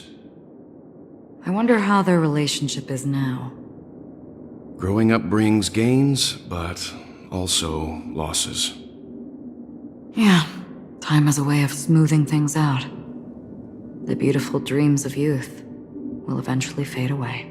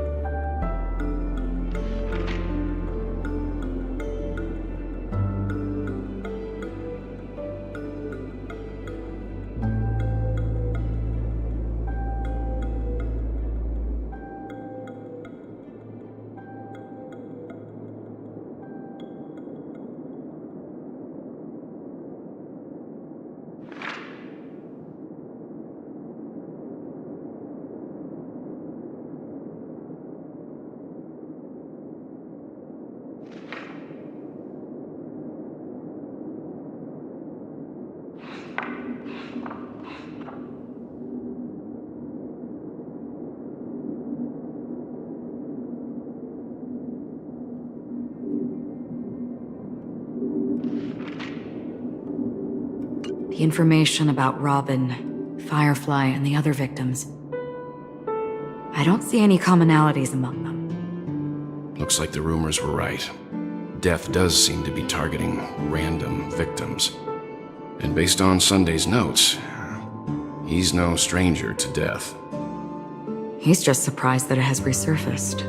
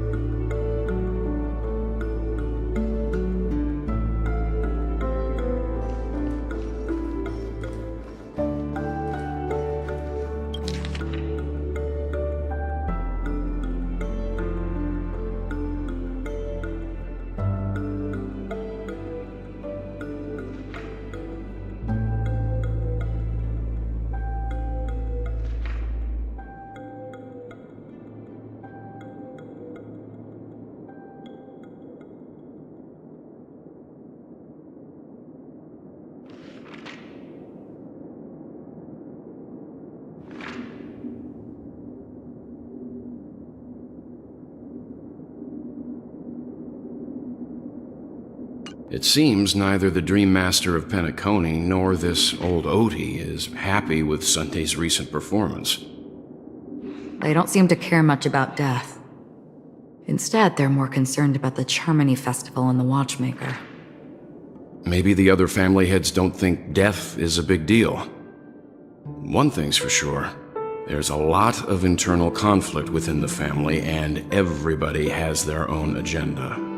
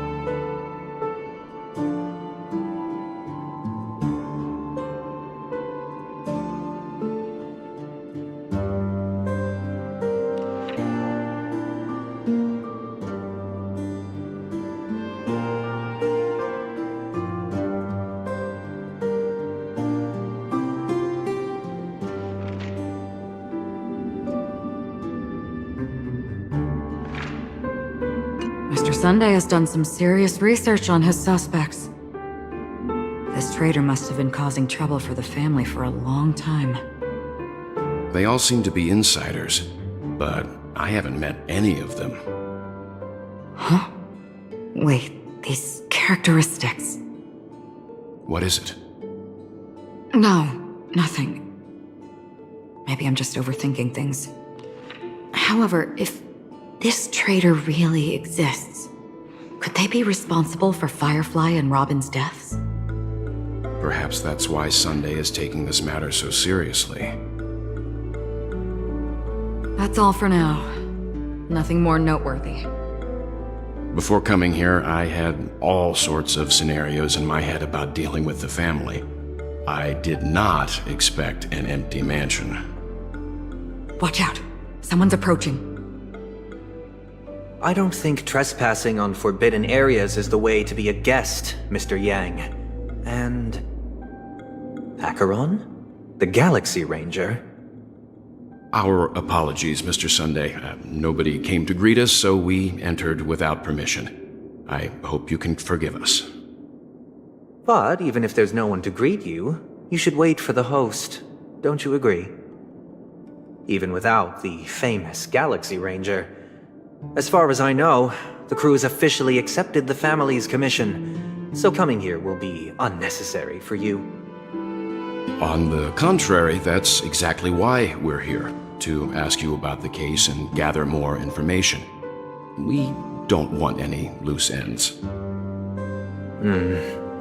Well, since you've come with goodwill, I have no reason to show you the door. Rest assured, he hasn't figured out that we went through those documents. While the truth remains a mystery, I'm getting close to it. I assure you that the traitor will soon pay the price. Let's hope justice will prevail soon. I have a question for you, if you don't mind. How did the family come to the conclusion that the murderer was within the family? With all due respect, it's in the IPC's interest to wreak havoc before the Charmony Festival, and the family has every reason to suspect the IPC's involvement. Well, other family heads share the same suspicions as you, but in my opinion, the true murderer would never have drawn as much attention as that ambassador did. Not to mention, I personally shackled him a while ago. However, I'll give you a suggestion regarding your suspicions, Mr. Yang. You should be more cautious of Aventurine. While the wicked can't break through high walls, they can plunge their evil dagger into the heart of the righteous. He's a businessman, not some philanthropist. But right now, he's out there handing out his wealth on the streets. And he went to the Clock Studios theme park all by himself. Who knows what kind of scheme he's cooking up? While the family is dedicated to keeping our guests safe, it might be wise for you to stay alert. You never know what unexpected troubles could arise.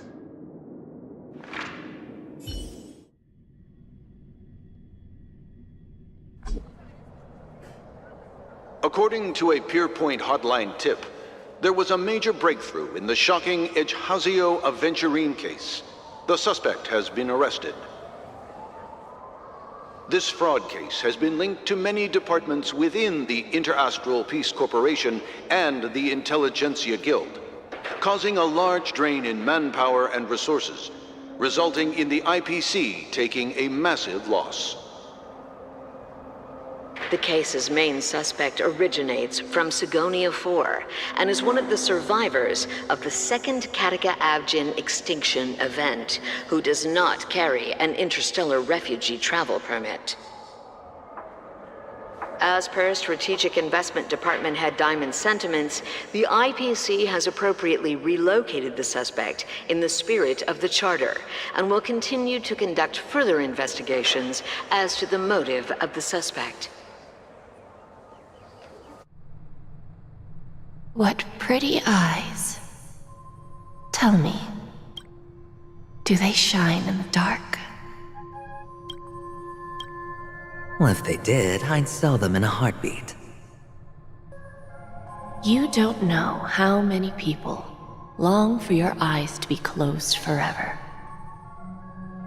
As a servant, you should not resist your master. Yet, you went and killed that man anyway. No lawyer has the audacity to defend you. Perhaps you ought to represent yourself. Not difficult, but definitely pointless. You're pretty confident on your eloquence. Did you also think that when you lied to the Intelligentsia Guild? Ask and you shall receive. You wanted the perfect construction material. All I did was offer a possibility. It was just a small wager. If your luck holds out, the IPC will dig something up from the golden sands of Ejihazo. Maybe even the Sand King's remains. Pity your luck has run out. I'll admit that. What I'm more curious about, though, is why such a grand scheme failed to benefit anyone in the end, including the perpetrator himself. Madam, I already have what I want. To be brought before you for the next high-stakes gamble. Then let's talk about the second gamble. Tell me, what are you prepared to wager this time? My life. I bet you won't send me to the gallows. What do you want, then? I want your Lenore to meet with me. I have something to say. And then what? I want cash. It can't be that simple, can it? It is that simple. 30 tanbas. The remainder of my market value. 30 tanbas. No more, no less. With this money, I'll climb to even greater heights than you. Grasp even more riches than you. I wager you won't give me this chance. Which is why you should call him here.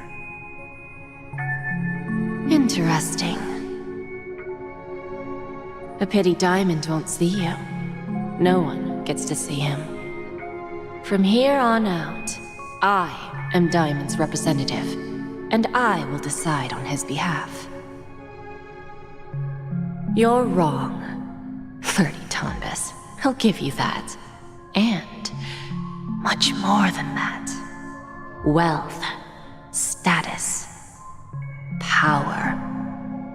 The IPC will give you whatever you want, even what you don't want. Kakavasha. A good name, but unfortunately destined to be buried in the dirt. You, though, you deserve to live, to create even more wealth for us.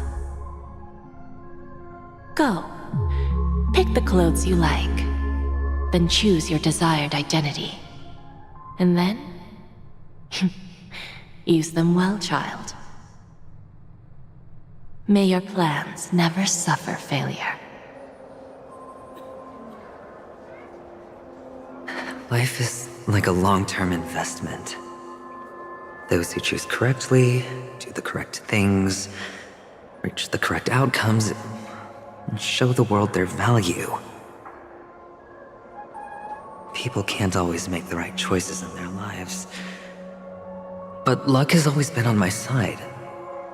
I've never lost. Is it because Gayatri blesses me?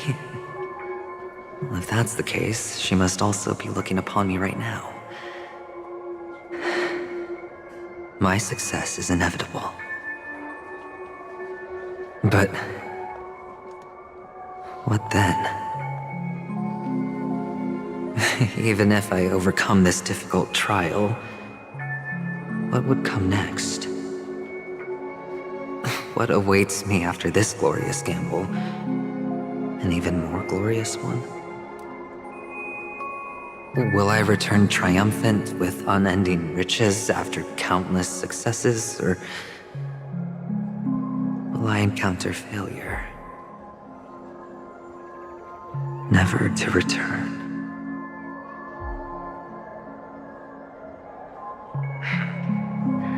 I'm pretty sure you already have some ideas. Lowly gambler.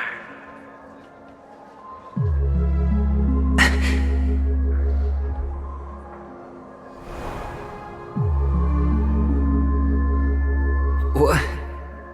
What? What?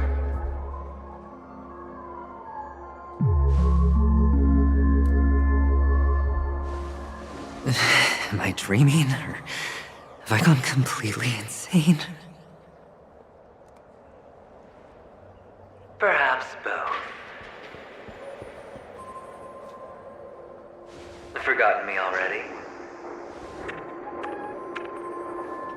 When you were strapped to that electric chair by a mannequin warlords, who was it that gave you the idea? Fine.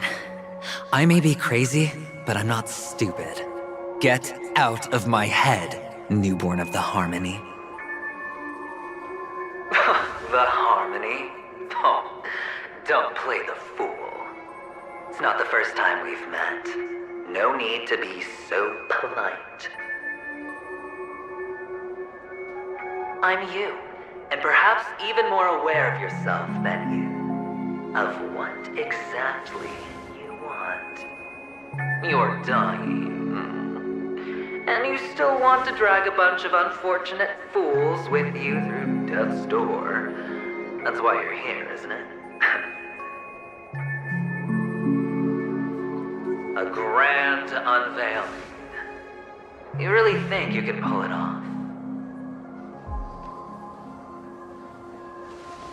Why not?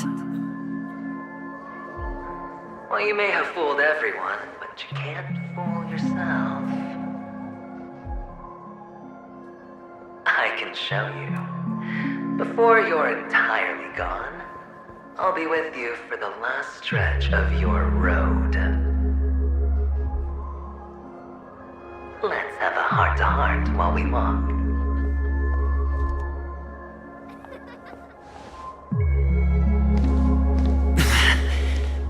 What exactly are you?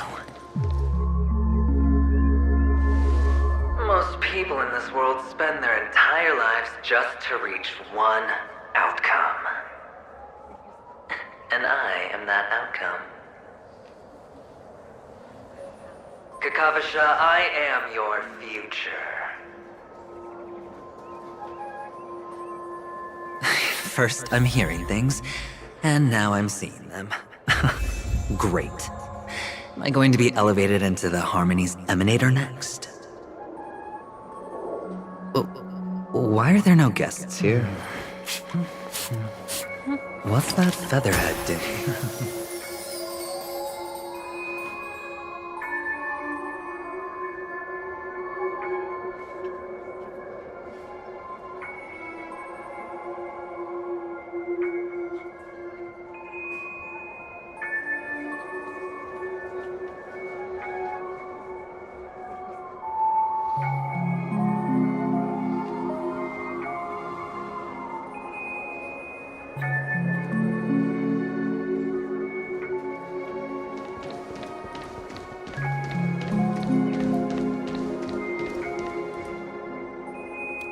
Just a Pepeshi? No. A child.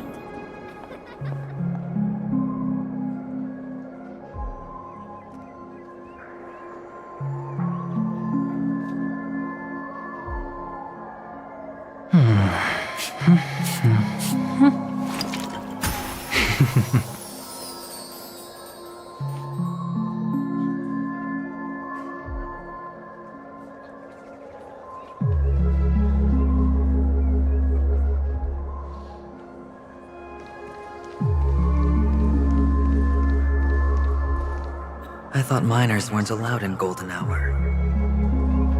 Hey kid, you okay? Are you lost?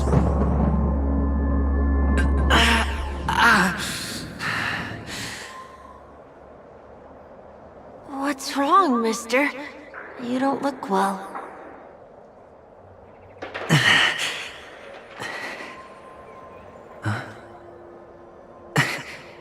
Your eyes. Impossible. Who are you? They're pretty, aren't they? Sis said they're a gift from Mama Funga. Colorful eyes are said to bring good luck. Mister, you have pretty eyes too. Beautiful. Are you alone? Where are your parents? They're in that amusement park. Papa and Mama went in first. I'm just about to go look for them. I have to go. Goodbye, mister. Hope you have a good time, too. Those eyes. And Mama Funga. No, it can't. There aren't any Avgens left.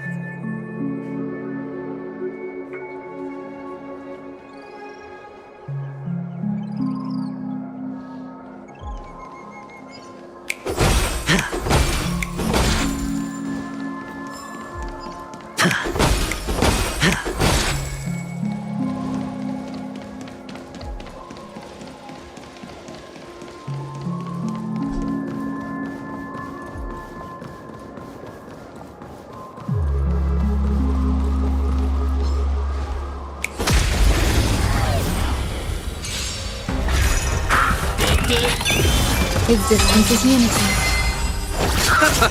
It's on me.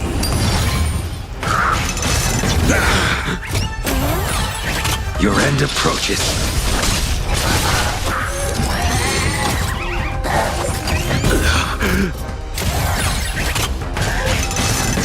Timed. Spend freely.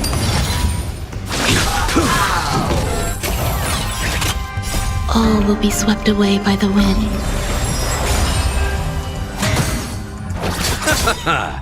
The dead return! It's on me. Eternal.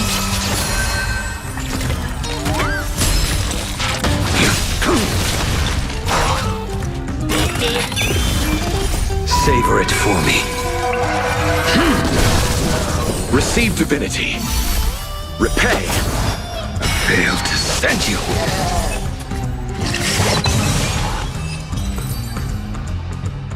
Those eyes. And Mama Funga. No, it can't. There aren't any Avgens left.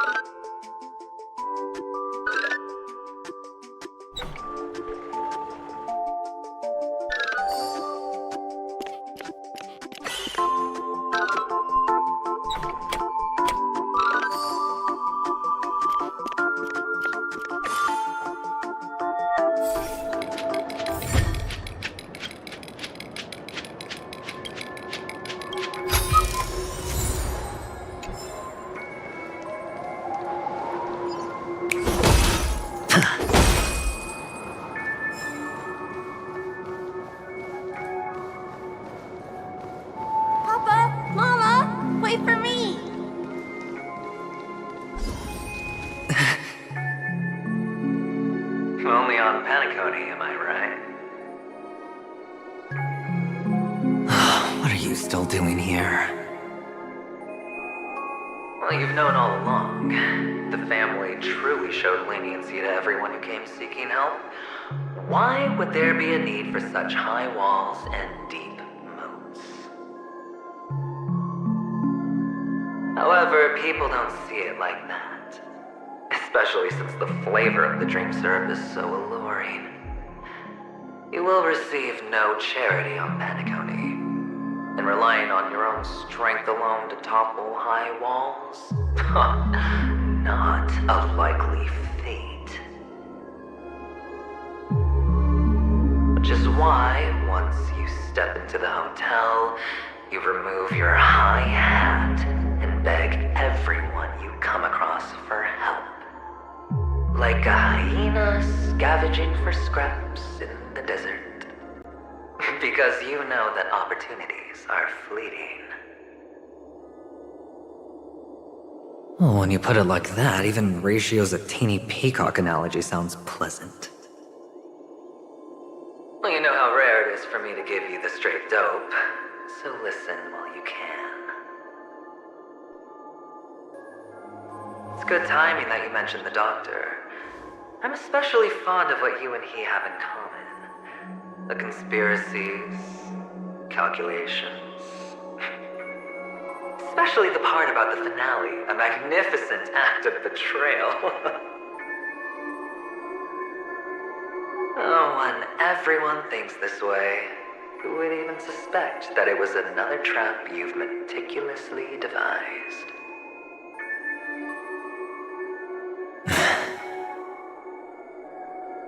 Go on. Tell me I'm right. You know who you really are, Mr. Cavalier Gambler. Uptight, overcautious, massive inferiority complex. You want so much, you're still so afraid of losing. They only see your big bets, your bravado, the full house, the straight flush. They don't know the other hand is below the table, clutching your chips for dear life. It's a heck of an act. No wonder the tavern sent you an invite. You're a natural kid. You don't stop at fooling the audience, you fool yourself too. Well, the best way to prevent others from seeing your true colors is first being able to fool yourself. Of course. I know you all too well. But it's strange. Why did you decline that invitation? You had the chance to embrace elation, and was that not what you most wanted? But you chose the IPC instead. For the preservation? I doubt it. Do you even have anything in common with the preservation? Oh, I thought you knew. Didn't you say you had me pegged? We're done.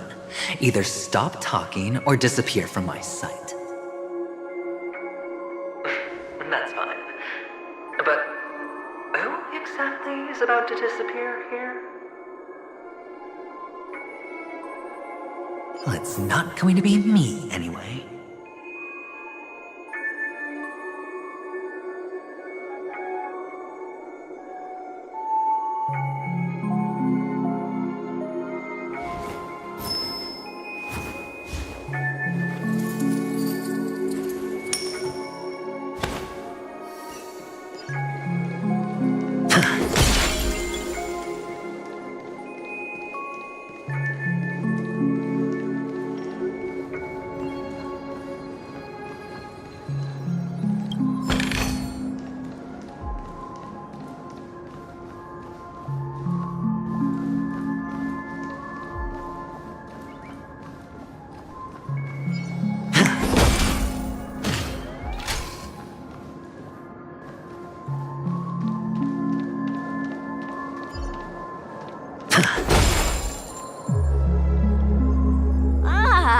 Playing hide and seek.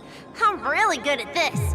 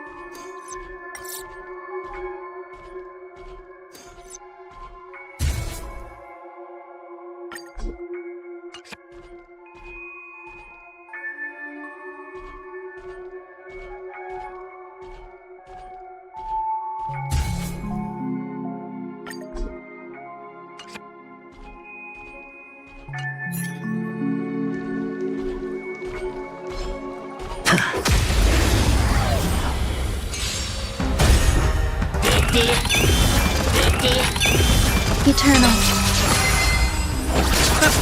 Spend freely. The fight is set.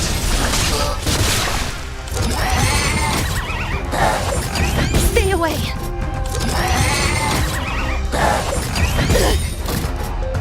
All will be swept away by the wind.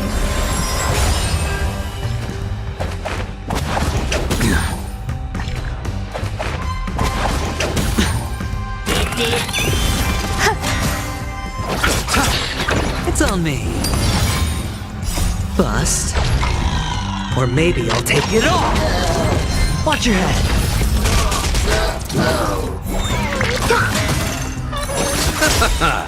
The dead return! Spend freely. Existence is unity.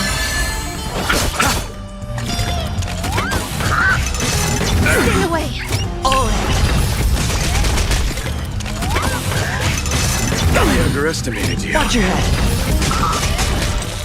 It's on me.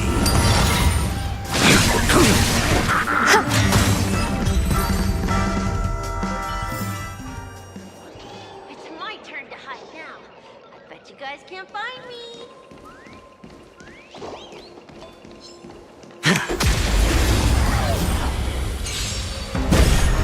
Eternal. All will be swept away by the wind. Bloom. Your end approaches. Savor it for me.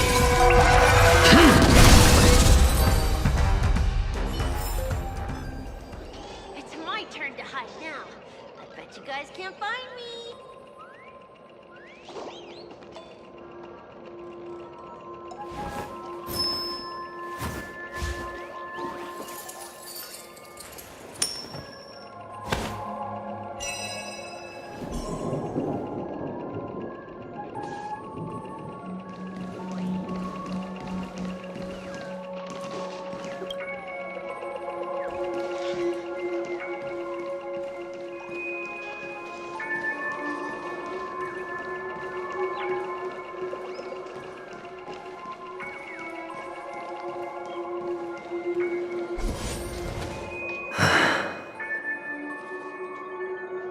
Hide and seek.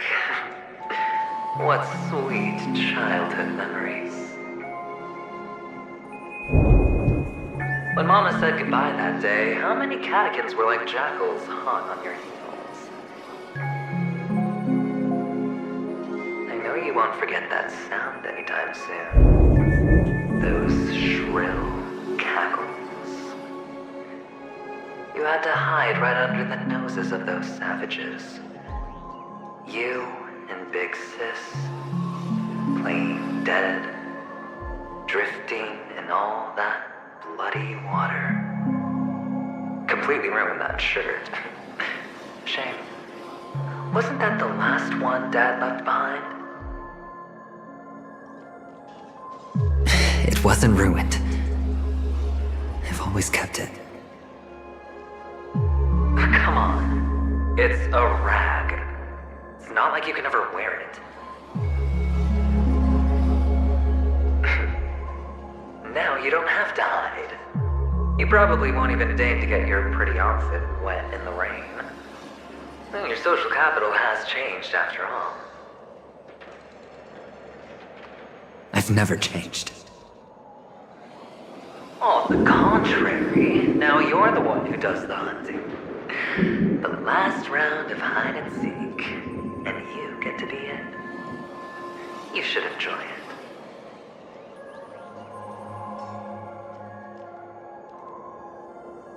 That child. Could he be in here?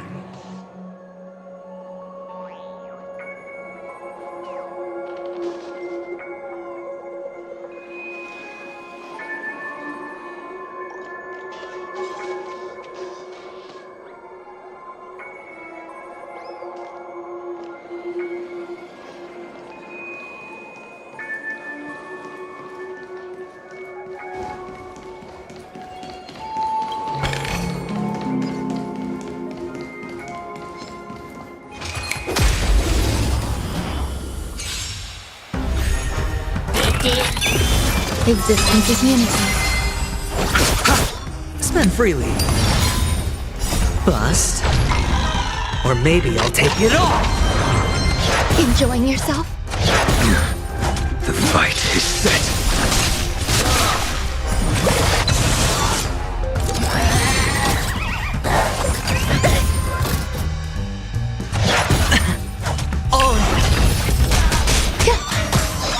Receive divinity.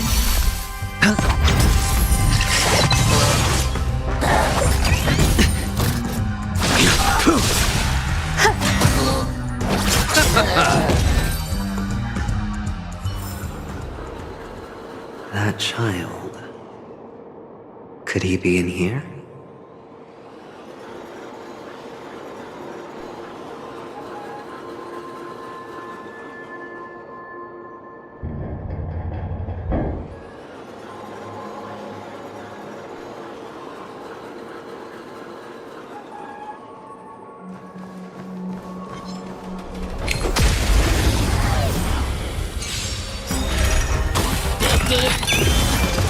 The dead return!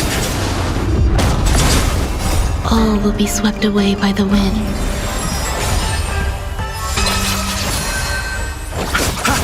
It's on me.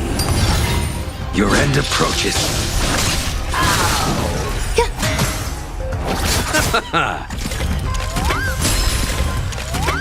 Spend freely. Bust. Or maybe I'll take it all!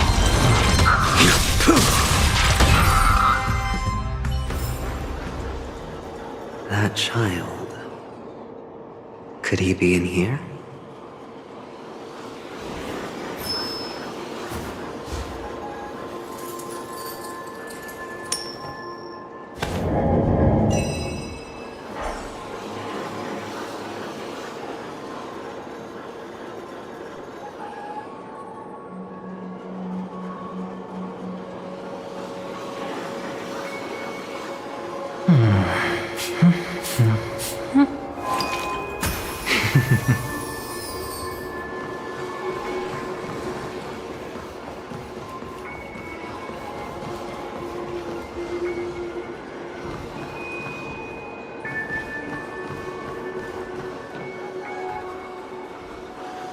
Is this...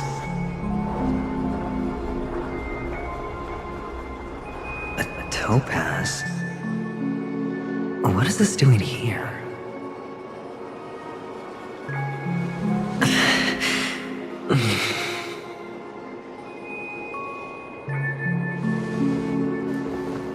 What, does your cornerstone wrench out of your heart, son? I was merely curious at why it was here. Maybe that winged guy put it here. To taunt you. Just to make you realize that your painstakingly arranged magic show is nothing but a death rattle. The cornerstone's hue is the same as the radiance of Clipon's body. I've gotta give it to you. I've heard a lot of baloney, but that lie deserves a prize for sheer nerve.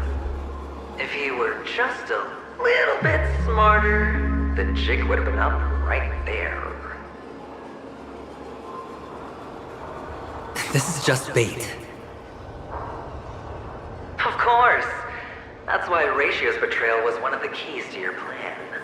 I have to say, that doctor's acting was superb. Or maybe he wasn't acting at all. All the better for you. Sunday didn't become head of the Oak family by acting sloppy. He's obsessed with control. You have to give him enough detail to satisfy his meticulous nature, but not so much that he gets suspicious. Which is why you had Ratio seek him out and leak the plan on purpose. To prevent the other party from suspecting anything. The intel you gave to Ratio was all true. You spoke of the same to Sunday. Finally, Sunday took the bait, found the other cornerstone, and before you know it...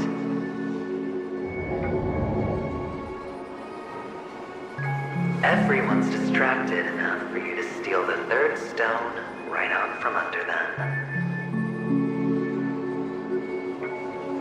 Why don't you stop rummaging through my mind? Your mind. It's our mind. You're me, and I'm you. We're the same.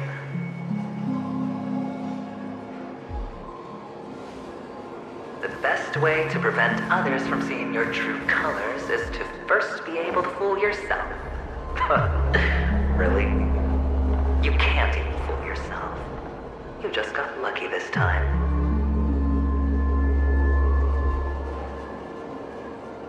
This is the other cornerstone in Sunday's hands. Rather beautiful green. Just like you. Smooth and cunning. Tell me, what's its name?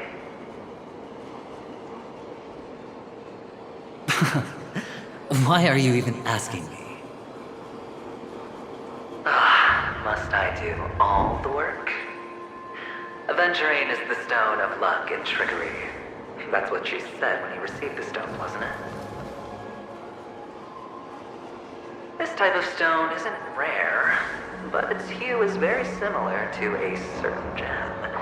In fact, it's often used as a substitute. And that more precious gem is...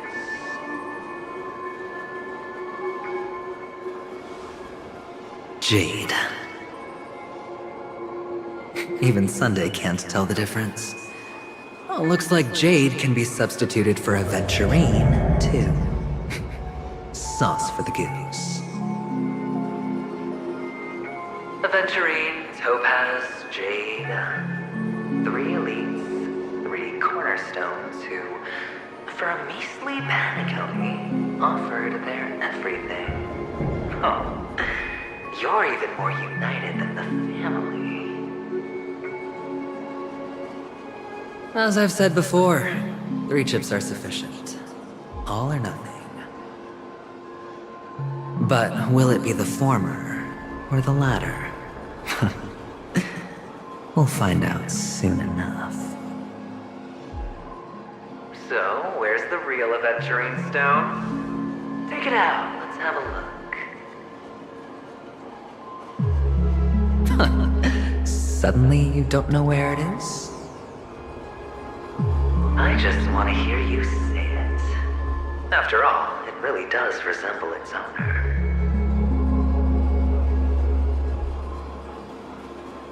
As you wish, then. They never went anywhere. They're right where they belong. Piled up with these cheap baubles. You smashed the Aventurine stone before you left? Oh, just look at it. Shattered. Just like your life. Poor thing. A humble pebble coated in the most lustrous sheen. I take it back. This thing is far more precious than your life. You're absolutely clear about the consequences of doing this. Blasphemy against Clipoth's body. You think the IPC will let you get off scot-free?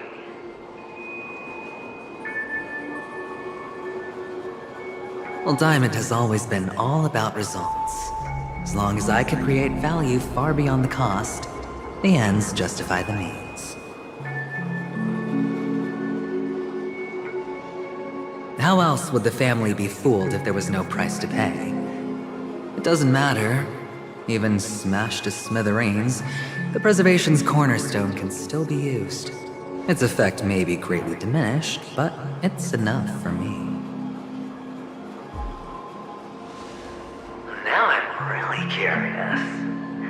Why does every step you take involve reckless risks, and the choices you prepare for yourself always come with a strong impulse for self-destruction? Do you truly believe that the greater the risk, the greater the rewards? I wouldn't have guessed you'd be so loyal to the IPC. There is so much you don't see. Which is also why you'll never see how I'll win it all. That is, if you can do what it takes.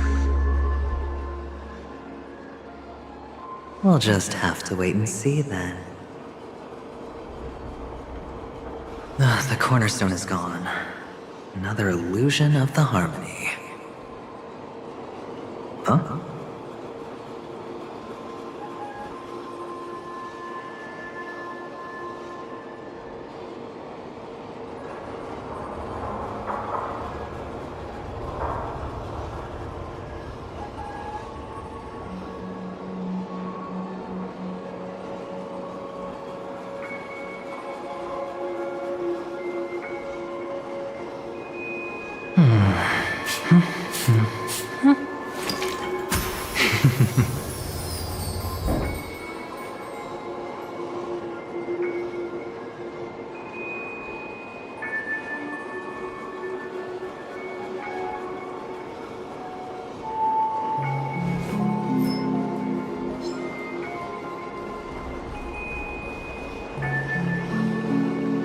Hello. We meet again, Mr. Pretty Eyes. Yes. We meet again. Did you find your mother and father?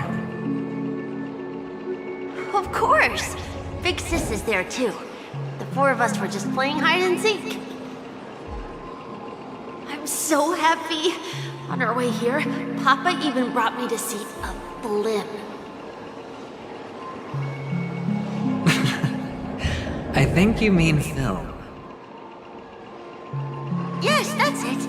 Putting many drawings together and turning them into a moving wall painting. They put me, Papa, Mama, and Big Sis together, turning us into one big family.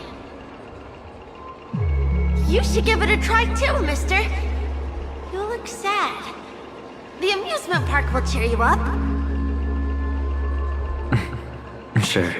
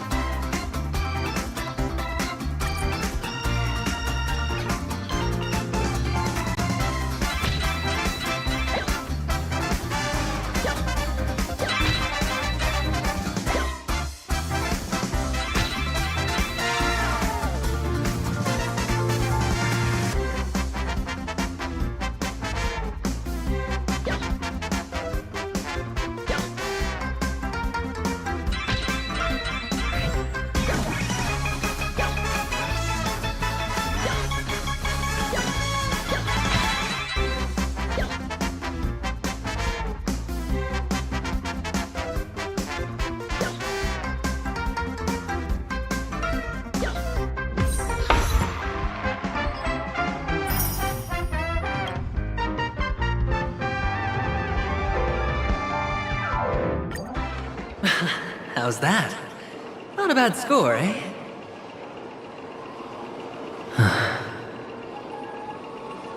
Boring.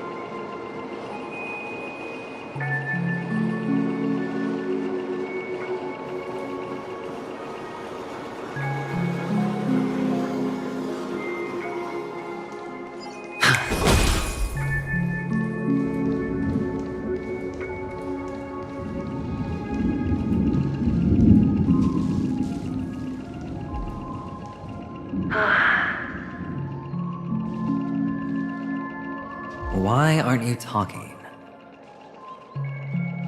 You've piqued my interest. I'll admit that there are still aspects of you that I don't completely understand. Well, you sound sincere this time, at least. Well, sincerity is one of my traits that everybody likes. And I have precious few of those. Moving on. See that maze over there? I'll know everything about you before you reach the exit. Our quaint journey through this amusement park still isn't over, and I wouldn't mind stretching this out at all.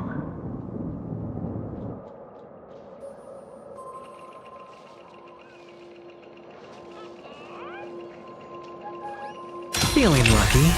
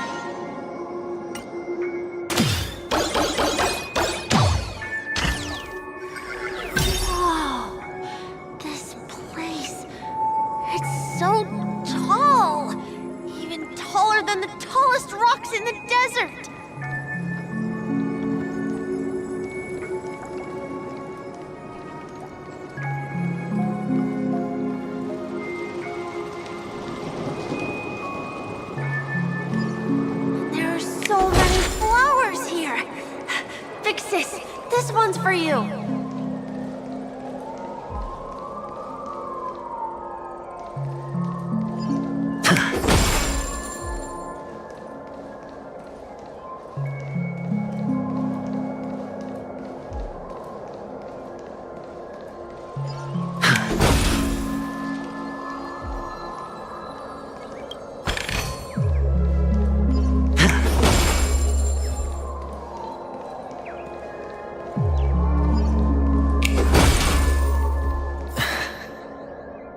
A dead end?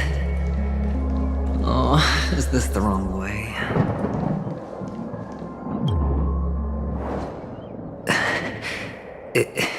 Is this?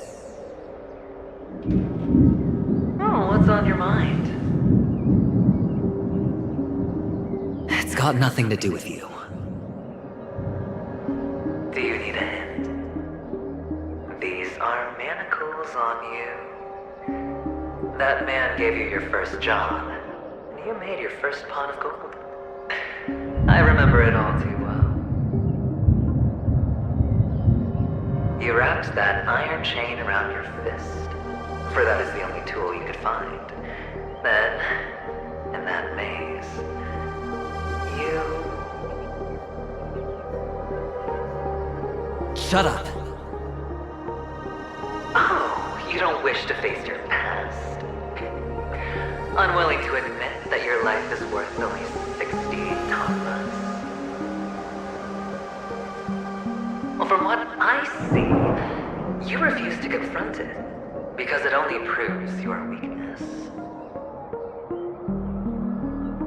How could a weak person take such daring risks? That's right. You love the thrill of danger. But you refuse to let go of meaningless sentiments. Even in this beautiful dream, the only thing you dare allow yourself is death. In your hands, those who follow you could have become Joker cards. They're far more useful that way. It's not like this is the only place the family ever cut corners.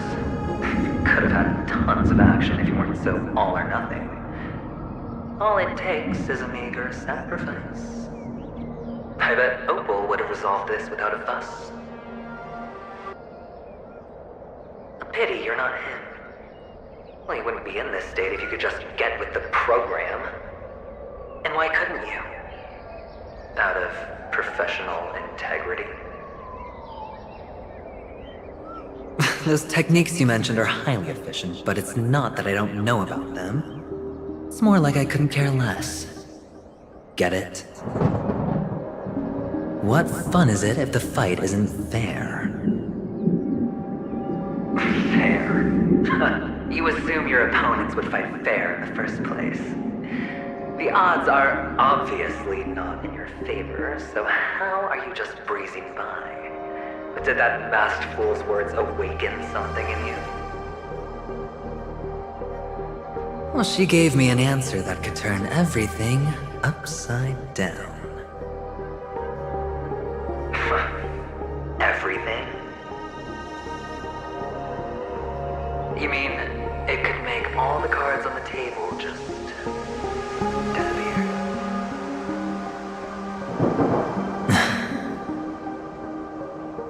That's cheating. If these leaves could be brought back, would they bloom into new flowers?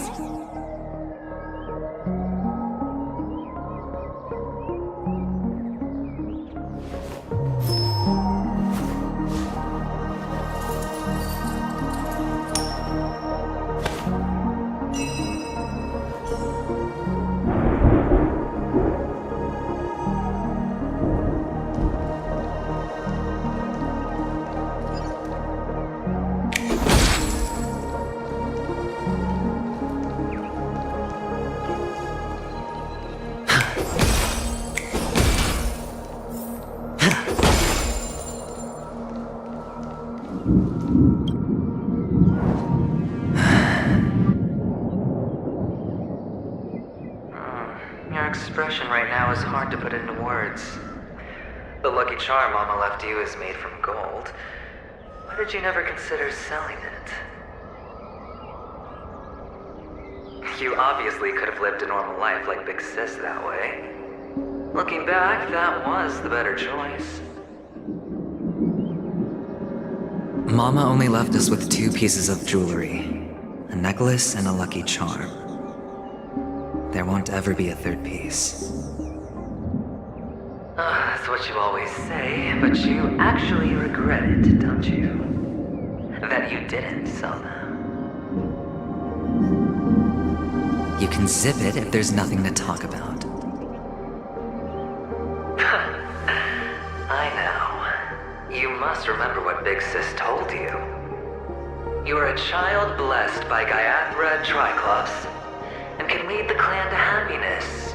So always remember to protect yourself and never resent the pain and poverty you're going through. The words still ring in your ears, don't they? You're a good kid, so you definitely won't have forgotten.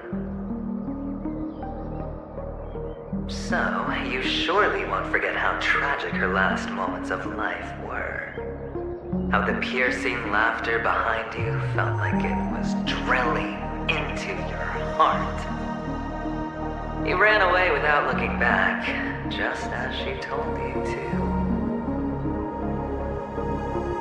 Tisk, tisk. A lifelong regret indeed. Enough! Do you not have anything better to talk about? Oh, shut me down like a champ! Well, I guess when it comes to mind games, this isn't exactly your first rodeo. I think I finally get you. And woo! You are nuts! In the end, I'll ruin this beautiful dream and create the grandest death. Well, you stuck to that start to finish. Think about it. There's a Stellaron in play, the fabulous Robin loses her voice, 2 unsolved murders, cryptic messages from a masked fool, and a chance to go head-to-head with Sunday himself. And the only thing to pique your interest is one word. The last word.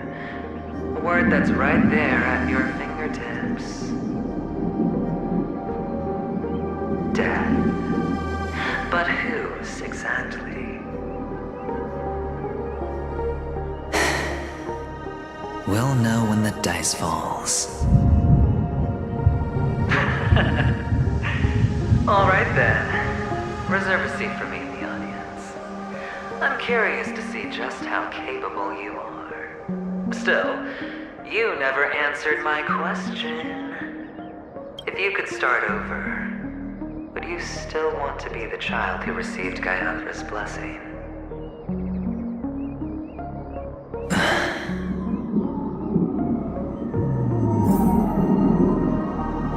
It's so quiet this time. Is he finally gone? Or am I the one about to disappear?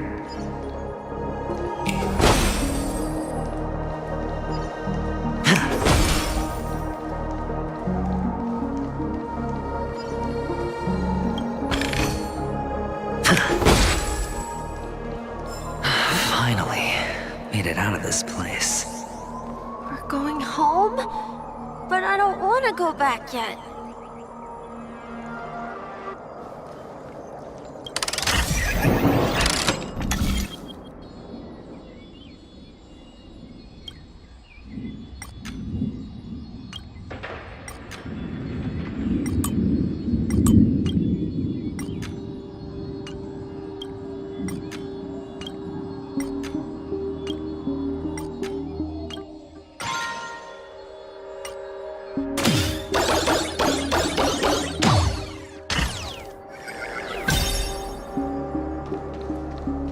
It's so fun here. I want to stay here forever.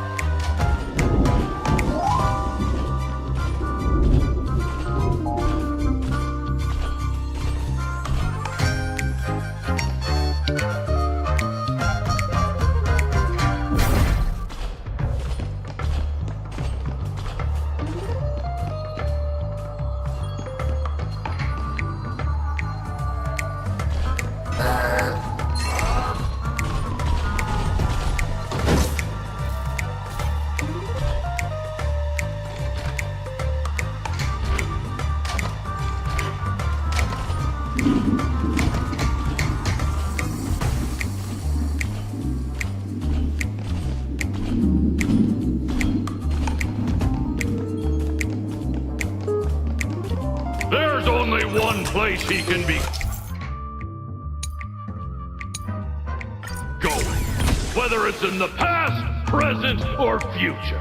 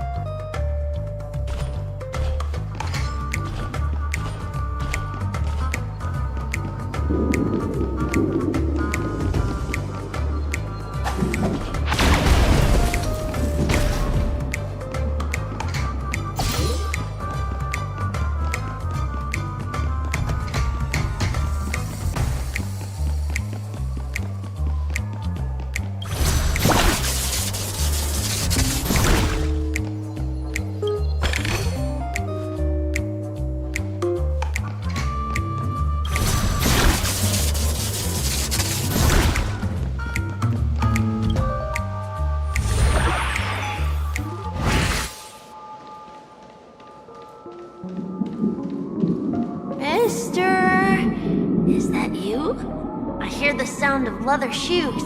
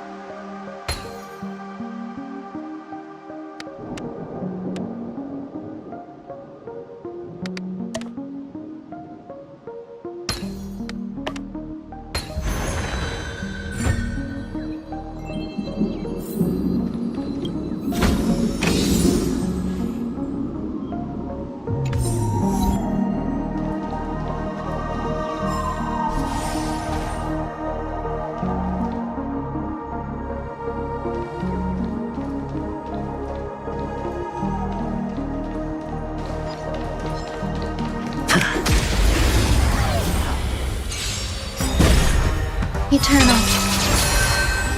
Savor it for me. Bloom. The dead return!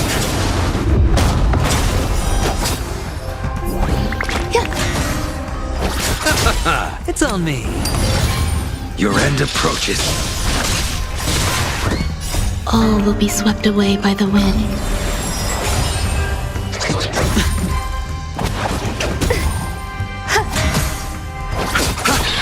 Spend freely.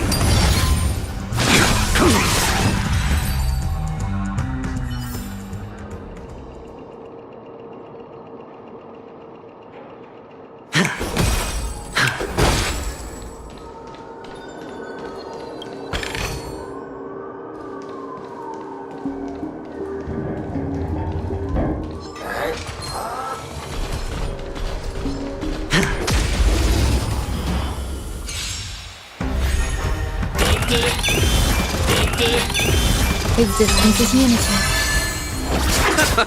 It's on me. Bust. Or maybe I'll take it all. The fight is set. Savor it for me. Receive divinity. The dead return!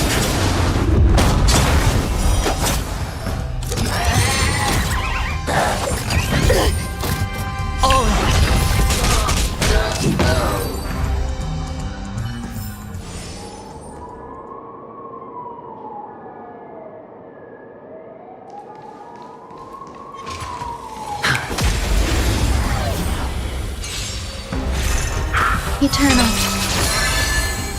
All will be swept away by the wind. Spend freely. Nothing major. Your end approaches.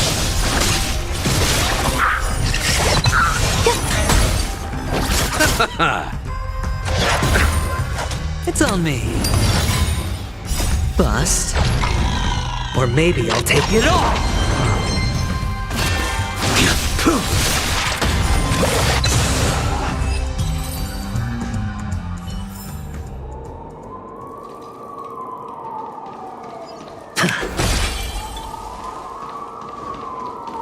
Oh, the bigger the risk, the better.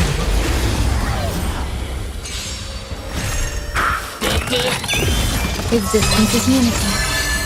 Bloom. The dead return!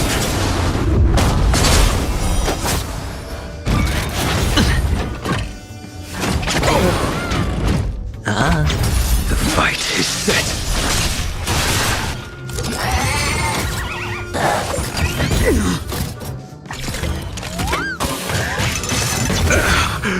Watch your head!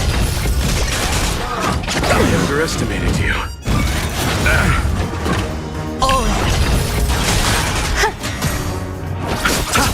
Spend freely. I underestimated you. Savor it for me.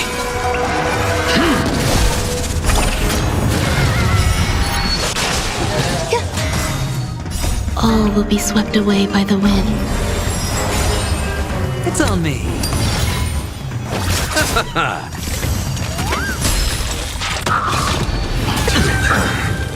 Watch your head.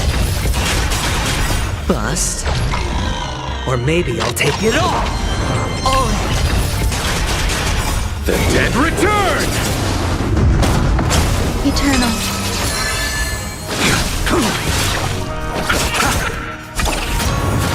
Spend freely.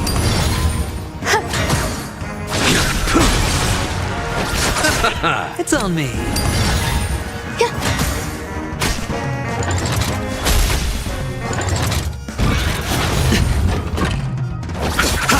Your end approaches.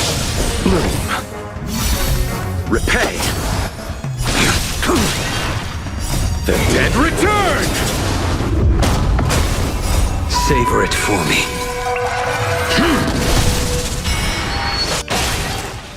All will be swept away by the wind.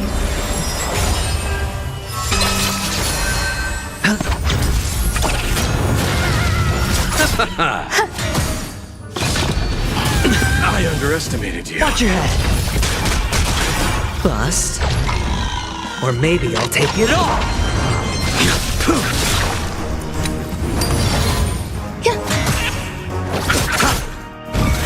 Well timed.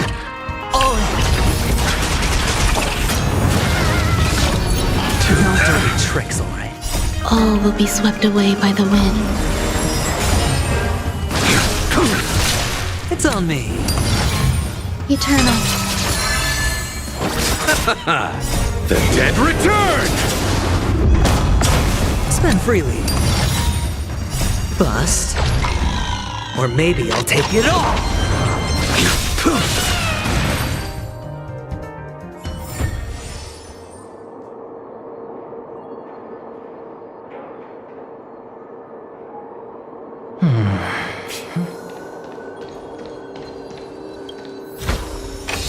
Fortune follows luck, just like it always does.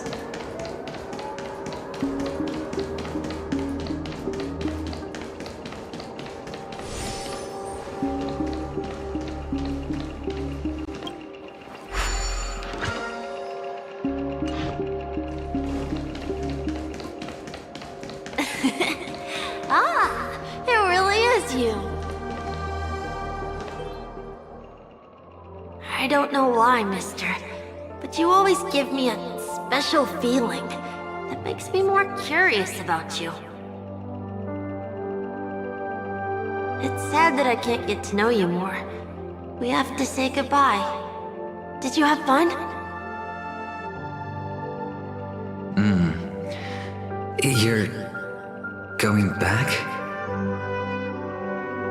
Yes, I should go home. The day's getting dark, and it's going to rain. I don't want to worry the others. You're home. Where is it? What a strange question. It's where Papa, Mama, and Big Sis are. In this dream.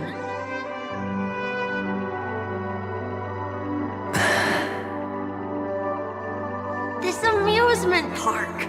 This beautiful dream. They really are peaceful. Everyone loves it. But, mister, why don't you like it? Because they're not here. Where are they then?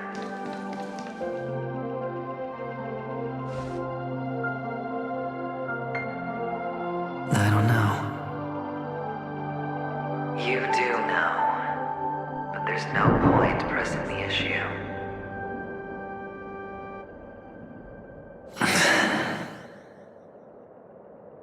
Admit it.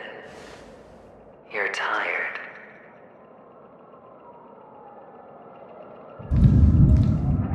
We all are. Which is why we chose to stay here. Me and him. Your past and future. How long will you stay? Forever. We'll be with you forever in this dream. This is the greatest honor that we can offer to those who hurtle towards death.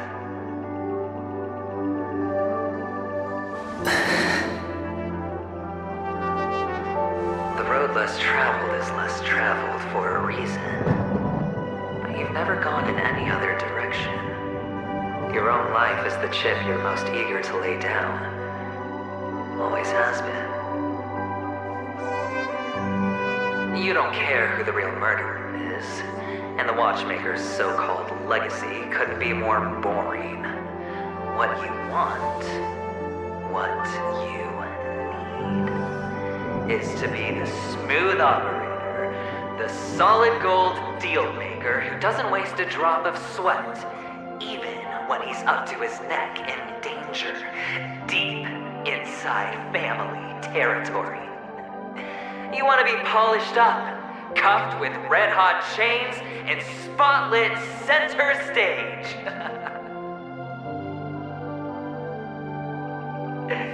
You'll be the closing act, the final sacrifice.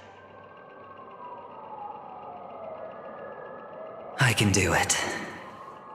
And it will be flawless. Of course you can. Your luck will help you at the right time. A Stellaron and an Emanator. It's that simple now.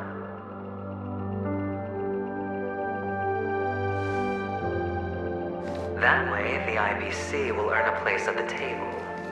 And as for you, you'll just happen to slip the leash, sweep the rat race, extract yourself from this endless debacle. You'll have the freedom you've always dreamed of.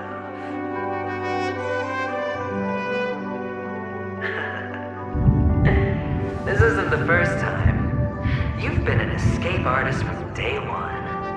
This fiasco started with a death, and its curtains will fall on another death. Oh, so that's why Diamond chose you. He's just after penacony. No matter the means, no matter the price. It's not personal.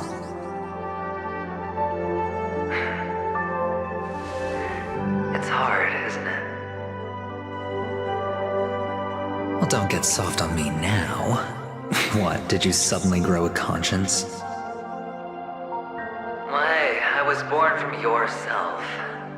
I'm well aware that climbing out of the hole you've dug is basically impossible. I can't stop you from doing what you want. We can't change where you want to go. Well, what's done can't be undone.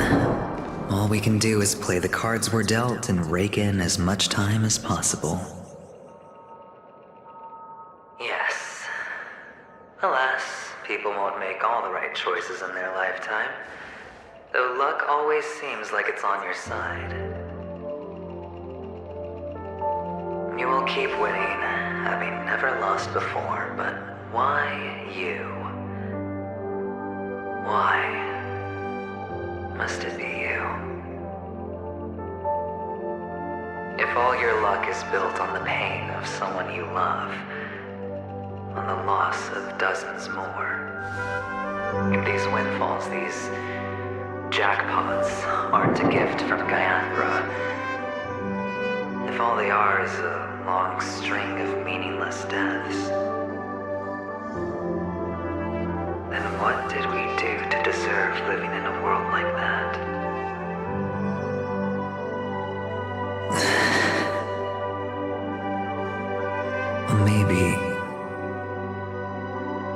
Maybe when I get to where I'm going and look back, I'll know what the trip was all about. Fine. Time to make a move, my friend. I'll be waiting up ahead. Say goodbye to the kid before you shuffle off.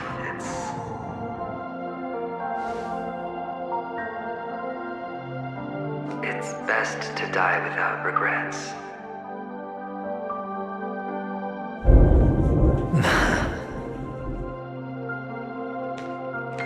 And now, only we are left. Can you take a photo for me? I want a memento. Sure. Come on.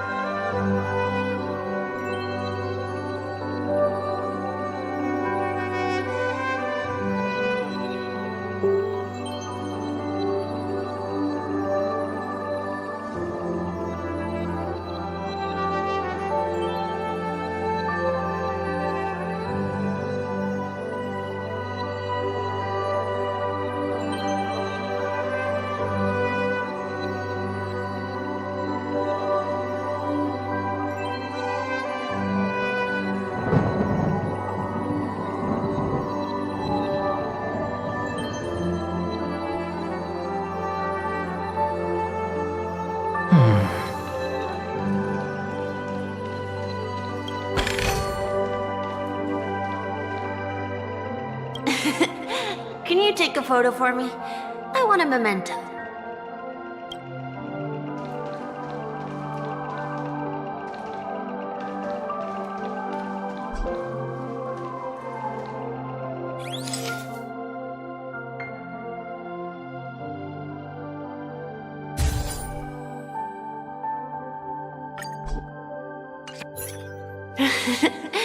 How nice. Now I can see what I look like too. Look at the lens when you're taking a photo the next time. Your expression will look more natural. Sure, I will. Then, mister, are you going back too? I can't leave yet. I still have a show to do. Oh, you're about to go on stage, aren't you? Let's go then. I'll take you to the stage. Sure. So you're an actor? No wonder your clothes are so stylish.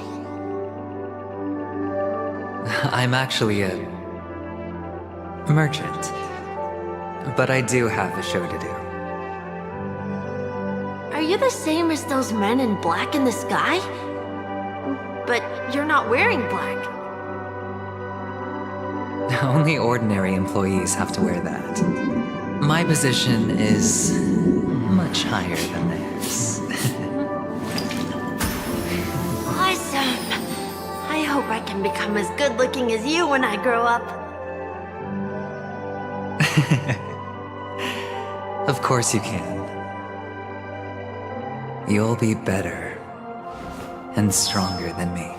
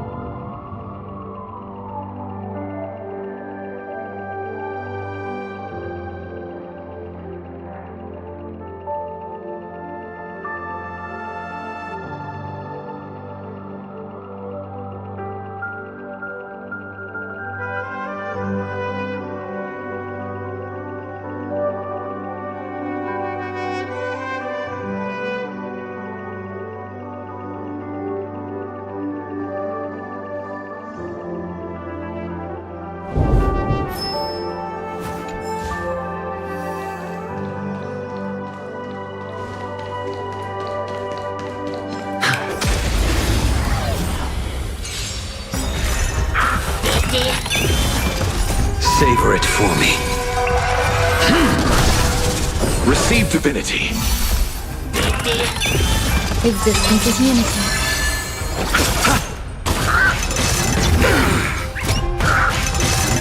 Timed. It's on me. Your end approaches.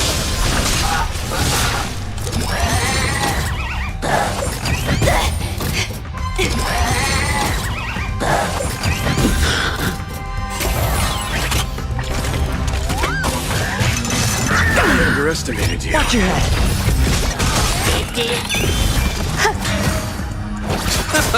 Spend freely.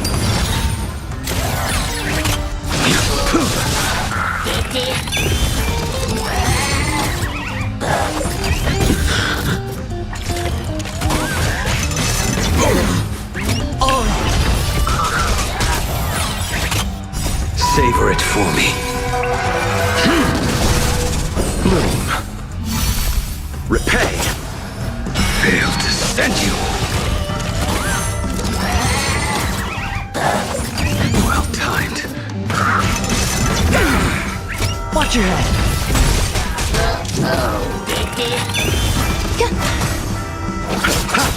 It's on me. Bust. Or maybe I'll take it off.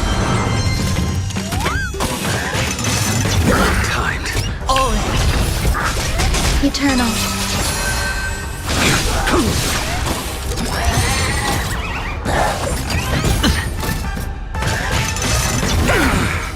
Watch your head.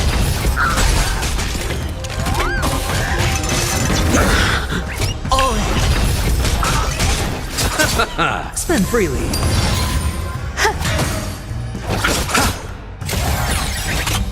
The dead return!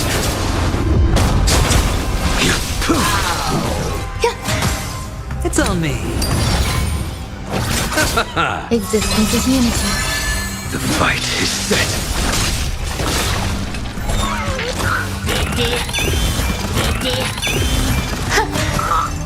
Receive divinity. Repay. I underestimated you. Watch your head. Stay away. Failed to send you. Well timed.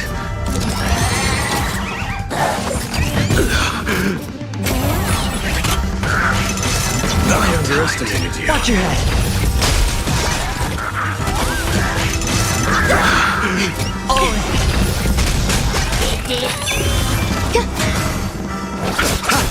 Spend freely.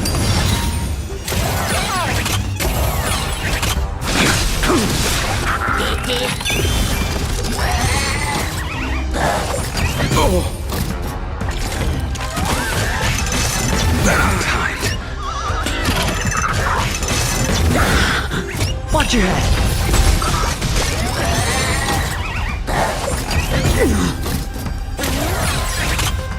The dead return!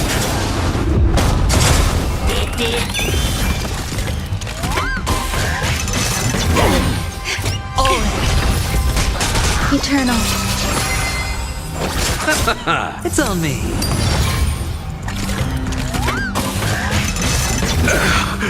Watch your head. Stay away.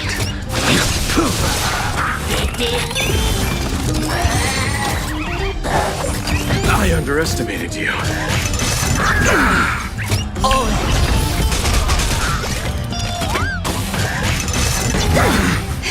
Watch your head.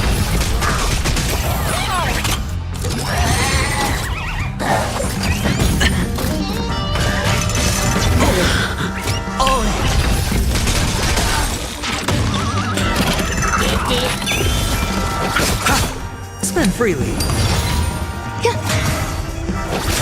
I underestimated you. Your end approaches.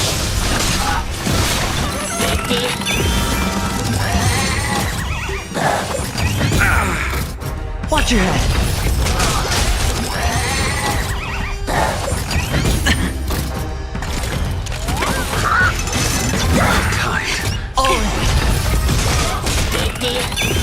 Existence is unity.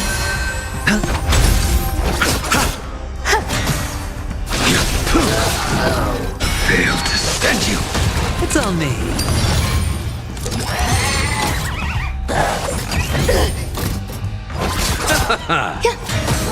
Spend freely.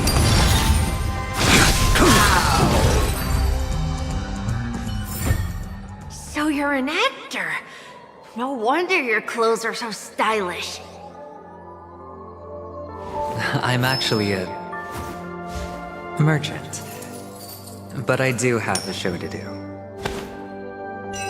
Are you the same as those men in black in the sky? But you're not wearing black. Only ordinary employees have to wear that.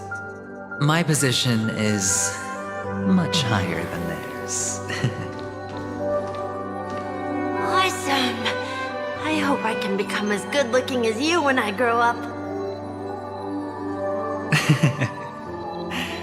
Of course you can.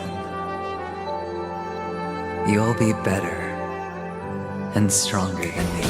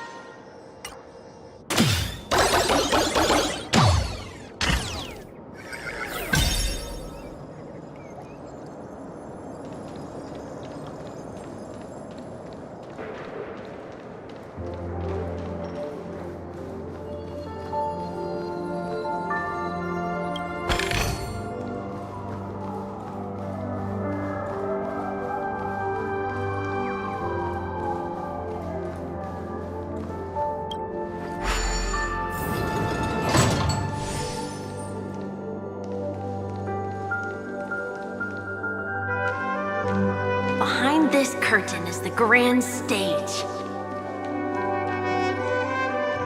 It's almost time to go on stage. Are you ready? Good luck with your show. Thank you.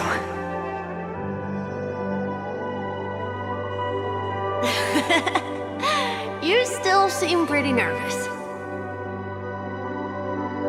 Let's put our palms together. If you receive Gaiathra's blessing, you'll feel more relaxed. Putting our palms together is a simple ritual. By putting our palms together and reciting the prayer to Mama Funga, she will bless us. If you're not familiar, I can guide you. It's all right. I know how to do it. Of course I know.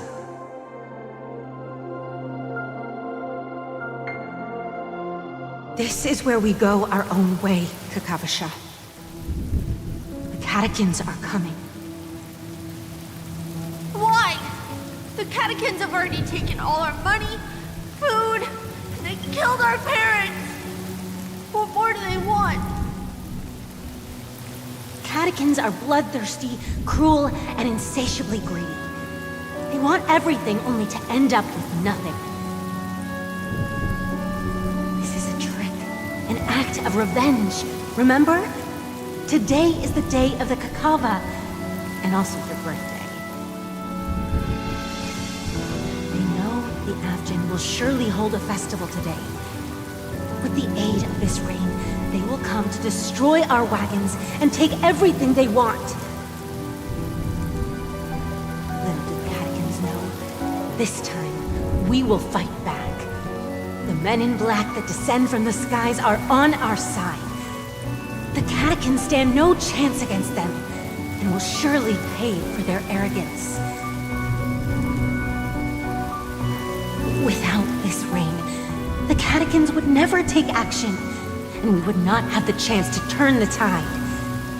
This is a gift from Gaiathra, and you are Kakavasha, whose good fortune will bless your sister with success. But people will die, and you will be in danger. How is that good fortune? Why are you all doing this?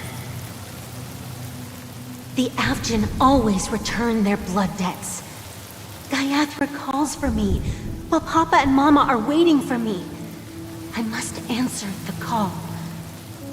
She will bless you with good fortune and help you survive. As long as you are alive, the blood of the Avgin will never run dry. So run, Kakavasha.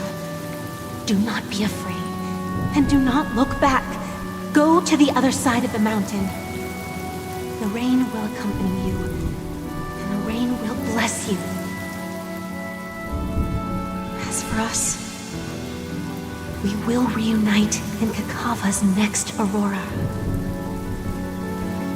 May the goddess Gaiathra close her eyes 3 times. Keep your blood eternally pulsing. Let your journey be forever peaceful, and your schemes forever concealed. Farewell, Kakavasha.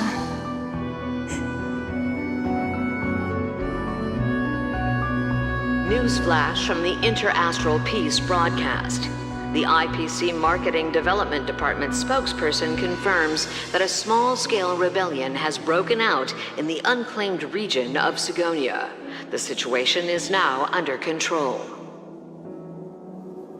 The insurgents are from a local clan known as Kataka, which has a long history of disdain towards the IPC. This has caused a serious negative impact to the work of the IPC's Marketing Development Department.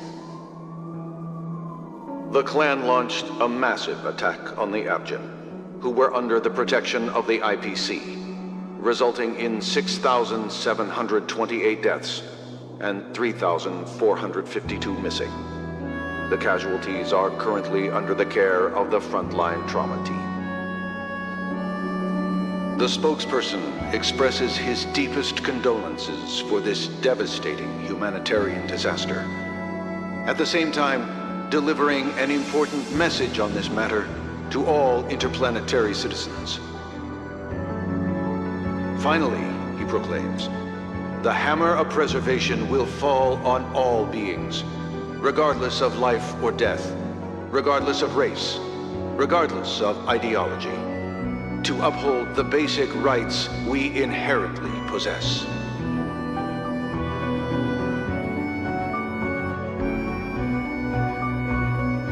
Kakavasha?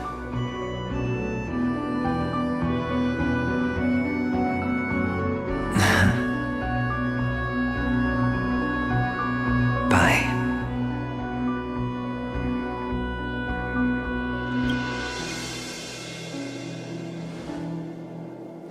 Okay. All the actors are in place. It's time for the show to begin.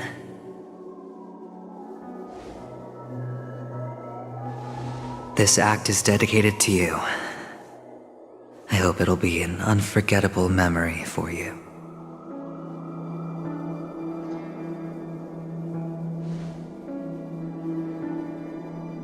Kakavasha. By the way, before you go, I have a personal question. Do you truly want to destroy the world with your own hands? Let's assume, just assuming now, that every time I roll the dice, there's a possibility of achieving this particular outcome. Then I would be quite happy to make that wager.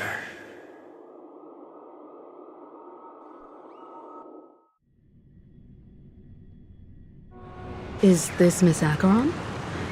Hello, I'm Himiko, the Astral Express's navigator. Hello, I'm March 7th. I'm sure he needs no introduction, as you definitely know him.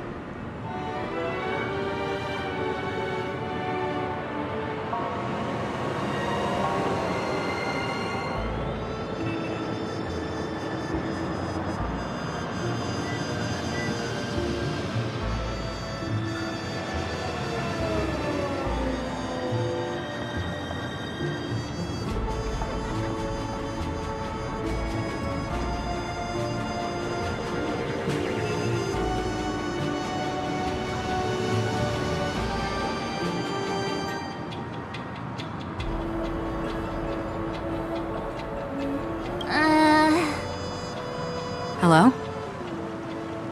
None of you seem surprised by my arrival. Since Welt has decided to travel with you, it means that he trusts you. And we trust his judgment. I envy your close friendships. Miss Acheron here doesn't present a danger, and she's of no threat to the Astral Express. Aventurine's prior accusation was based on nothing more than his own subjectivity. Which is why, before we continue working together, he has a duty to explain himself. You want to create a situation where all three parties are present? There must be some deeper meaning behind Aventurine's actions. I suspect he's been aware of Penacony's secret from the beginning and has been continuously strategizing to unveil it. In that sense, the Astral Express's role in his plans would be imperative. In the worst-case scenario, he may use us to do something unexpected. Assuming things do escalate to that stage, having an extra ally is a good insurance policy. Penacony has numerous factions, and the state of affairs is significantly more intricate than that of Belobog and the Xianzhou.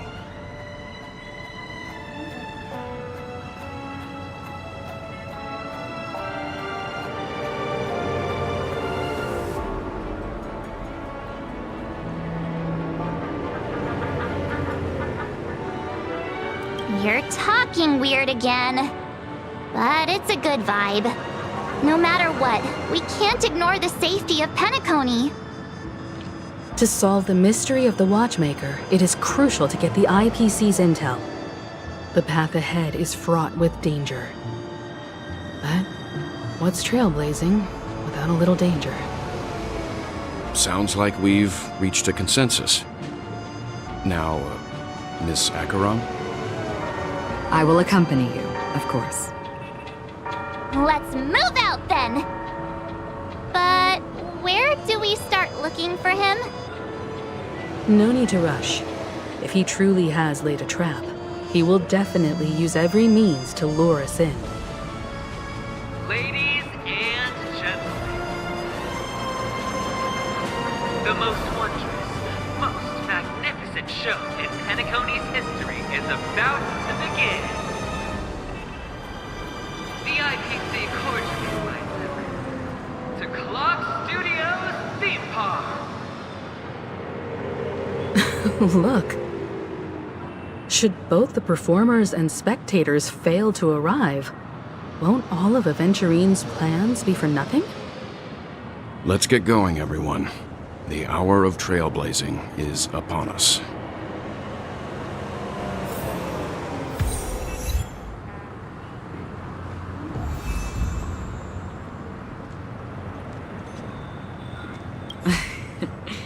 I envy your close friendships.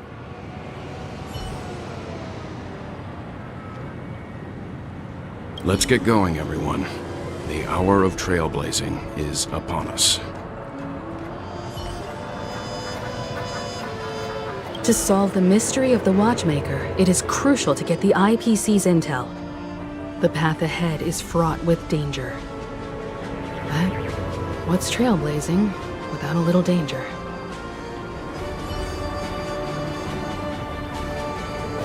I have a bad feeling that something big's gonna go down. Are you ready?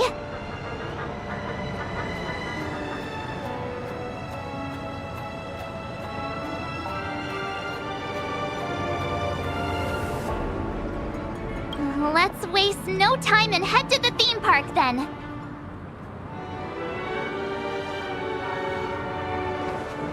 Mr. Yang.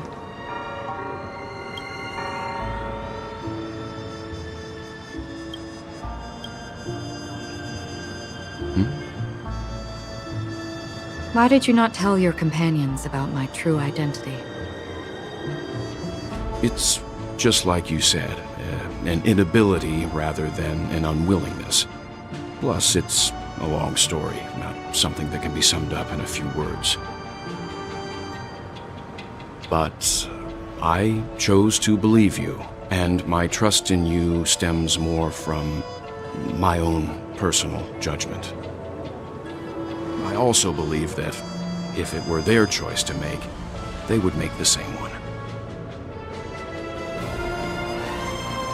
Thank you. I'm grateful. To reciprocate, in the upcoming confrontation, if the odds aren't in the Astral Express's favor, I will stand with you, if my meager strength is required.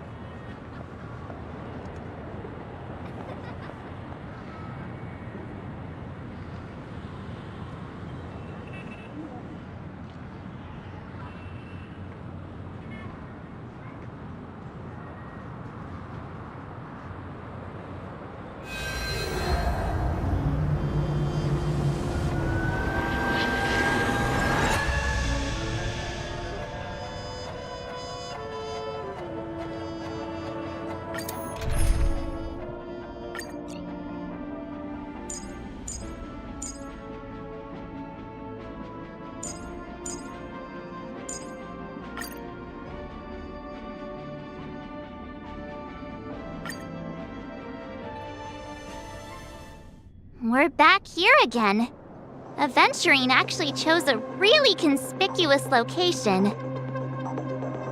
That guy's really taking it to a whole new level. Does he really think he's a superstar or something? Not a soul in sight. The hounds drove out the visitors, and now their whereabouts are unknown too. Everyone, pay attention. The other party has obviously come prepared.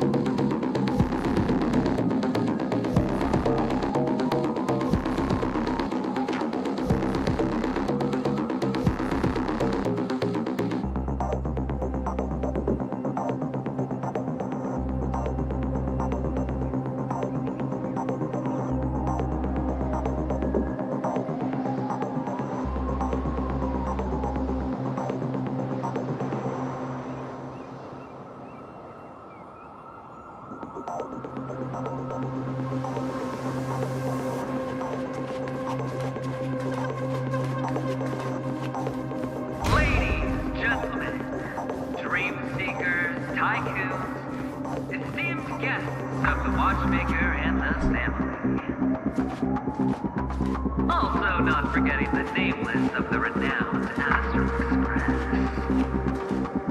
Welcome to the Interastral Peace Corporation LiveStream!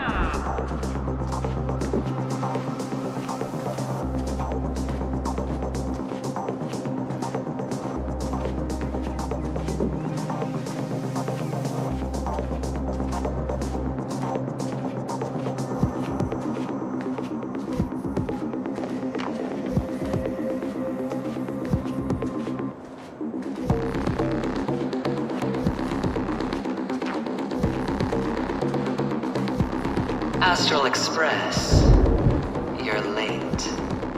And this, unsung guest. We've kept your appointment, Mr. Aventurine. It is customary to show yourself as well. Well, I will, naturally. But before that, I've got to introduce our guest of honor.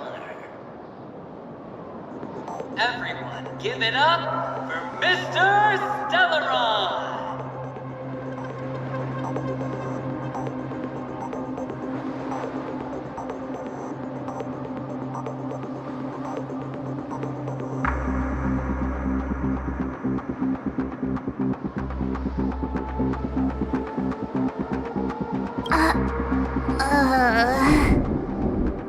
Let me remind you that in all likelihood, this stage and his identity have nothing to do with the wanted murderer.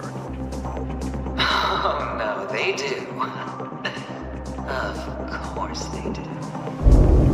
Otherwise, why would I work so hard to gain your trust and then invite you all here?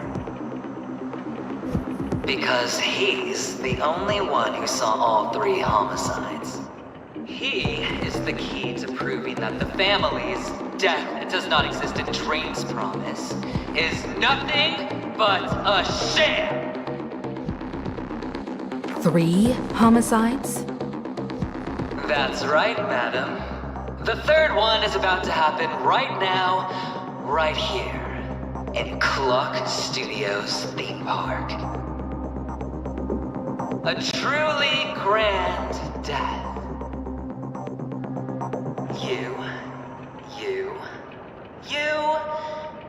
and you.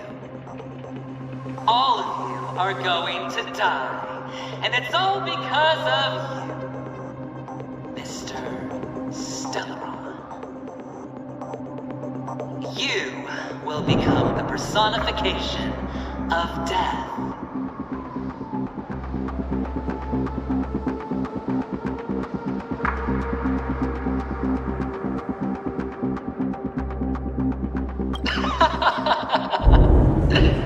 I thought my intent was crystal clear.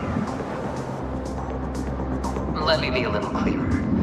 I will detonate the Stellaron in you and cause a teeny, tiny accident on Penacony. BAM! The entire theme park will be reduced to a shattered dream. Then before the family can even react, I'll become the IPC fleet's navigator. Your bluff isn't fooling anyone. If you could really do that, you would have done so earlier. You wanna bet?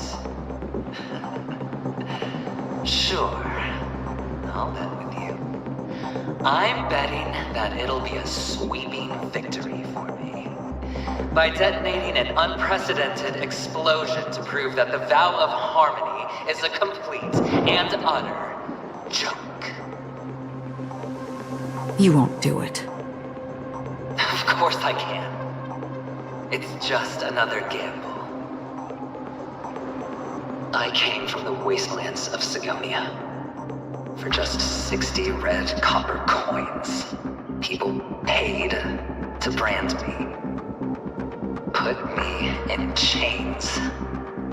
Place me in the gallows and bury me in the golden sands. But the sun could not kill me, and the quicksand sent me back to the embrace of the Guild and the IPC. Bear in mind, my victory wasn't just a stroke of luck. I've never been defeated. Have you ever heard the saying, sleep is the rehearsal of death? Why do the living sleep? Oh, because we are not ready for the final rest.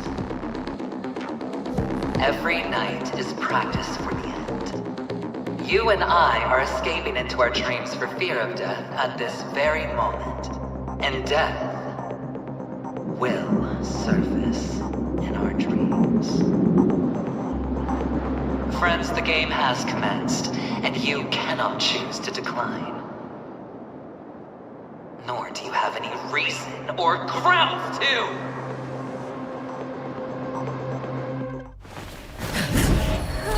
The dice are cast. Ladies and gentlemen, ready to unveil your cards? The architect's flawed stone. Of no value at all. I'm putting down the bet. I'm taking the gamble. I'm claiming the win. Oh, and fate spin the wheel, a daring gamble. Walking the brink of death for rebirth. Oh, for the Ember Lord!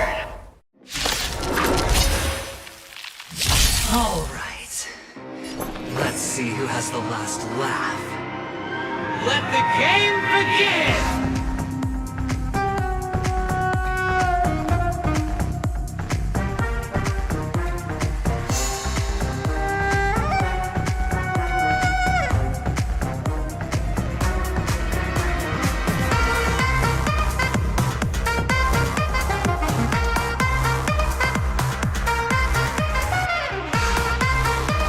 Waiting means change.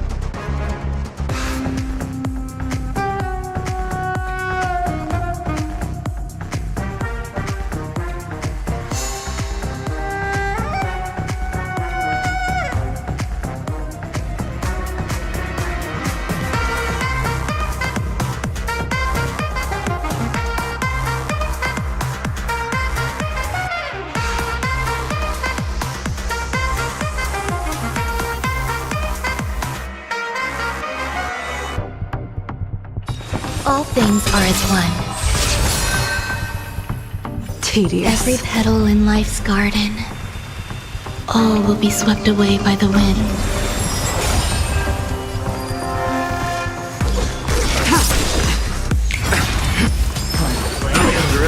Receive divinity.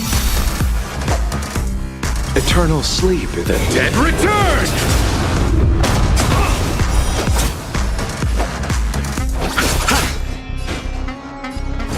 Is eternal!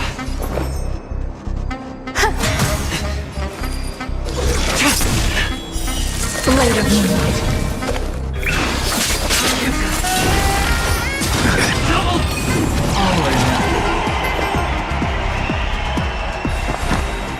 Eternal.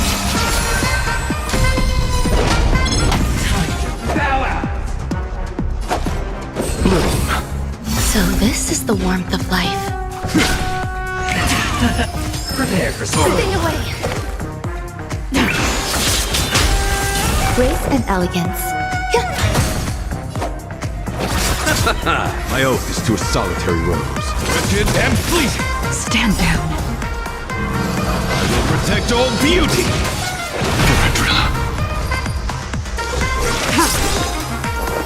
All will be revealed in lunar flame. Blade of moonlight. Existence is unity. Every petal, all will be swept away by the wind. Nowhere to run.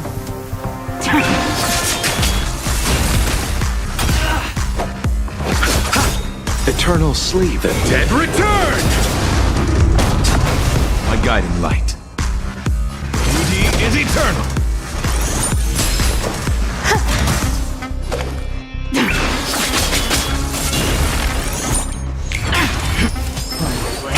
Down from above. Wretched and fleeting!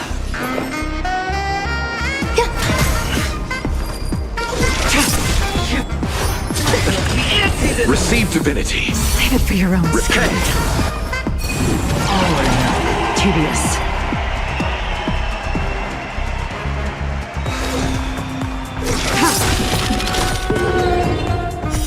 Blade of moonlight. All will be revealed in lunar flame.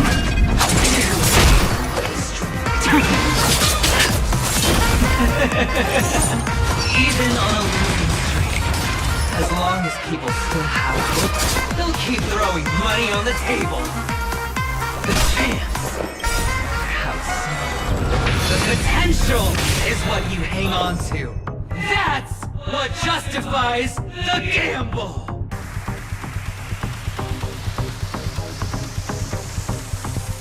Eternal. Ready for death. Prepare for something. Serendipity!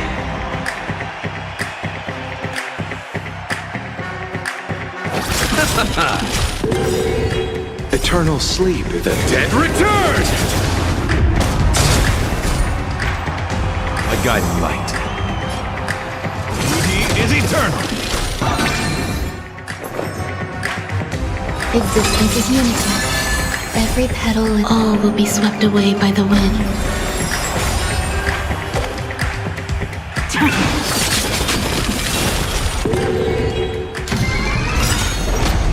It's all or nothing!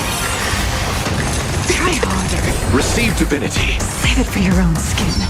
Try harder. I'll see you off. Eternal sleep, the dead return! Until I see that I will protect all beauty. All will be revealed. In lunar flame. Embrace virtue. Wretched and fleeting.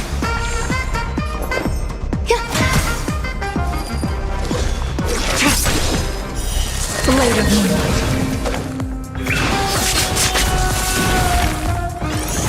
You chose the wrong end. My oath is to a solitary rose. Beauty is eternal. Prepare for something. Nowhere to run.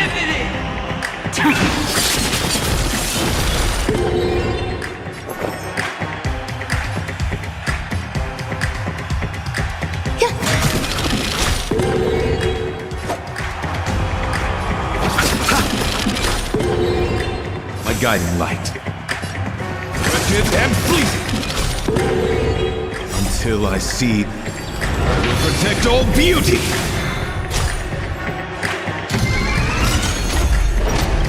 It's all or nothing! Nothing. Receive divinity. Until I see that light once more. I will protect all beauty. Eternal sleep is the Dead return!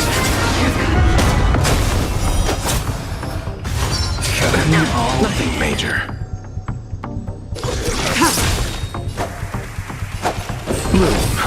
So this is every petal and all will be swept away by the wind. My oath is to a Existence is unity. Stand down.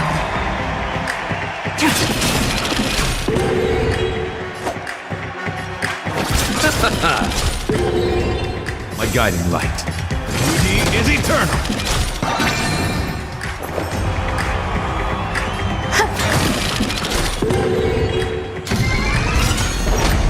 It's all or nothing! Receive divinity. Eternal sleep, the dead return! Tedious. Blade of moonlight. All will be revealed. In lunar flame.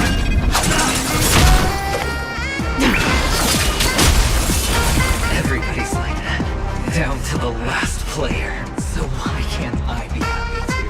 Why can't I feel that free?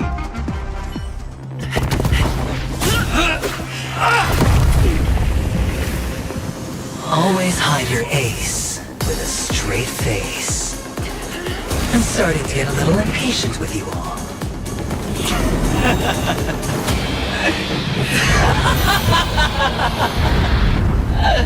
Friends, to fully relish this, I'm betting every last chip. Only by casting aside reason does one truly gamble.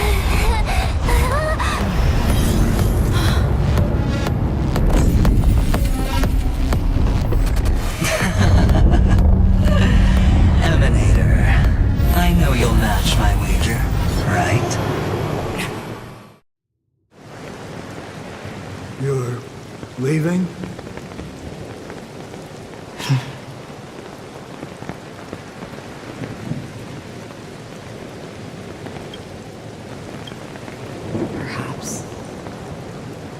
I might pass through the place you mentioned. Penacony. What do you hope to find within a dream? I'm not looking for anything. They aren't in a dream.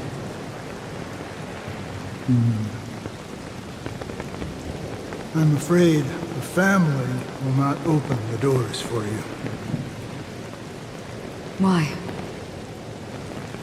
Because the path you walk is not accepted by the Harmony. Even if... that's not what I want. Precisely because it's not what you want. Because they are not like other Eons.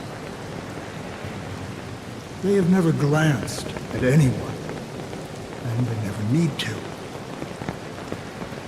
They leave woven strands of fate for humans to walk, and together, they weave a great shadow. And this shadow silently envelops them. There are always those who rise from the shadows.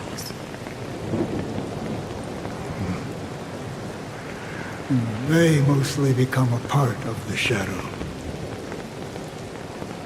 In your eyes, am I the same? You still have a strand of color, but not much.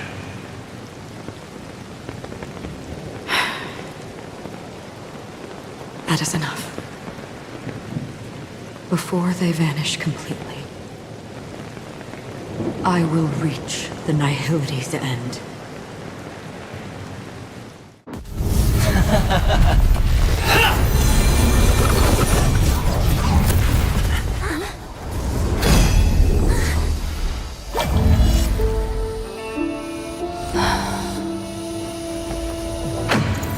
I wish to mourn the departed, weeping like rain, to swell the crossing stream.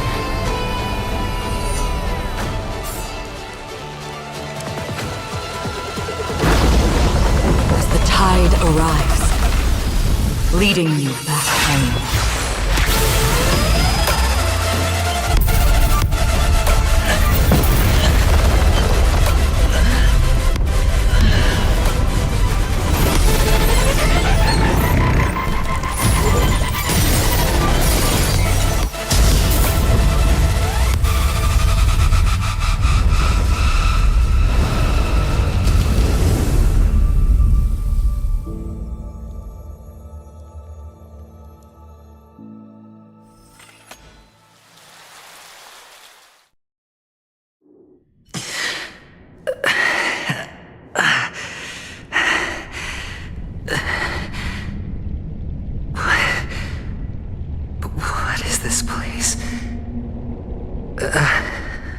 A gigantic black hole.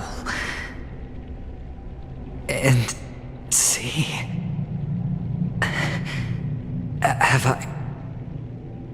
Have I succeeded?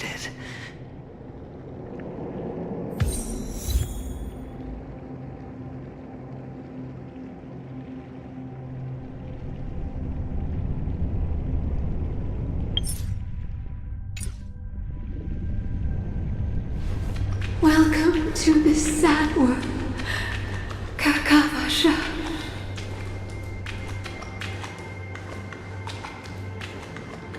Your good luck is the most precious wealth we, all Avgin, have.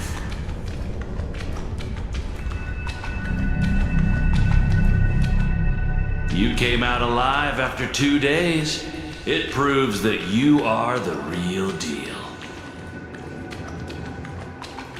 Wealth, status, power. The IPC will give you whatever you want, even what you don't want. As for us, we will reunite in Kakava's next Aurora.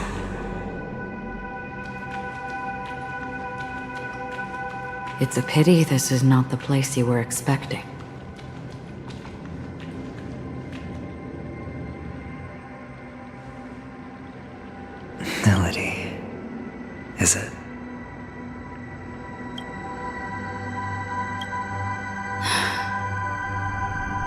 Perhaps to you, I am just an emanator who's hiding her identity. But the sleeping and shapeless never glance at anyone. They have no face, no form, and even less of a will to speak. The nihility envelops everyone equally. Only some who have gone under their shadow can go farther, tainting themselves with more nihility. That's all. That's all. My friend, you really leave me at a loss for words. So, is this my final destination? The land of the dead? This is all but a fleeting dream. One of the thousands of manifestations of IX. Under the watchful eye of nihility, we momentarily linger here before moving on to our own paths. It seems that my death has already been determined. Even if you wish for it, I can't promise you anything. Now that you've accomplished your goal, I think you can be a little more forthcoming. What do you mean? Your performance at the theme park was wonderful and grandiose. A simple yet practical technique that fooled almost everyone. No one would have ever thought that you would have gone to such lengths, even staking your life just to prove a fact that had seemingly been disproved long ago. Real death does not exist in Penacony's dreamscape. Why would I do this? Because this is the only way you can uncover a secret that is even more unspeakable than the serial murders. To use this dream death to get there. To that promised land people constantly seek in this grand gathering. Penacony. The legacy of the Watchmaker. The true land of exile. How did you find out? I never imagined that something I learned about unexpectedly would become the key to connecting everything. It's our Stellaron friend's identity, isn't it? I see you're in the know. Let's just say I'd put money on the possibility. The murder isn't nearly enough to disrupt business as usual. Even if there were 1 or 2 murders on Penacony, most people wouldn't be personally affected. And that won't create any waves. This dream of theirs isn't a boundless sea. It's a lonely island. The family used the Harmony to build a high wall and isolate them from the vast and treacherous ocean of the outside world. That barrier they built keeps death out. But it also keeps the secrets that are lost in that watery abyss from floating to the surface. In a beautiful dream, free of suffering, who would want to go fishing for those secrets? No one. Unless someone goes to the other side of the barrier and lives to tell the tale. Someone already has. I got the idea early on, chewing on that masked fool's little hint. If a mute isn't someone who cannot make a sound, then it has to be someone who cannot speak. Someone who survived the treacherous depths, but is unable to take the stage and speak the truth. Well, I'm happy to know she's safe and sound, and still on Penacony. Hint. Is that not proof? Well, proof is the one thing I don't have. The only thing that can prove these conjectures is for the family to come clean. And with the way they buttered up these outsiders, it seems pretty clear they're intent on covering their tracks. But you don't need proof to have a suspicion. And for me, suspicion is enough. I didn't need to find the Memory Zone meme. I just needed for someone to kill me like it killed that silver-haired girl. You don't sound very confident to me. Going out of your way to make citywide broadcasts in an attempt to involve more people. You are simply betting on the possibility of someone being able to break down the barrier. You're very lucky that fate has decided to let us cross paths. I happen to be equipped with a very sharp blade, sharp enough to slice through the veil of dreams. I can also carve the Harmony's brand off of you. You possess great cunning, deliberately setting us up to be on opposing sides, constantly repeating the words of the Emanator in front of others, leaving me no choice but to draw my blade against you. And that's how you win. Opportunity and strategy, both are essential. And in your plans, the IPC always wins. Even if you lose the bet. To the family, the life of an ambassador is still invaluable. Well, it's a huge gamble, isn't it? But allow me to point out a mistake. The IPC's success is not guaranteed. I, unfortunately, have no contingencies for such an important matter. Detonating a Stellaron. I can't do it.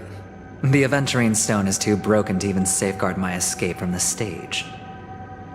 If, at the end of the day, you did not unsheath your blade, I would have lost the bet. It is pointless to discuss what-ifs. You have won. Your prize is an entry ticket into that deep sea. And after this, whether you can return from the abyss is another gamble of yours. Have you never wavered? Wavered? Of course I have. But I can only bank on my own good fortune. Because other than that, I have nothing. Wake up from this dream and go to where you should be. Your gamble is not over yet.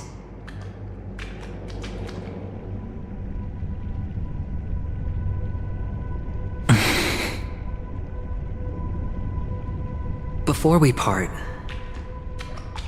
can you answer one more question? As someone who has traveled on that road, can you tell me, why are we born into this world? If it's just to die. I don't think this and never have. Nor do you. But the nihility envelops you and I. And everyone. And because of that, it's pointless.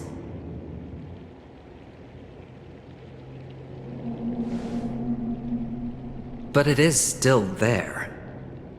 If the dice of fate are always weighted, then that is our destiny.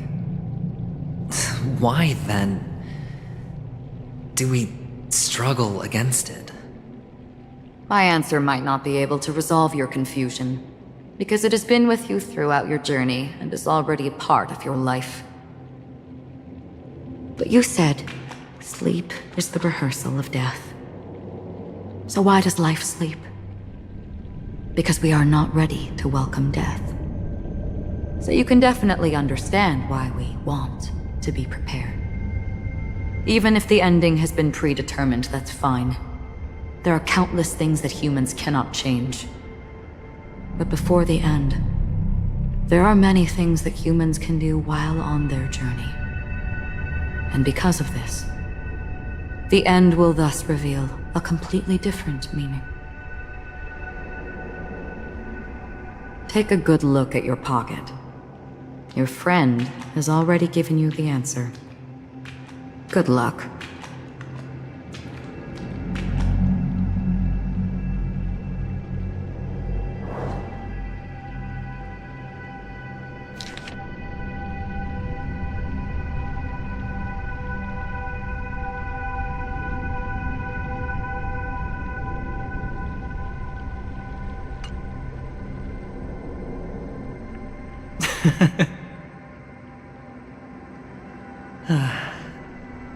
then I shall get going.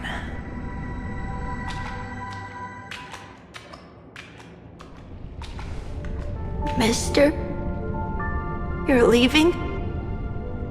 You ultimately chose to leave this dreamscape? Yes. Because they are not here. My papa, mama, and big sis. Then where are they? They are in a place where everyone will go. A very, very distant place. Then are you going too? I'll get there one day. But not now. There will come a day when the sky will drizzle, and I will hear the call of Gaiathra Triclops, and know that it is time for me to go, and be reunited with my family. So, until that time comes, I should be preparing. Preparing for what? Well, preparing to face them, Kakavasha, and to make them proud. I know you'll be able to do it. Good luck. Well, of course, for I am a child who received the blessing of Gaiathra Triclops.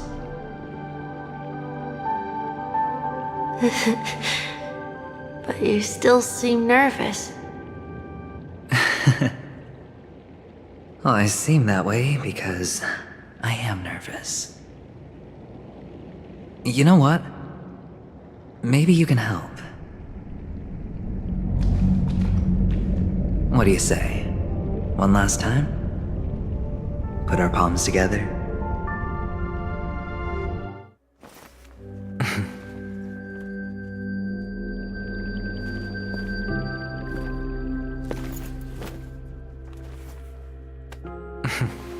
Are you going now?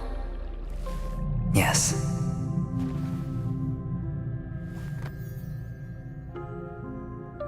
May the Mother Goddess thrice close her eyes for you, keeping your blood eternally pulsing. May your journey be forever peaceful, and your schemes forever concealed. Our paths will cross again beneath Kakava's shimmering auroras. Farewell, Kakavasha.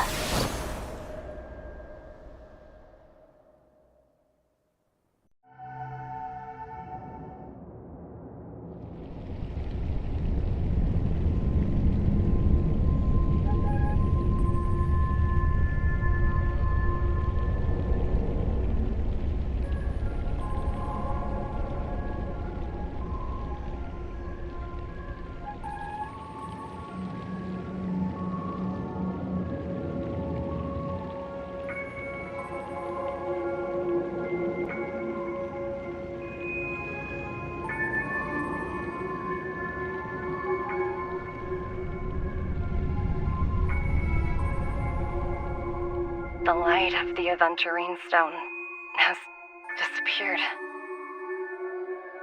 This only represents one outcome.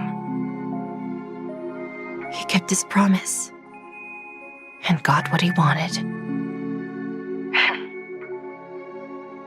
As planned, your cornerstone has been successfully sent to the family's territory. Then, Let's fulfill our duty and start harvesting.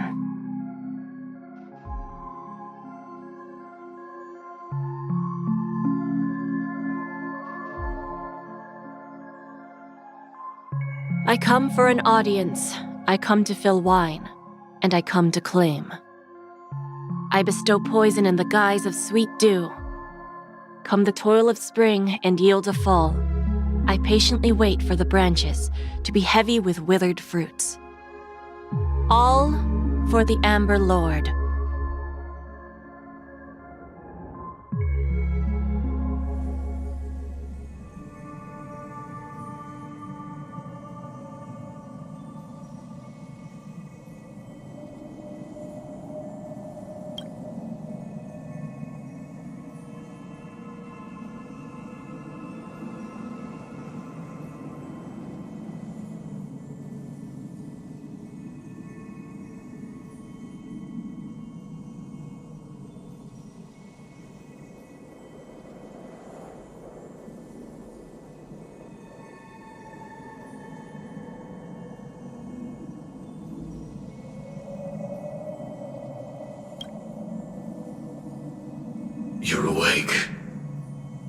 I've been waiting on you for quite a while.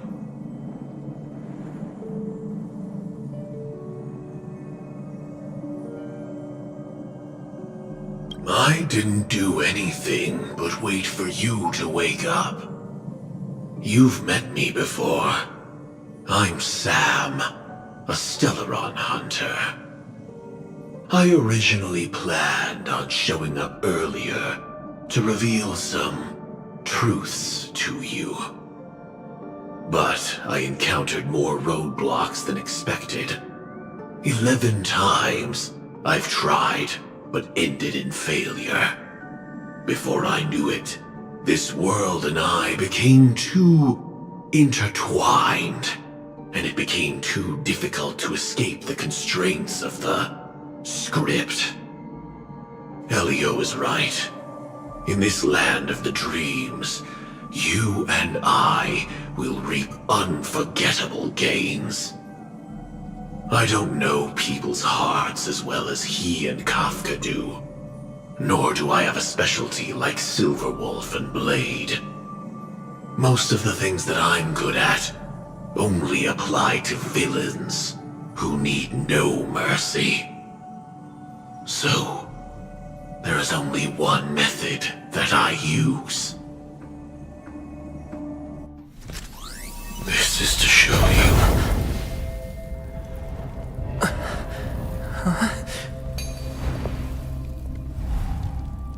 All that I am.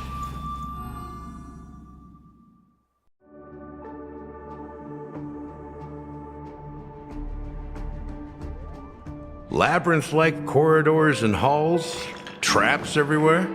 The owner of this mansion must be a bit paranoid. You are so funny, Mr. Security Officer. I hope that sense of humor of yours has helped you find the serial killer. Just expressing a personal opinion. Why? Did I hit a nerve? Mr. Gallagher, my patience is wearing thin. Neglecting duties will only make me more suspicious that you and the real serial killer are connected.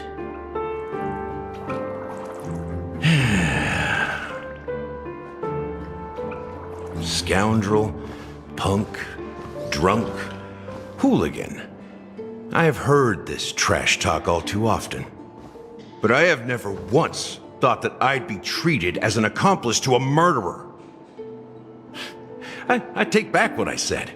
Your problem isn't paranoia. You're just crazy, you know? Lunatic.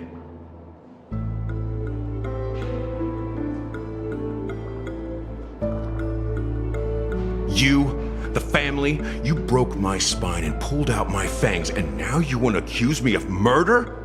Ridiculous. Only idiots who've drunk too much Soul Glad will berate a stray dog in the streets. What exactly is making you say all this nonsense? You should be more concerned about the Outworld visitors who are making a scene in the theme park than me. I don't need you to remind me. Once that ambassador walks through the doors of the mansion, I will know what he wants. My servants see everything. His little magic tricks may have fooled me, but no matter.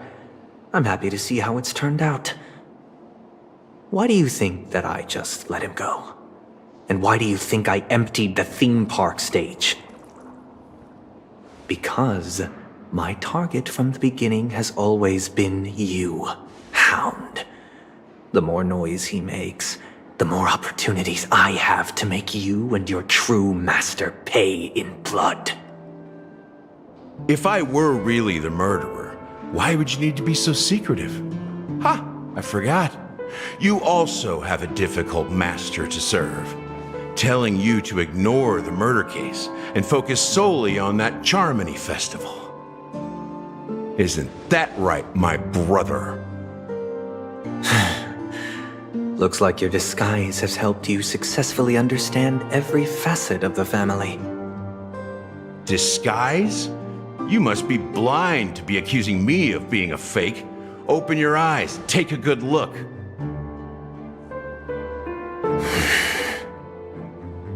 Indeed, Every part of you is real. The brown hair, soft and curly like Benny's. The orange eyes, which make me miss the gaze of Sir Whitaker. That odd scar, the mark of Wolsey. And the gray vest, tie, hound emblem, bottle, the bartending, and your role as a security officer.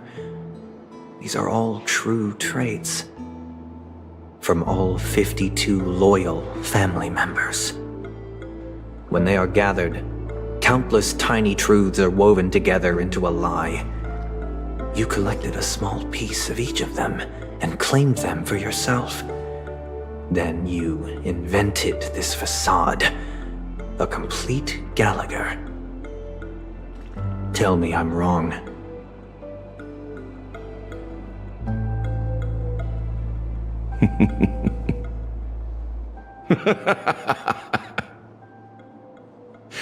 You have guts, I'll give you that. Not bad. I severely underestimated you. Admirable. But so what? Can this prove that I murdered your sister and that stowaway? This proves that you and the Memory Zone meme death are linked. And that's enough. Listen up. I don't care how you did it. I only care about one thing. The answer to a question.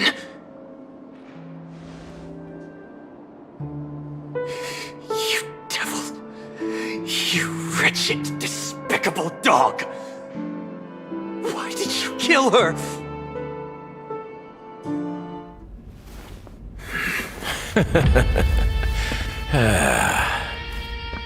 You know, in the thick of things, people are blind to the grit in their eyes. Yet they can always feel it scratch. Want the answer? I'll give it to you.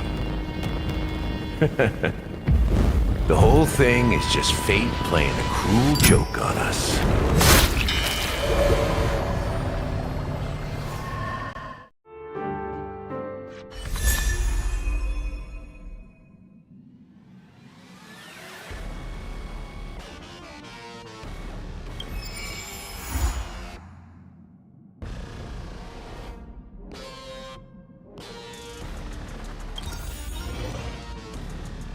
Welcome to the Interastral Peace broadcast.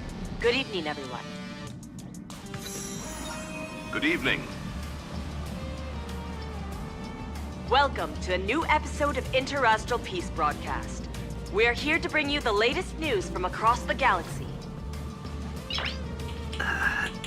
The IPC and the Sanjo Alliance have renewed their trade agreement.